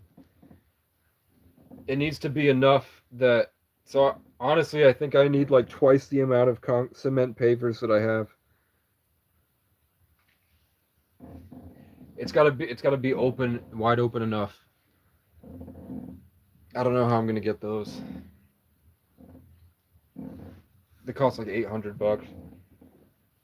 I could try to make them out of concrete. It's cheaper to buy concrete, and then you can make them thinner.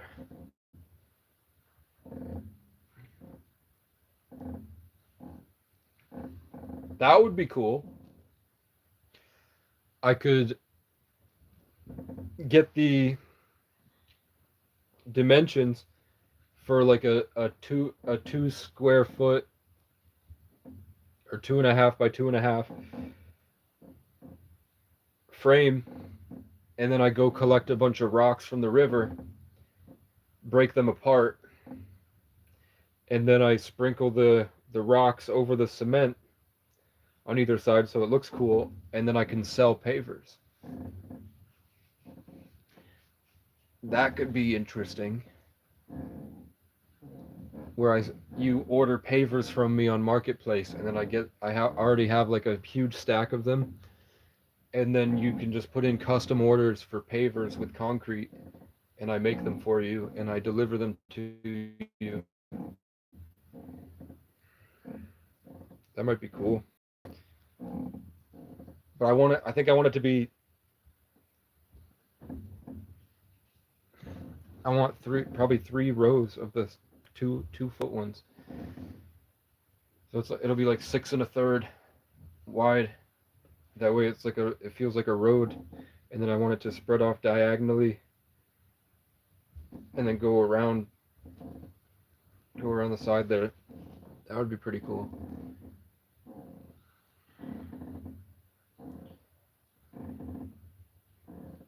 It's not wide enough when you look at it. It needs to be just a little bit wider.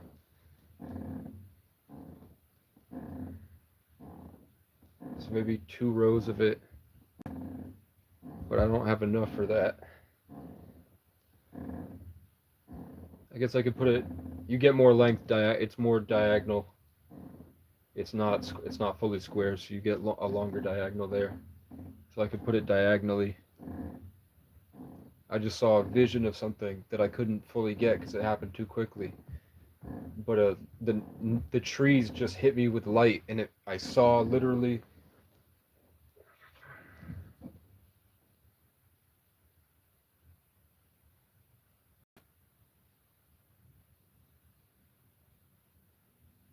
They encouraged me to just work on the arbor first, whether it's aliens or angels or spirits or fairies or whatever, or ancestors.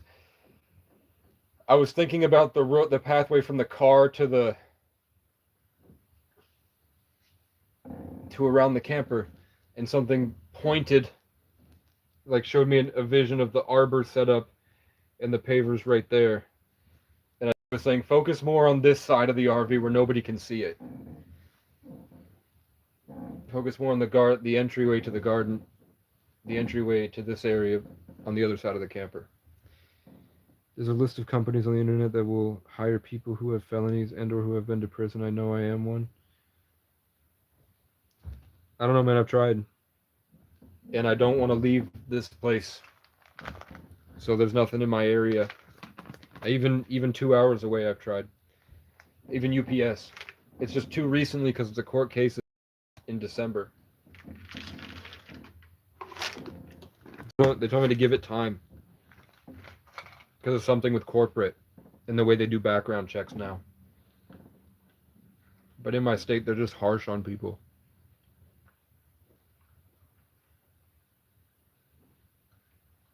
Like even the gas station wouldn't take me. The dollar store wouldn't take me. Restaurants didn't have openings because everybody's nephew and niece are working there now. The farms say they need people, but they won't call me back. And when I go there, they're busy and they say, talk to me later. And then I talk to them later and they don't answer. There's a guy who has a multi-million-dollar company, and they were going to get me in there at 20 an hour hauling stone around, which is what I love to do, and weed whacking and shit. and working on landscaping, and he said that his ex-wife showed up and demanded that his kid and her kids, he hire them and train them. So now he doesn't need people because he has too many people.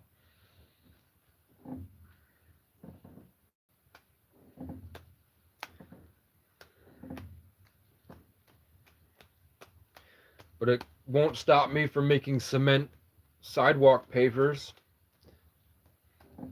and going to people's homes and saying, "Wouldn't it look nice? This is the pave. This is what I built on my place. I can build it for you cheaper than it would cost you to do it yourself."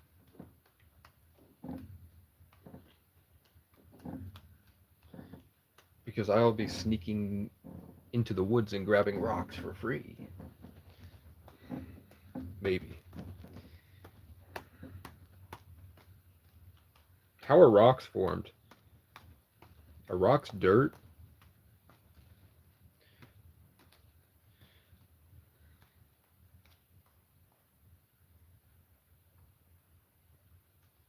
I'm obsessed with the back rooms. I wish that there was something like the back rooms IRL, like a place that I could explore that's never been seen before. And I have to methodically, like a scientist, uncover the truth about it. Like, I would love to work for Async and explore the back rooms.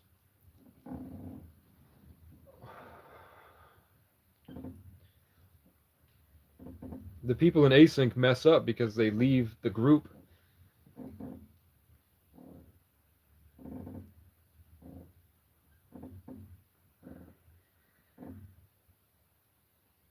Dude, the Backrooms movie was amazing.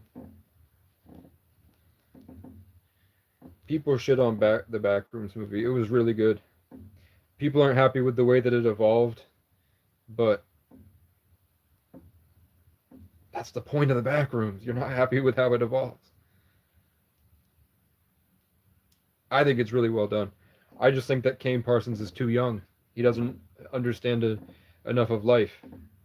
So he had the idea down, and he really mastered it. But I think people are saying that he did it because he talked to a lot of old directors and he worked like with professionals on it, and I don't care about that. I don't care. It's a good idea.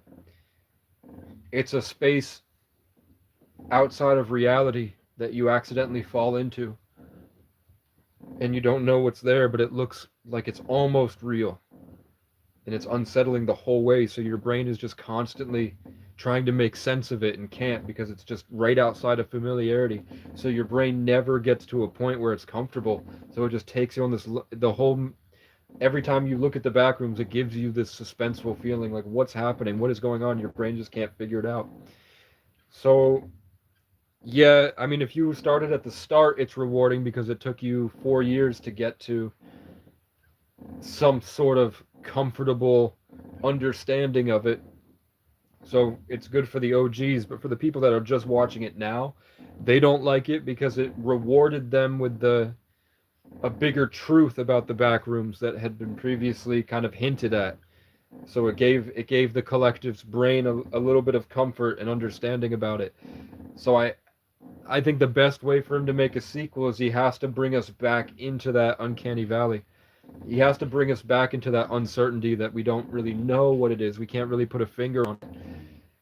If he can't get us to that point where we can't put a finger on the back rooms, then the back rooms will be sort of B-list or like D-list Hollywood stuff where it's good, but it doesn't cement as, immortal. He has to find a way to bring us into that uncanny space still, or else it becomes garbage. Like, he can't answer any more questions about the back rooms. It has to just be confusing. He cannot tell us anything more about the back rooms. We need to yearn forever, or else it will suck. But I know what the back rooms is. The back rooms is Saturn. It's Saturn worship. When you first delve into Saturn, it rewards you. So when Clark first went into the back rooms, because he had a failing furniture store and he was a failed architect,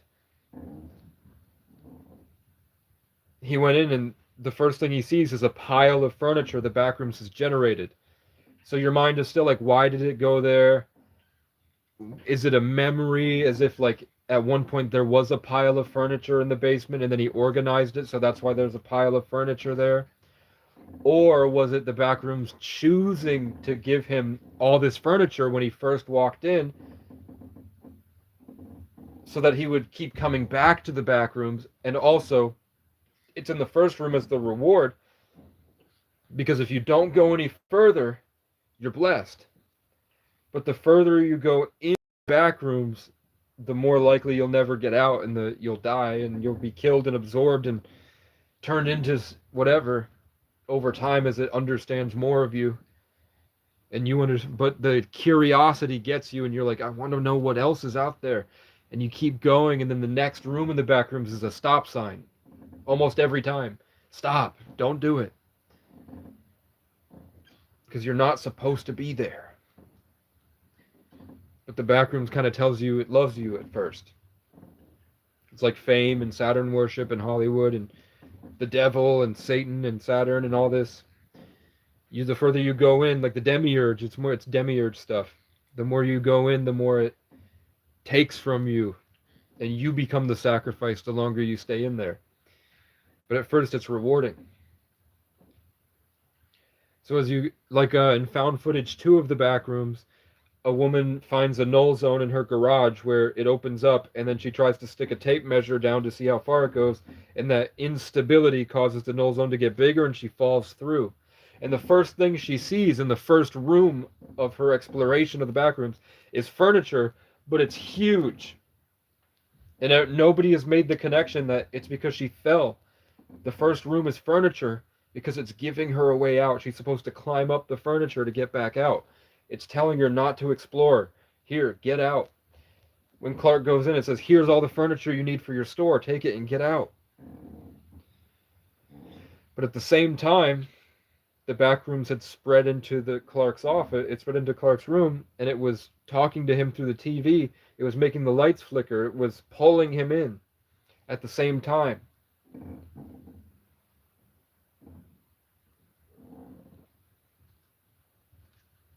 It sets a trap at the same time.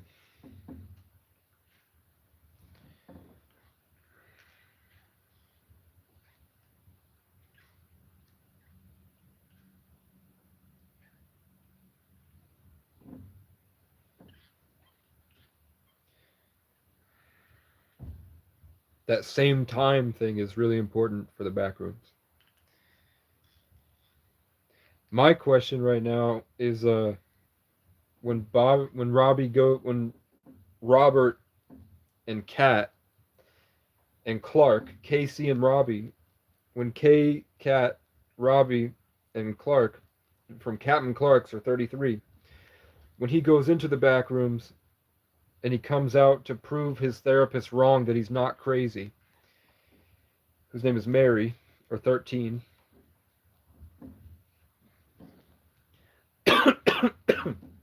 he goes out of the back rooms,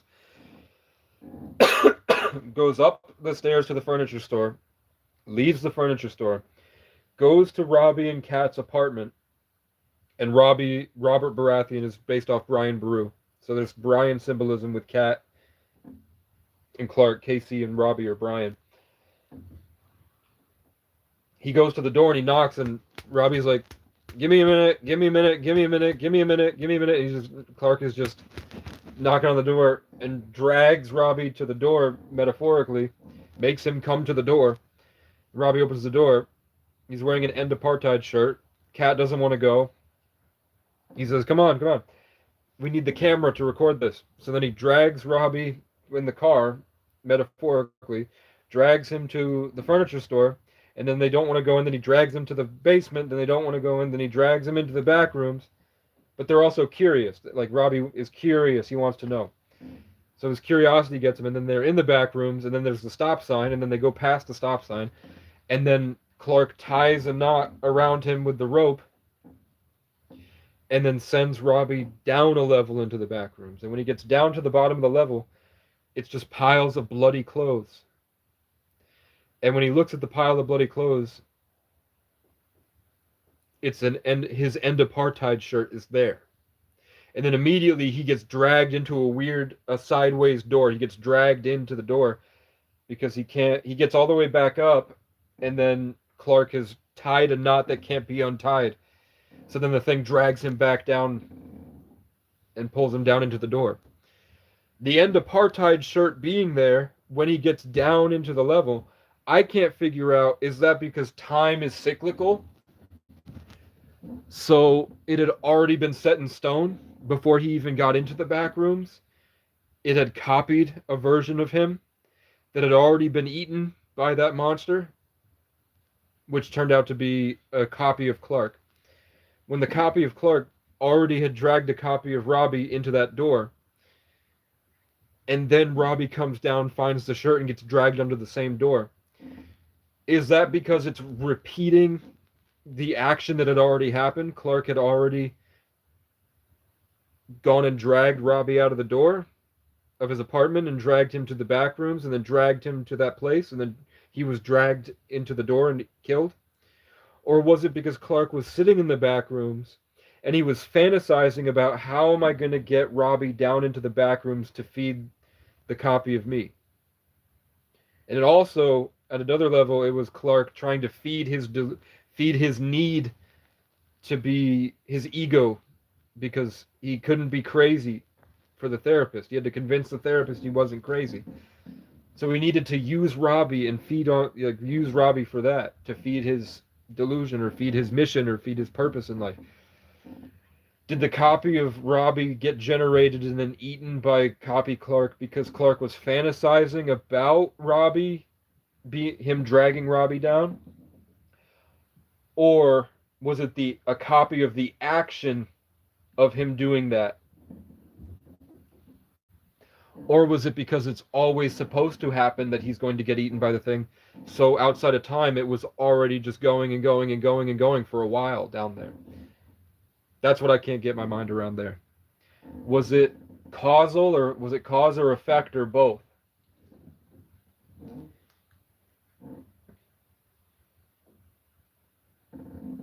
Because we've only seen the back rooms go forward in time. We've seen that the back rooms, when you enter the space, it foreshadows. So when Clark goes in the first time, the back rooms has stacked all that furniture there, because at the end of Clark's journey, he has moved in to a house in the back rooms, a generated house, and he set up a space for himself. He stacked the back rooms furniture, and he also stacked it wrong. It's just a pile that made no sense because he didn't get it right. He didn't understand it right. Then when Mary goes in, there's a severed hand, Kat's hand, severed just out of view. And at the end of it, the cement hand from her childhood home, her hand print that she holds on to keep her kind of remembering her childhood before they took it from her, which is Casey symbolism, because it's all about me.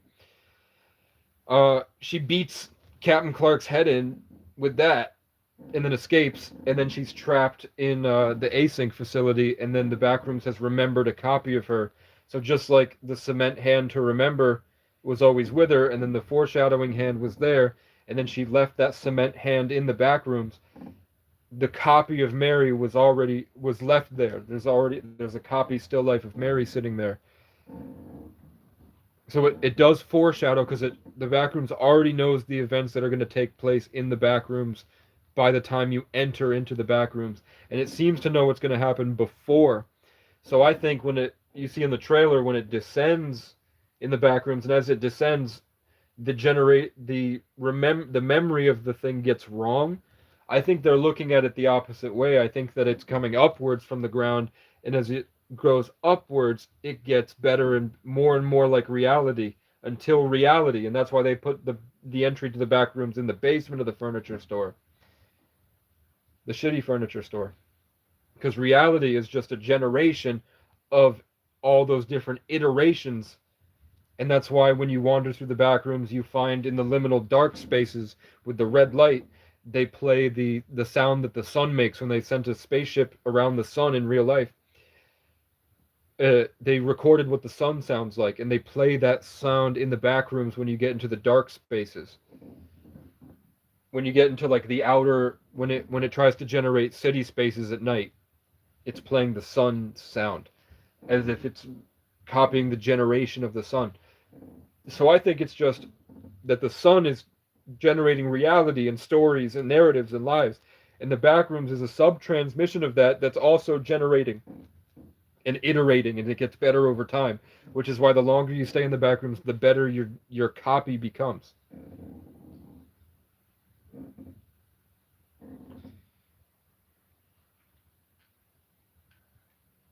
And then with Captain Clark bleeding when Mary hits him, but the still lives aren't, they don't have blood.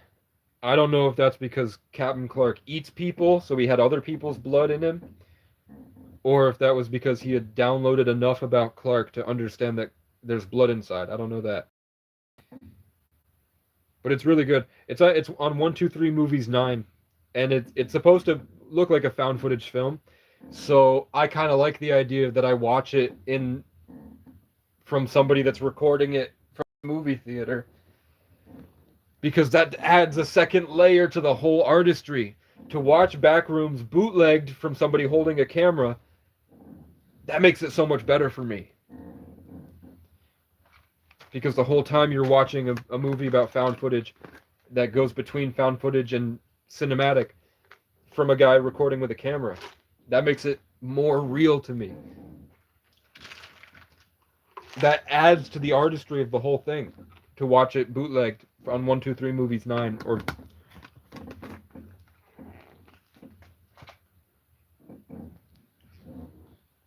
I fucking love the Backrooms. I'd do well there. I don't know though, because they play on the people's characters too much. In my head, I'm like, I'll just go into the Backrooms and I'll help make it better. I won't sacrifice any people. I won't eat anybody.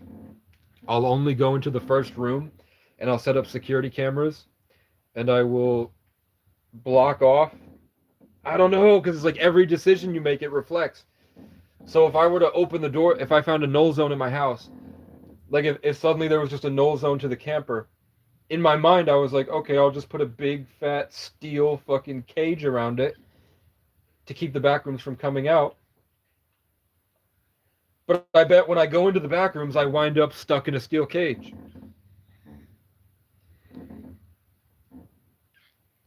Like, if it reflects my decisions, and my decision was to block it so I couldn't get in, as soon as I go in the Backrooms, it'll block it so I can't get out.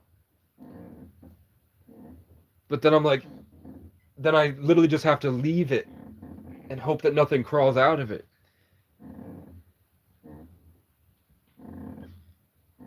Because we don't know if things can leave the null zones that are not.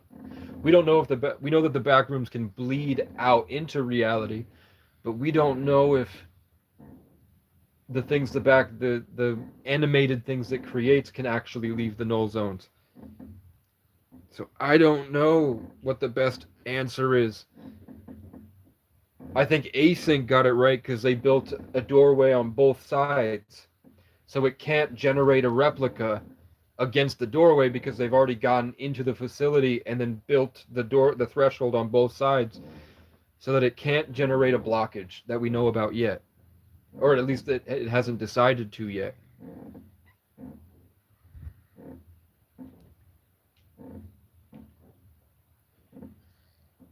We know that a seagull had gotten in, but in my head I'm like, if it is always aware of you on a spiritual level, and you're fundamentally like a dog going into the Backrooms hungry and looking for food, it's going to copy that hunger. If you go into the Backrooms hungry, it's going to generate hunger. So you should not let animals into that space, because it's going to constantly be adding the information of a desire to eat into the space.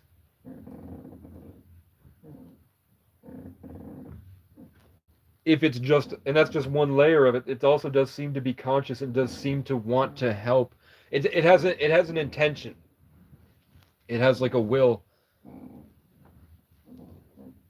And I don't know if that's because it's a system in place that's being operated by a creator or not, which is life. Which is why it's so perfect, because it's a reflection of life.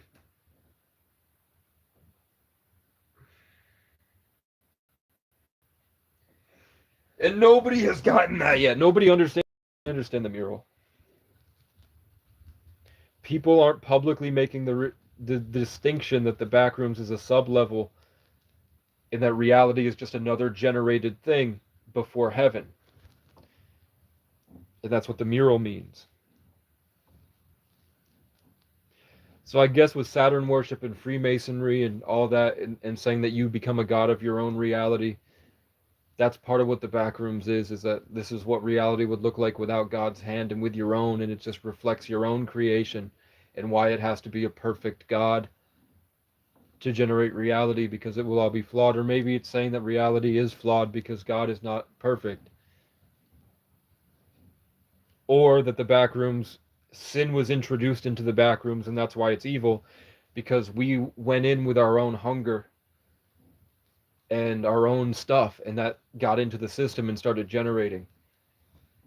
Because it is that is the foundation of Christianity, and the story, the Jesus was explaining that things were perfect until sin was introduced and iterated over and over and over again. So they built a religion around trying to be as close to perfect as possible to refresh the generation, to stop the descent into hell, to help us continue iterating higher into perfection.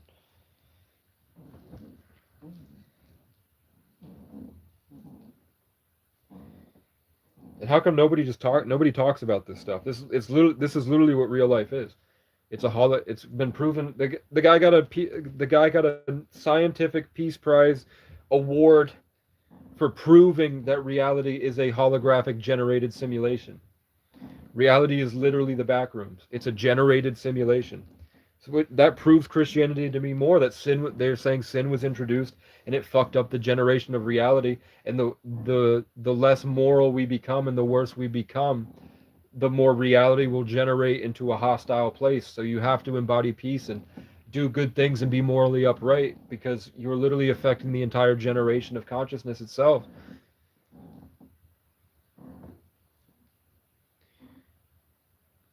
No, you just hit the X button, then it takes you to a pop-up ad, and then you hit the back button on your phone.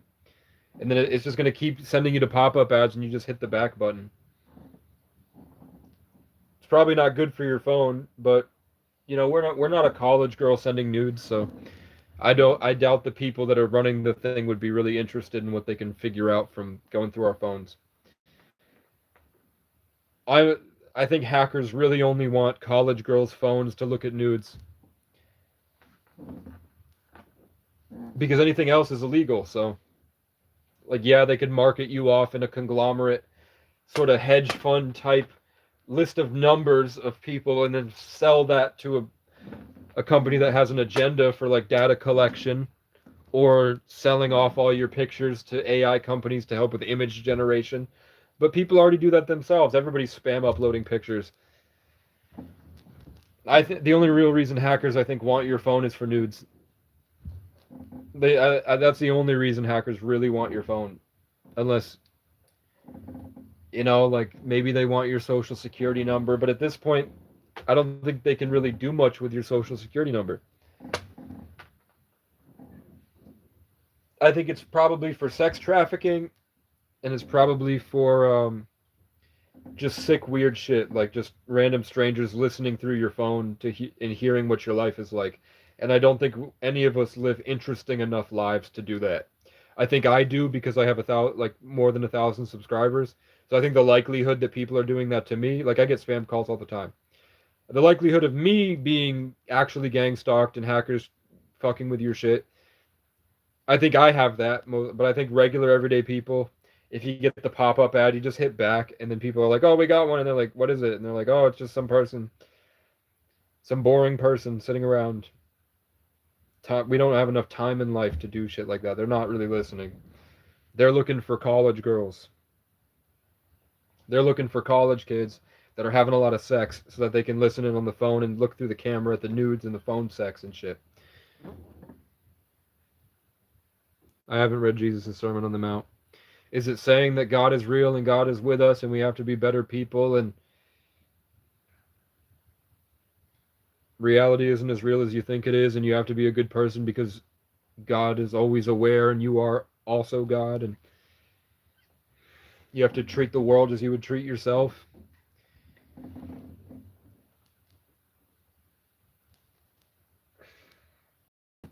Like, did I miss anything or is there anything else about?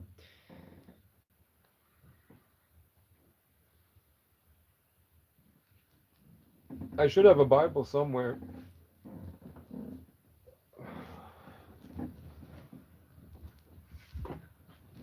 The book I'm reading is Biblical Foundations of Missions. So I don't have the Bible here.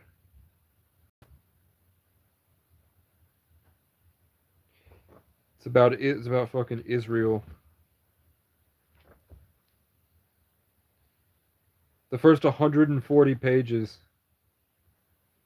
are about Israel. The owner has a book in his camper about Israel. At 147 it goes to Jesus.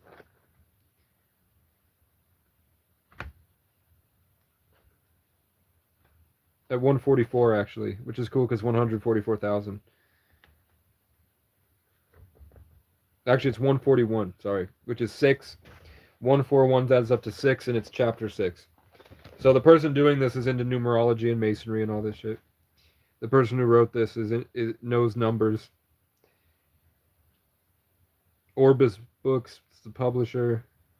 Who's the author? Donald Sr. and Carol Stoll-Mueller. The Biblical Foundations for Mission. So 141 adds up to 6 is chapter 6, and that's where Jesus and the church mission. Everything else is Israel, 140 pages of Israel. And Old Testament shit. Oh, there's a secret note in here. There's a secret hidden note in handwriting I can't understand. Dear Charlie, I can't believe it's already a month since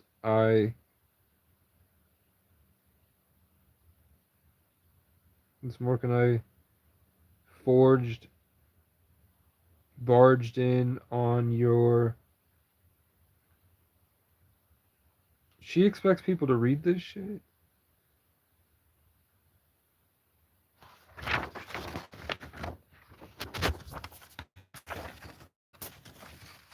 She wrote this whole ass letter and expected somebody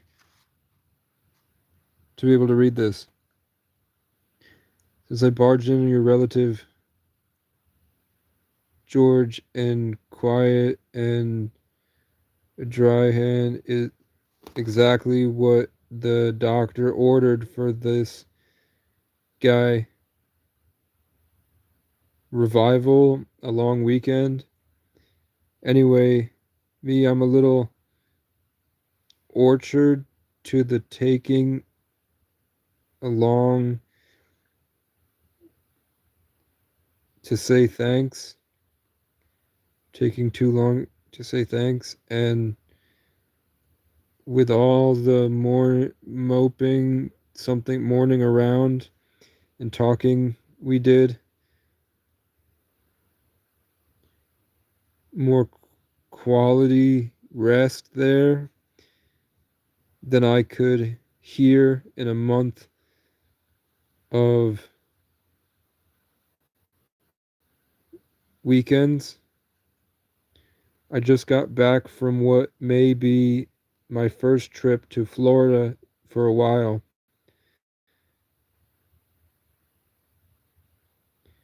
My brother and sister and I met down there to bury my dad.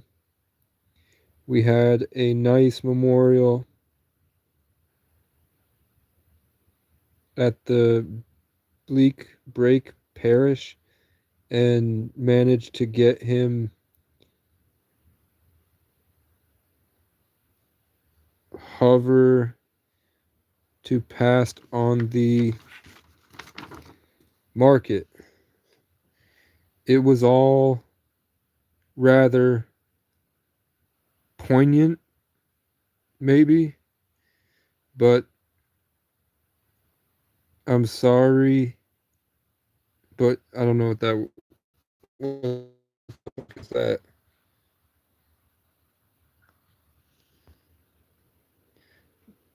We had too much to be grateful for that.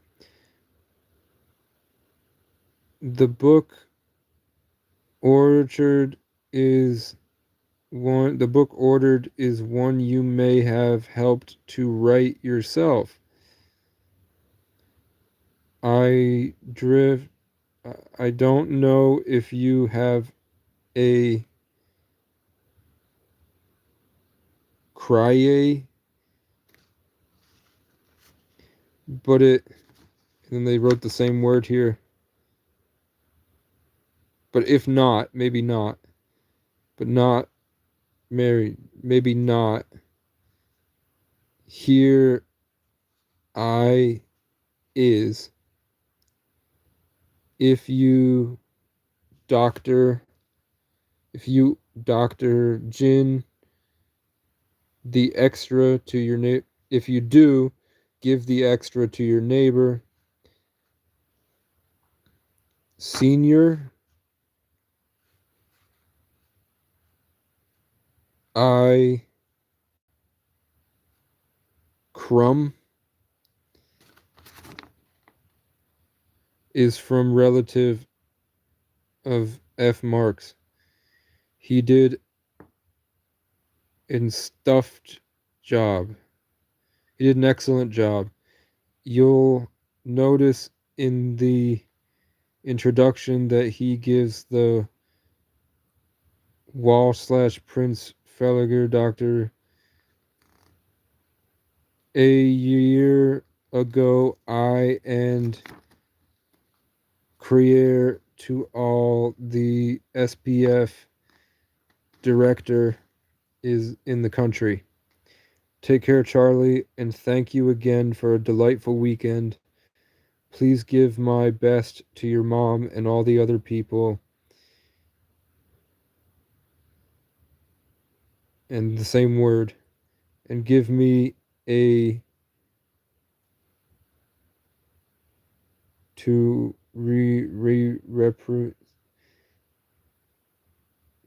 here at Mary Free Truth. In Christ, Dick.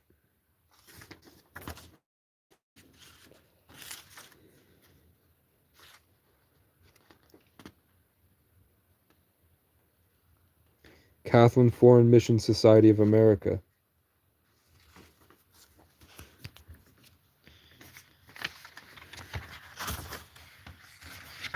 So that's why I don't touch the book. That's why I leave the book over there.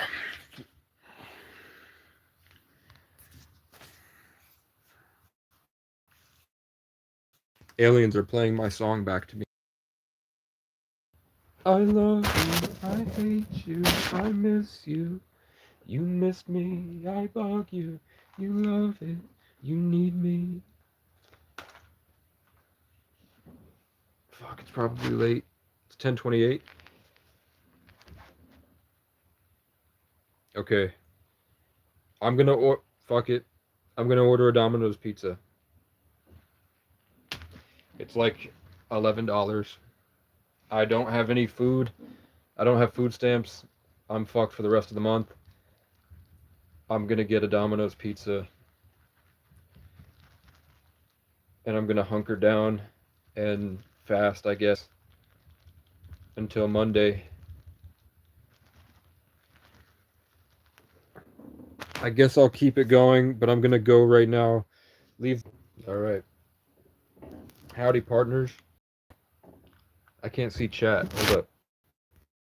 I can't see chat. Let me restart. I'm in. It's 4:29 a.m. and I'm going back to sleep now. Enjoy. Have a lovely day. Like or eat. What the fuck?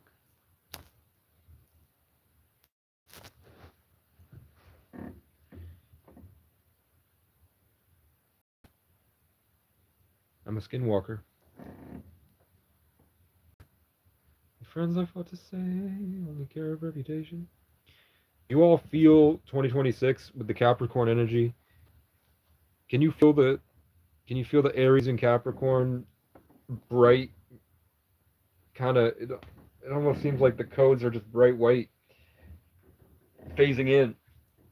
Can you see that stagnant, sharp, etheric energy that used to be that kind of orders everything?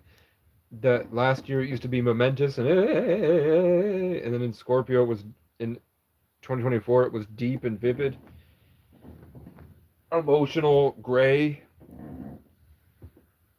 Zachary means eat well in SA, South America. What's SA? How do you know that? What's SA? In SA, it's 4:29 a.m. in SA. No, that's not how time works. She must be in Southeast Asia, South Asia, South Asia. What's SA? In SA, San Andreas. Stupid ass. What SA mean though? Guys, should I cut my hair? Y'all think I should cut my hair or not? South America. Yeah, but time does not work like that, man. Time works sideways. We're in this. We should be in the same, or maybe it doesn't. Huh? Huh? Huh? Huh? Huh? Huh? Huh? Because it wouldn't be 4:29 a.m. South Africa. South Africa. Because South America would be the same time zones we're in, Eastern and Pacific. South Africa. I love you, I hate you, I miss you. You missed me, I bug you. You're annoying, you need me. South Africa. So in 10 minutes, I gotta get my keys, which I have lost again. I'm always losing my goddamn keys. And then I'm gonna go. It was 15 bucks. It was 15 bucks. It was 15 doll hairs, man. I don't have that kind of money, man. I don't know. It's gonna be down the road. I'm gonna need 15 bucks or something, and I'm gonna be fuck. I shouldn't eat that pizza, but it lasts me 2 days. So if I buckled down and was like, fuck, I gotta go get from Cumbies. Let me just go get a fucking 2 rib sandwiches for $6. And then I'm like, I gotta go to the dollar store though and get a drink.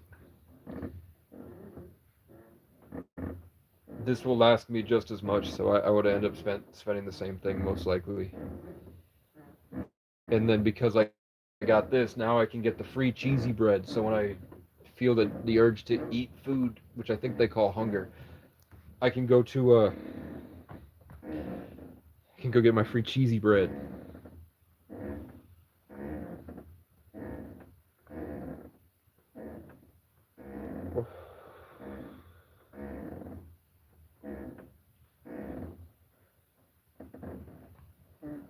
Once I get a computer, I can animate scenes of my life. These stories that I tell you guys about what happened in my life, I can turn into short films. Where I was sitting at the skate park in Burlington, and then an old man riding a custom-made trike made out of bike parts. So like 4 bikes he welded together. And he was riding on a trike made of bikes. And he rode in with a disco ball on his head that was reflecting light from the street lamps. And he was really nice. He had a beard and he had a glowing cross on the front of it. And he parked next to me and we talked and I explained that I'm homeless and I'm out here. I live in the tent and I'm just making music and trying my best. And he taught me, he's like, is your tent is your tent just on the ground out there? And I was like, yeah. And he's like, no, you need to get pallets and you need to put pallets under it. And I stuff insulation under the pallets and then I rest the tent. I have a really cool, I have a yurt up there on the, and it's a pallets and then it's a tent and then over it is a canvas tent. And I have a kitchen, I have a whole setup. And then he offers me sleeping bags and he gives me really expensive, nice sleeping bags. And I go out there and where did I get the pallets from? Somehow I went and got pallets from somewhere and I carried, no, I didn't actually. I didn't do the pallet thing until later actually. I laid in the den and I laid in the sleeping bags and I got really sick and got food poisoning from eating out of Chinese food out of a dumpster. I remember vividly I was wandering around Burlington waterfront by myself at night and I was digging through the dumpsters and I was getting pizza crust and eating the pizza crust and then I dug a little deeper one night and I found half-eaten gourmet Chinese food and it was the best. I was so happy and excited and I ate the cold half-frozen Chinese food, freezing and starving.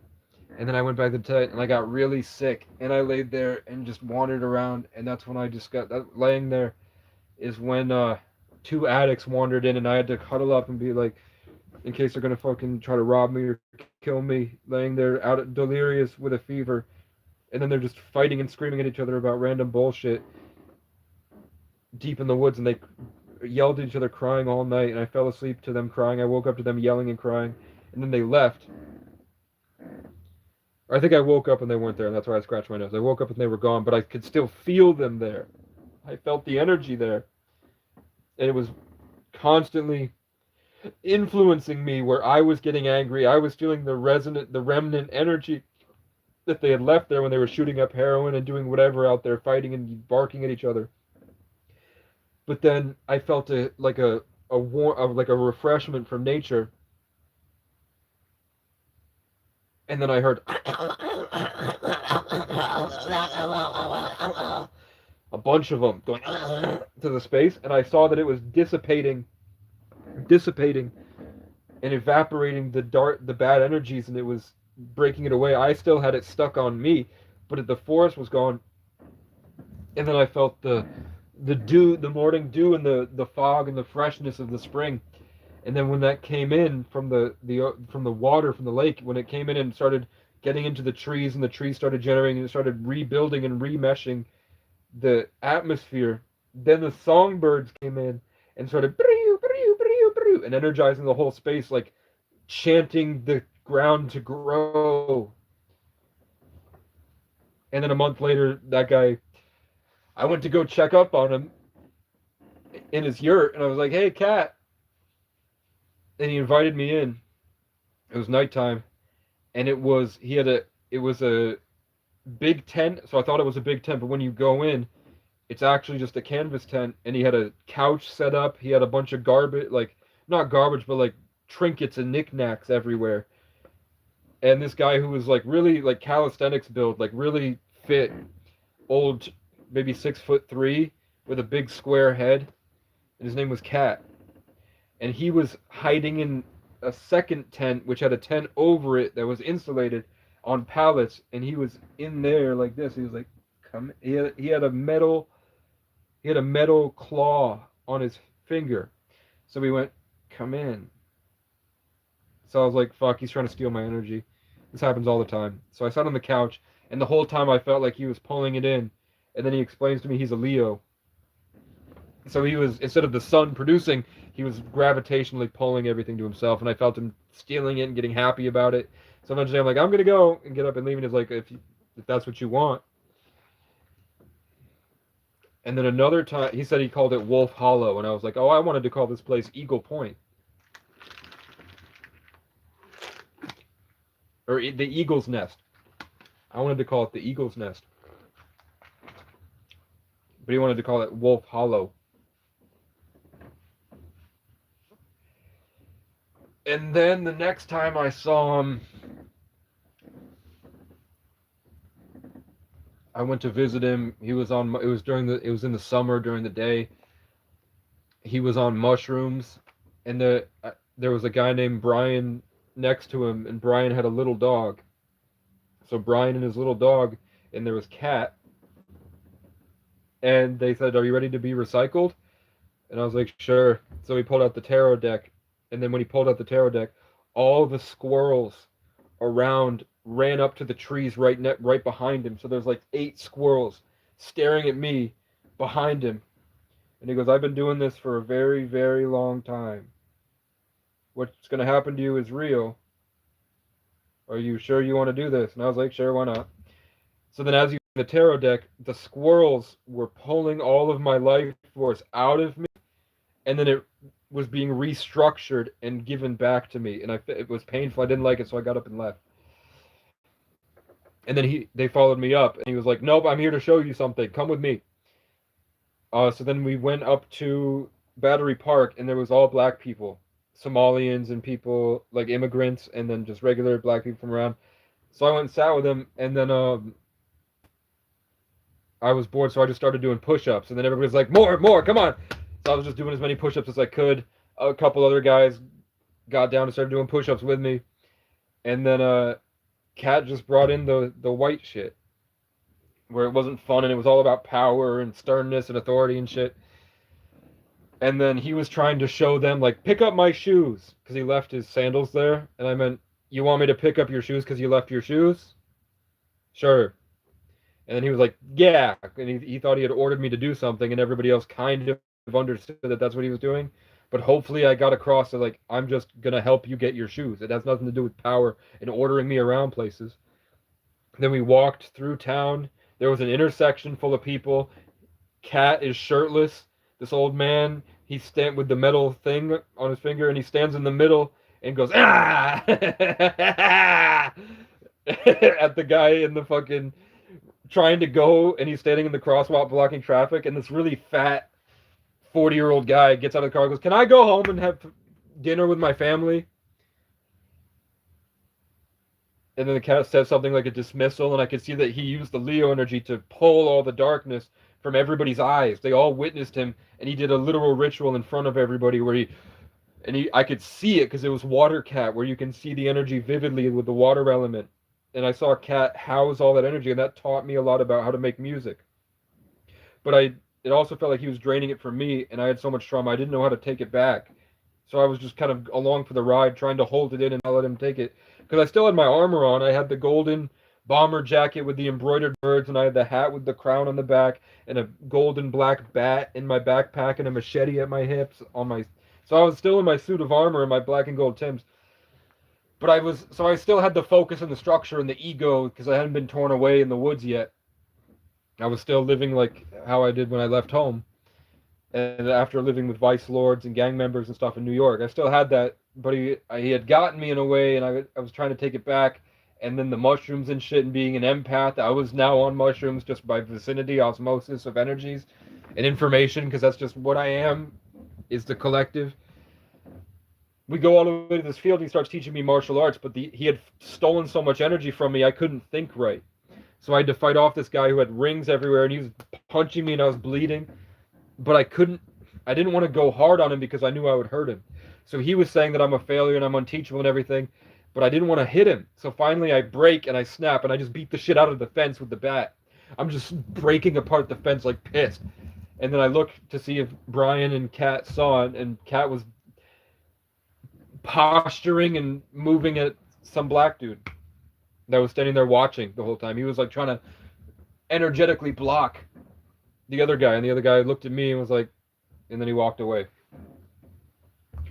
So as we walk back, I know it's a simulation, so I'm like looking for stuff that the universe is giving us, and then I blink, and then I notice a free pile. So I look at the free pile, and it's a pillow, and the pillow is embroidered with Irish clovers. So I want that for me. And then there was a black crown. And I was like, I don't need the crown, and I think he might like the crown, so I gave him the black crown. And it was one of the worst decisions I've ever made, because as soon as he took it, I saw that his ego the Leo ego grew into the crown, and I knew that something bad was going to happen because of that. I knew I had given him the idea of a crown, and it grew with the mushrooms and the Leo energy, with his ego, with the toxic Leo. You shouldn't be giving the toxic Leos crowns or authority or management positions because they ruin it and it makes them go crazy. So I knew something bad was going to happen with giving him that black crown. We walk back. He picks up a frisbee and he beans a guy across the field and then keeps walking. We get back to the tent, his tent, and it's dark now. And it's just me, Brian, and Kat sitting there. And then I'm sitting there, and I figured out how to take my energy back because I've been studying the whole day how he works. I was using the water cat energy to hold myself in and really get to understand the quantum physical quantum entanglement energy style. I was learning exactly how it worked from him, and I was reverse engineering everything the whole time. So when we got down, I was able not to steal it from him, but just to remagnetize what he had stolen from me back to myself and house it in my heart. And then I became a giant bird, like an Egyptian statue of the giant bird man. I immediately inherited like my ancient pharaoh energy back. And I had taken it from him and I was holding it, and he was writhing, going, freaking the fuck out. And Brian's just standing there, or sitting there with us with his dog, and Kev's like, you need to stay away from the skate park. You're creeping everybody out. They have problems. And I was like, maybe I have problems. Why can't I be there? And then he lunges at me and he starts choking me out.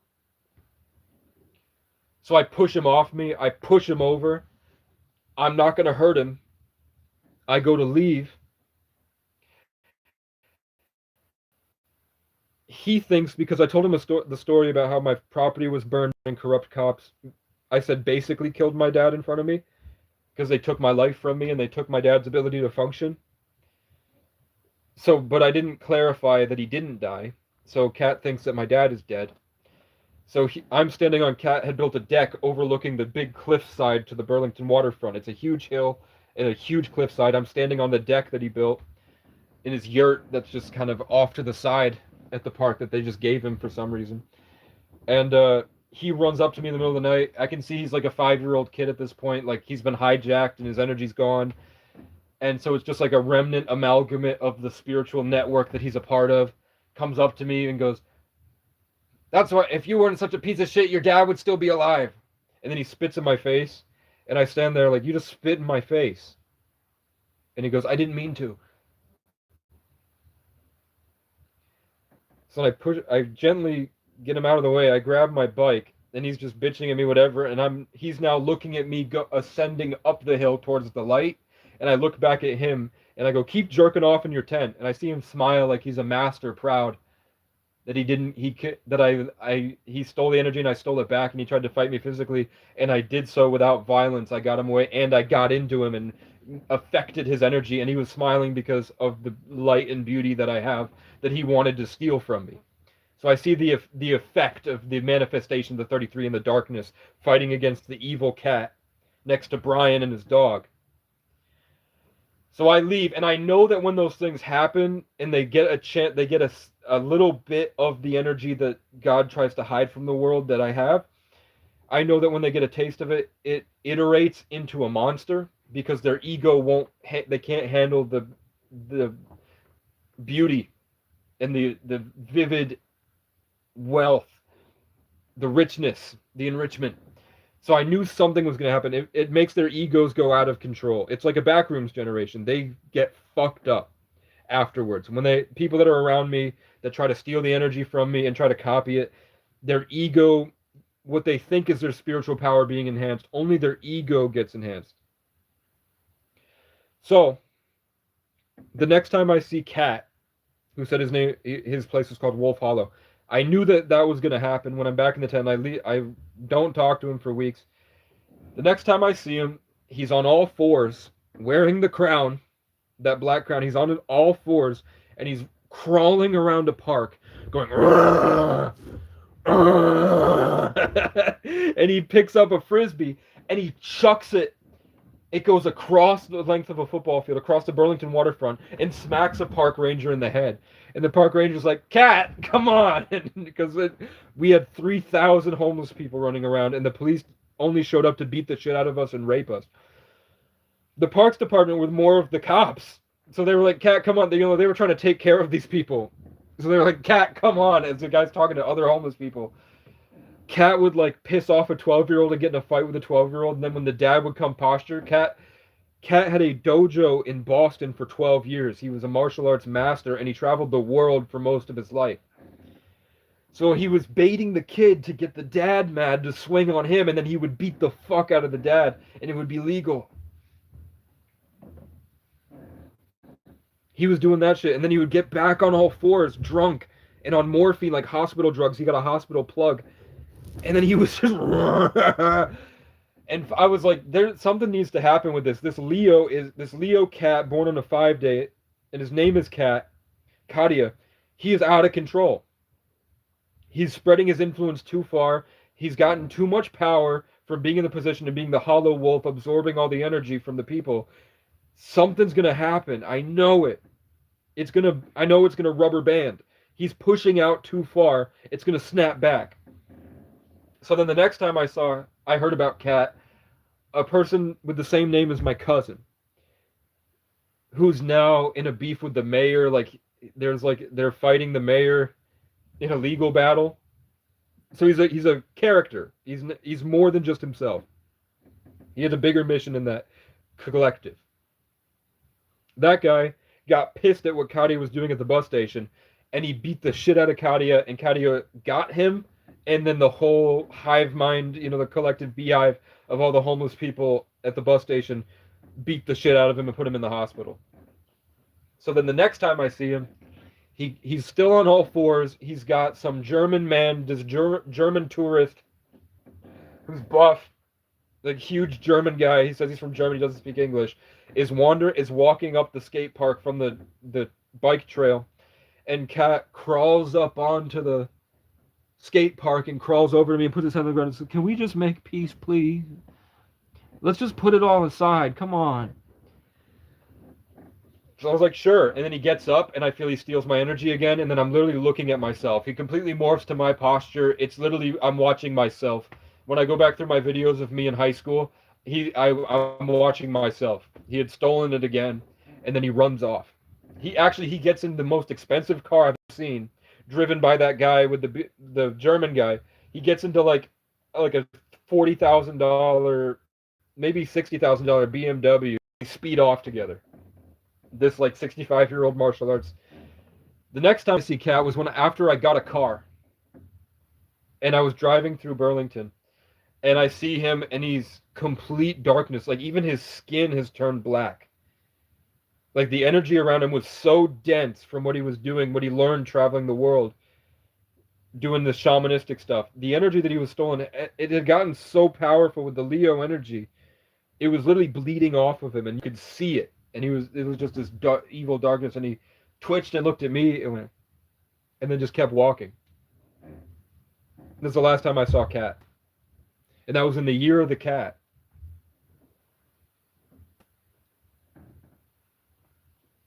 Wouldn't that be cool to animate? So you can see exactly what I saw when I describe what the energies looked like and what happened.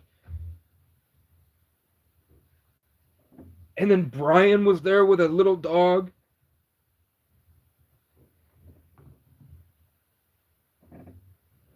Cat also told me that when he was in his 30s, he was in Burlington, and he had set up a yurt on the trail in the 70s, like late 70s, and there was no internet, and it was Vermont. They were all hippies. He said that when he was 30, no, he was sorry, he's 60. It was when he was 40.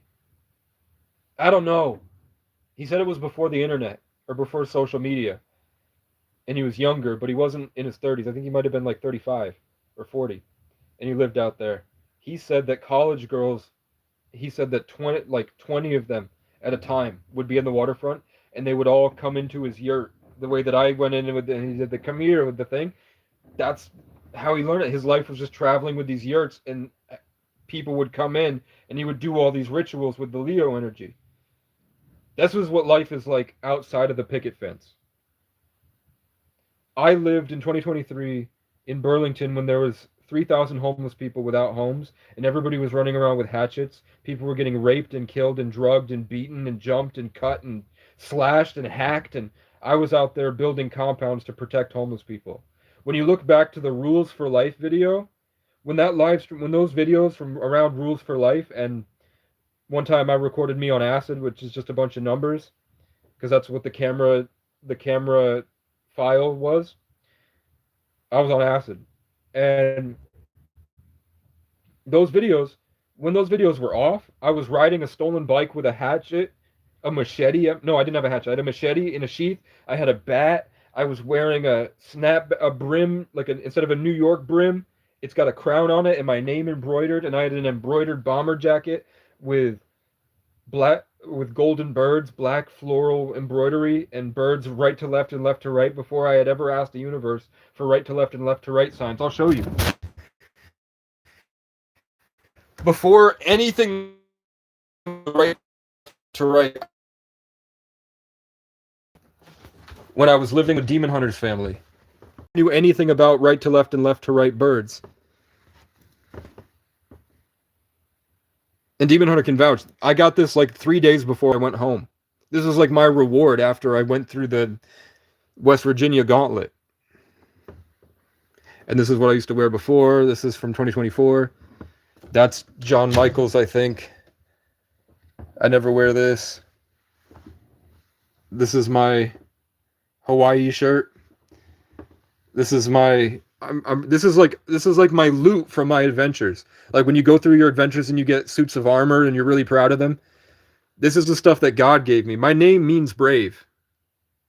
And this was after I did the Native American traveling through the woods journey. I was given this. When I was having the visions of me wearing a headdress because the trees were putting a war bonnet on my head. And this is my Wolverine coat that I got after the Morrisville incident that I have to fix because it's bad leather. That's why I don't wear it. This is John Michaels. Just shitty Walmart shirt. I think this was my dad's, so I keep that because it was my dad's. My Coca-Cola shirt, the flannel I usually wear, and then the first coat that I got in homelessness. So I didn't have a coat when I started out, and then eventually after months I finally found a coat.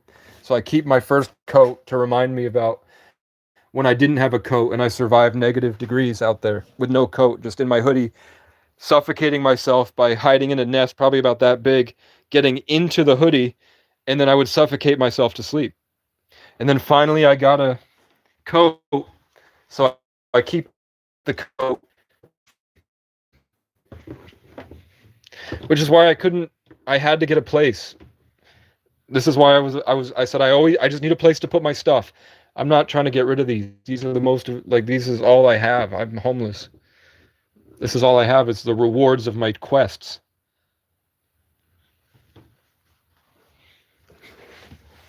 I have to go get my Domino's pizza.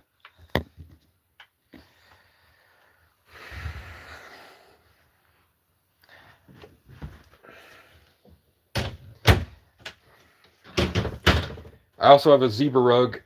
Every time I buy trash bags and then they go missing. People are coming in and taking my trash bags and then they forget.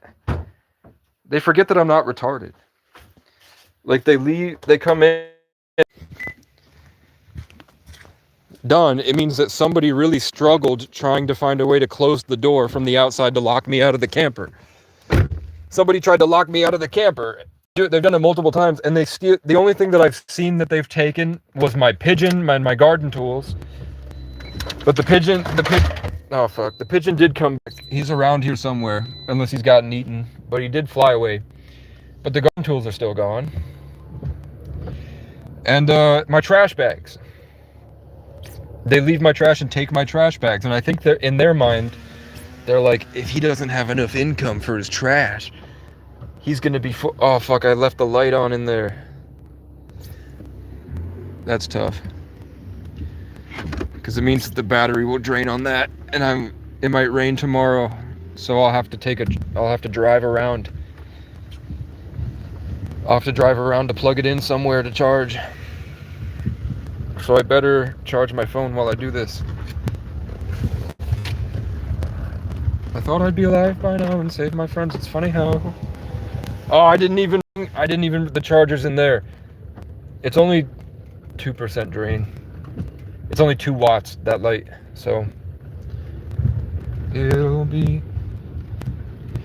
Do you guys remember when I was in New York and I would live stream and I was saying that I kept hearing a song over and over in my head going, it'll be okay, it'll be okay, it'll all be over soon. And then I tried to kill myself, and then I was given this property to live on.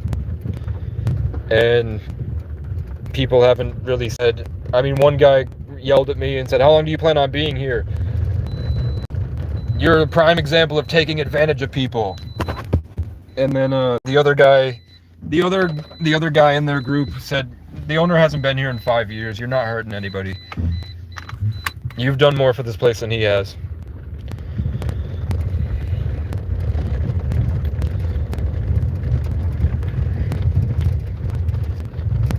But what he said to me, so in 2022, when I got my car, or 2021 maybe, in the fall, I went back to the ski chalet that my dad was staying at that I wanted, but Skip sold it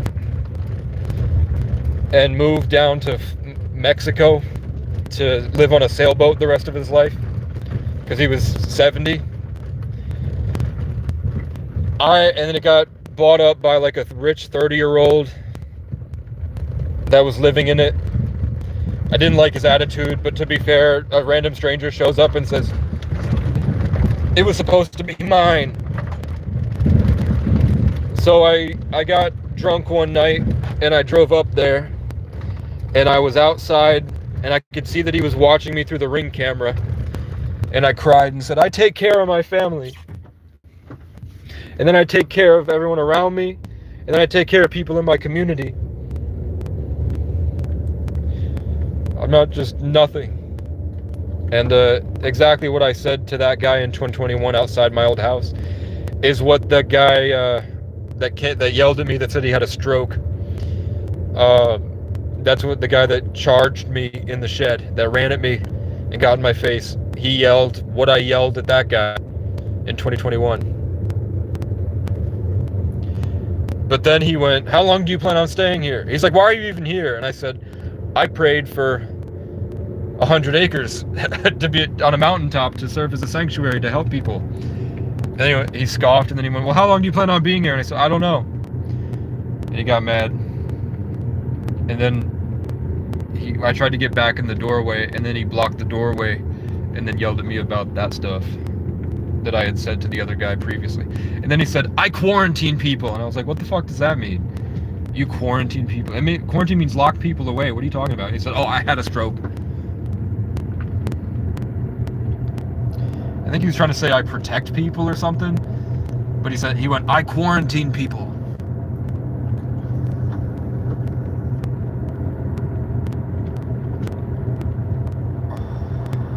I'm driving to get a Domino's pizza because fuck it.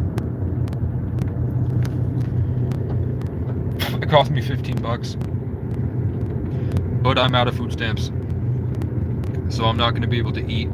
And if I buy this pizza, I get free stuffed cheesy bread. So then on Sunday, I can get my stuffed cheesy bread, and I just won't eat. Tomorrow, I'll probably, when it stops raining, I'll heat up the last whatever pizza's left after tonight. And tonight I'm going to watch Obsession because I heard it was really good. After I watched The Backrooms, it fucked me up. It fucked me up. I've been like limiting it. I've been living in a liminal reality since I watched The Backrooms, fully aware of how consciousness is aware of me, and that it's generating my thoughts, and it might not always be a good thing what it reflects. So I've been living in that uncanny valley and paranoid that I'm generating the wrong thing. And then then something pressed against the top of my head, and it jolted my head to look at Jesus, the little picture of Jesus. So I was like, oh, having Jesus in you generates a better reality. Right to left bird in the middle of the night. So that helped me understand a little bit more about that it's not fully possession. Like when people say Jesus is living inside of me, I don't like that at all. But also, I grew up like imagining that Matt Bomer from White Collar and Sean Spencer from Psych and Michael Weston from Burn Notice or whatever his name is was with me, as well as all the stand-up comedians that I liked. I imagined that they were all with me, and like I would imagine them floating around me, because it was helping me to create a character when I would go to school and go through life. It was helping to guide me into decisions that aligned more with what I wanted to be. So I was already doing it. So now I understand Jesus. Still don't understand communion fully. And whenever I've witnessed communion, I don't see them get a better feeling. I don't see them get connected to God. I see a huge darkness inhabit the space when they do communion. And they never act right afterwards. After they do communion, they seem to shut down, they seem to be dismissive, they seem to be hateful and judgmental. When I see communion, it seems more like a satanic sacrifice. I don't see them get full of the Lord's grace. I see the people who don't take communion be full of the Lord's grace. And it's probably because the people that take the communion get judgmental of the people who didn't.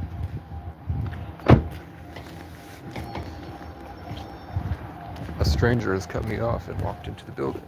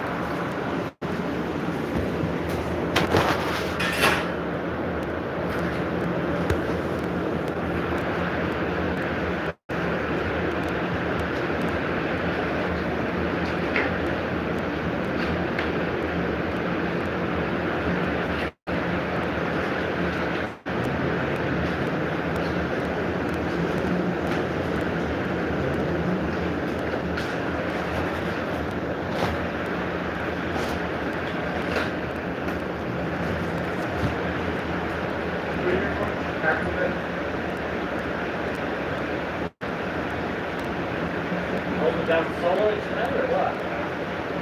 Yeah, besides drivers.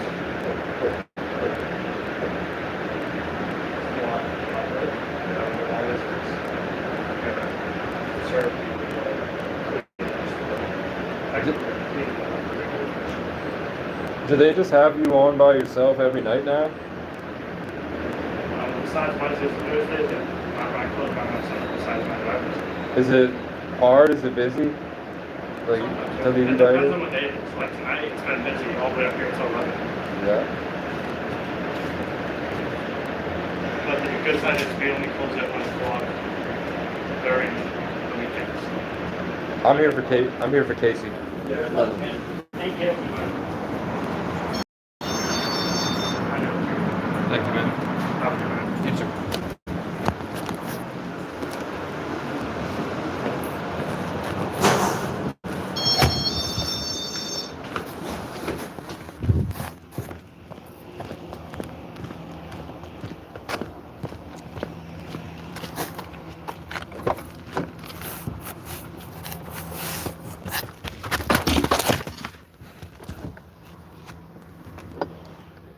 I don't want to call that man an NPC, not the worker, but the random event stranger that materialized in front of the door when I decided to get out, that walked out of the darkness just to get in right before me.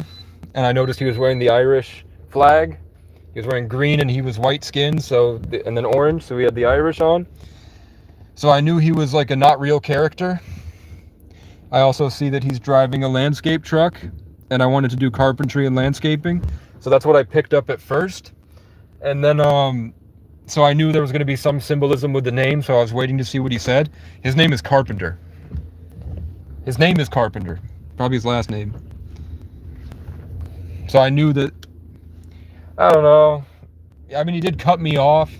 Do you think that that's saying that carpenter and landscaper with the Irish colors, that's him leaving? So the carpenter timeline is ending?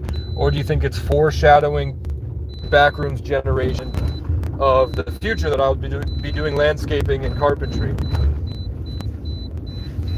I'm doing carpentry and landscaping on the property. That's what I'm doing. And then there's a guy, and I'm making an Irish songs. That's all I did today was Irish songs and carpentry and landscaping. That's all I've been talking about. And then there's a guy named Carpenter who's a landscaper wearing Irish colors. So it's sort of like how they explain the Backrooms. It's like a memory it generates, but it doesn't remember it correct the full way. But it also is accidentally foreshadowing the future that you come to realize is like divine grace, divine God's plan. Was I supposed to? Yeah, I was. You were supposed to ask him for work. I was supposed to say, hey, carpenter, landscaper, I'm looking to do carpentry and landscaping. But I didn't, because he was posturing like a demon and attacking me spiritually, and that's why he was uncomfortable. Because my energy is too powerful. And I don't have the same focus and what social conditioning they have to organize. So it's like an alien. So they get uncomfortable by the presence. And then they can't really affect it or attack it unless they try to trigger the PTSD. So that's why he started twitching and stomping and moving around. And he didn't look at anybody. He was looking back at me. Because it was an energy, it was a spiritual thing. So I'm sure whatever I said was impactful for him when I said, are you doing it all by yourself? Is that hard? Is it busy? Maybe that wasn't, maybe he was inspired to say, I'm also working on my own. And then I could be like, hey, so maybe he kind of failed as well. Because maybe that was an accident. And then here's a Domino's car behind me. Domino's delivery driver. And when I get the car registered and insured, they will bypass the background check for me and I can be a delivery driver. So I was asking if I should, maybe the guy, no, he walked right to left. He walked right to left both times. When he went in and when he went out, he walked right. So I think it's both. Maybe Domino's is, or maybe, I don't know. Maybe after I do the carpentry Irish thing, I work at Domino's or something because he's alone by himself. Or maybe I'm just assuming that guy does need help as a landscaper, and I should have asked. But I definitely know that they need help in the store, and they need delivery. They also need delivery drivers, and it pays really well out here, especially in the summertime. So I just need the car registered and insured with the title. And the owner said that if I can get that, plus it's sales tax, that's the problem, is that the car's blue book value, even though it's got a couple dents and scratches and a chip in the window that makes it uninspectable, they still might charge me the sale tax for the blue book value, which could be $4,500, could be $5,000, I don't know. It could be a lot. So what's 20% of $4,500? 10% is $450. They might charge me, oh no, it's a 6% sales tax, sorry, 6%. So it still might be over $100. Plus I have to buy the title, plus I have to do the registration, which that's probably like $300, right? So it's still like I'm $600 away. Then I have to insure it, and then they'll let me be a delivery driver. Then I can do Walmart Spark when I'm not working.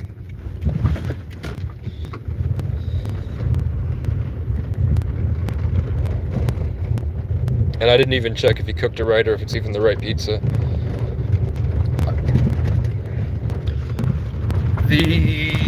Look, the storms have really fucked up the gravel.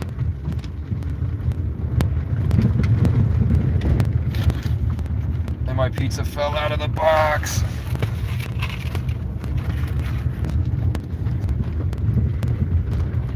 What's in the box?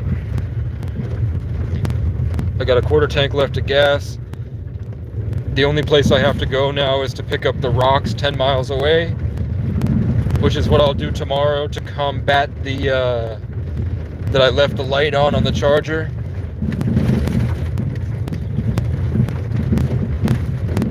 So I'm gonna have to go get the rocks and bring the dolly with the rocks, and then I'm gonna have to do probably 3 or 4 loads to get the rest of the rocks, and then I'll be officially closed out with that cycle. Maybe I failed because I wasn't assertive enough, because they said they both said that they're Native and Irish, and that their family lives in the area, and they all ride horses, and they go to the festival and show off their horses. And when I asked them if they could help me ride a horse, they said they always, whenever I ask for help with learning how to ride a horse, they always bring it to spending a ridiculous amount of money to go to a stable and get trained. It's like, why can't you just teach me how to ride a horse? Why can't I shovel horse shit and do chores around your property, and you teach me how to ride a horse and let me hang out with horses?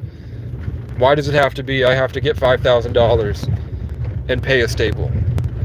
Why can't you just let me ride the horse, man? How come everything I want to do feels so amazing, and then everybody makes it about ego and status and money and garbage? Why does it seem like my life is attacked by other people's sins? Okay, let's get my pizza. And I paid for a cherry Coke, but that guy's been letting me grab the 2 liters instead, because he knows my situation, and they know that I saved their pigeon that they were feeding crumbs to. They see me as the guy that saved the pigeon, so they let me, when I buy 2 liters, they let me sometimes take, or when I buy 12 ounces, they let me get 2 liters.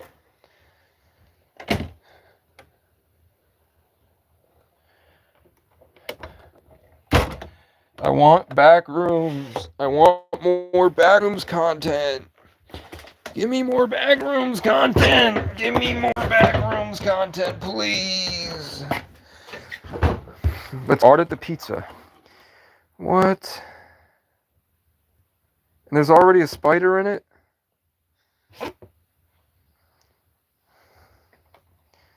And he didn't double heat it, so it's floppy. And that's because of the car driving up, it fell. Alright, gang. I'm going to bed. Good night, take care of yourselves. Fasting, Sunlight Probiotics. I'm going to have to fast now. I've been only eating like 1 protein bar a day. So, and I feel a lot better. You can tell I look a lot better too. Good night.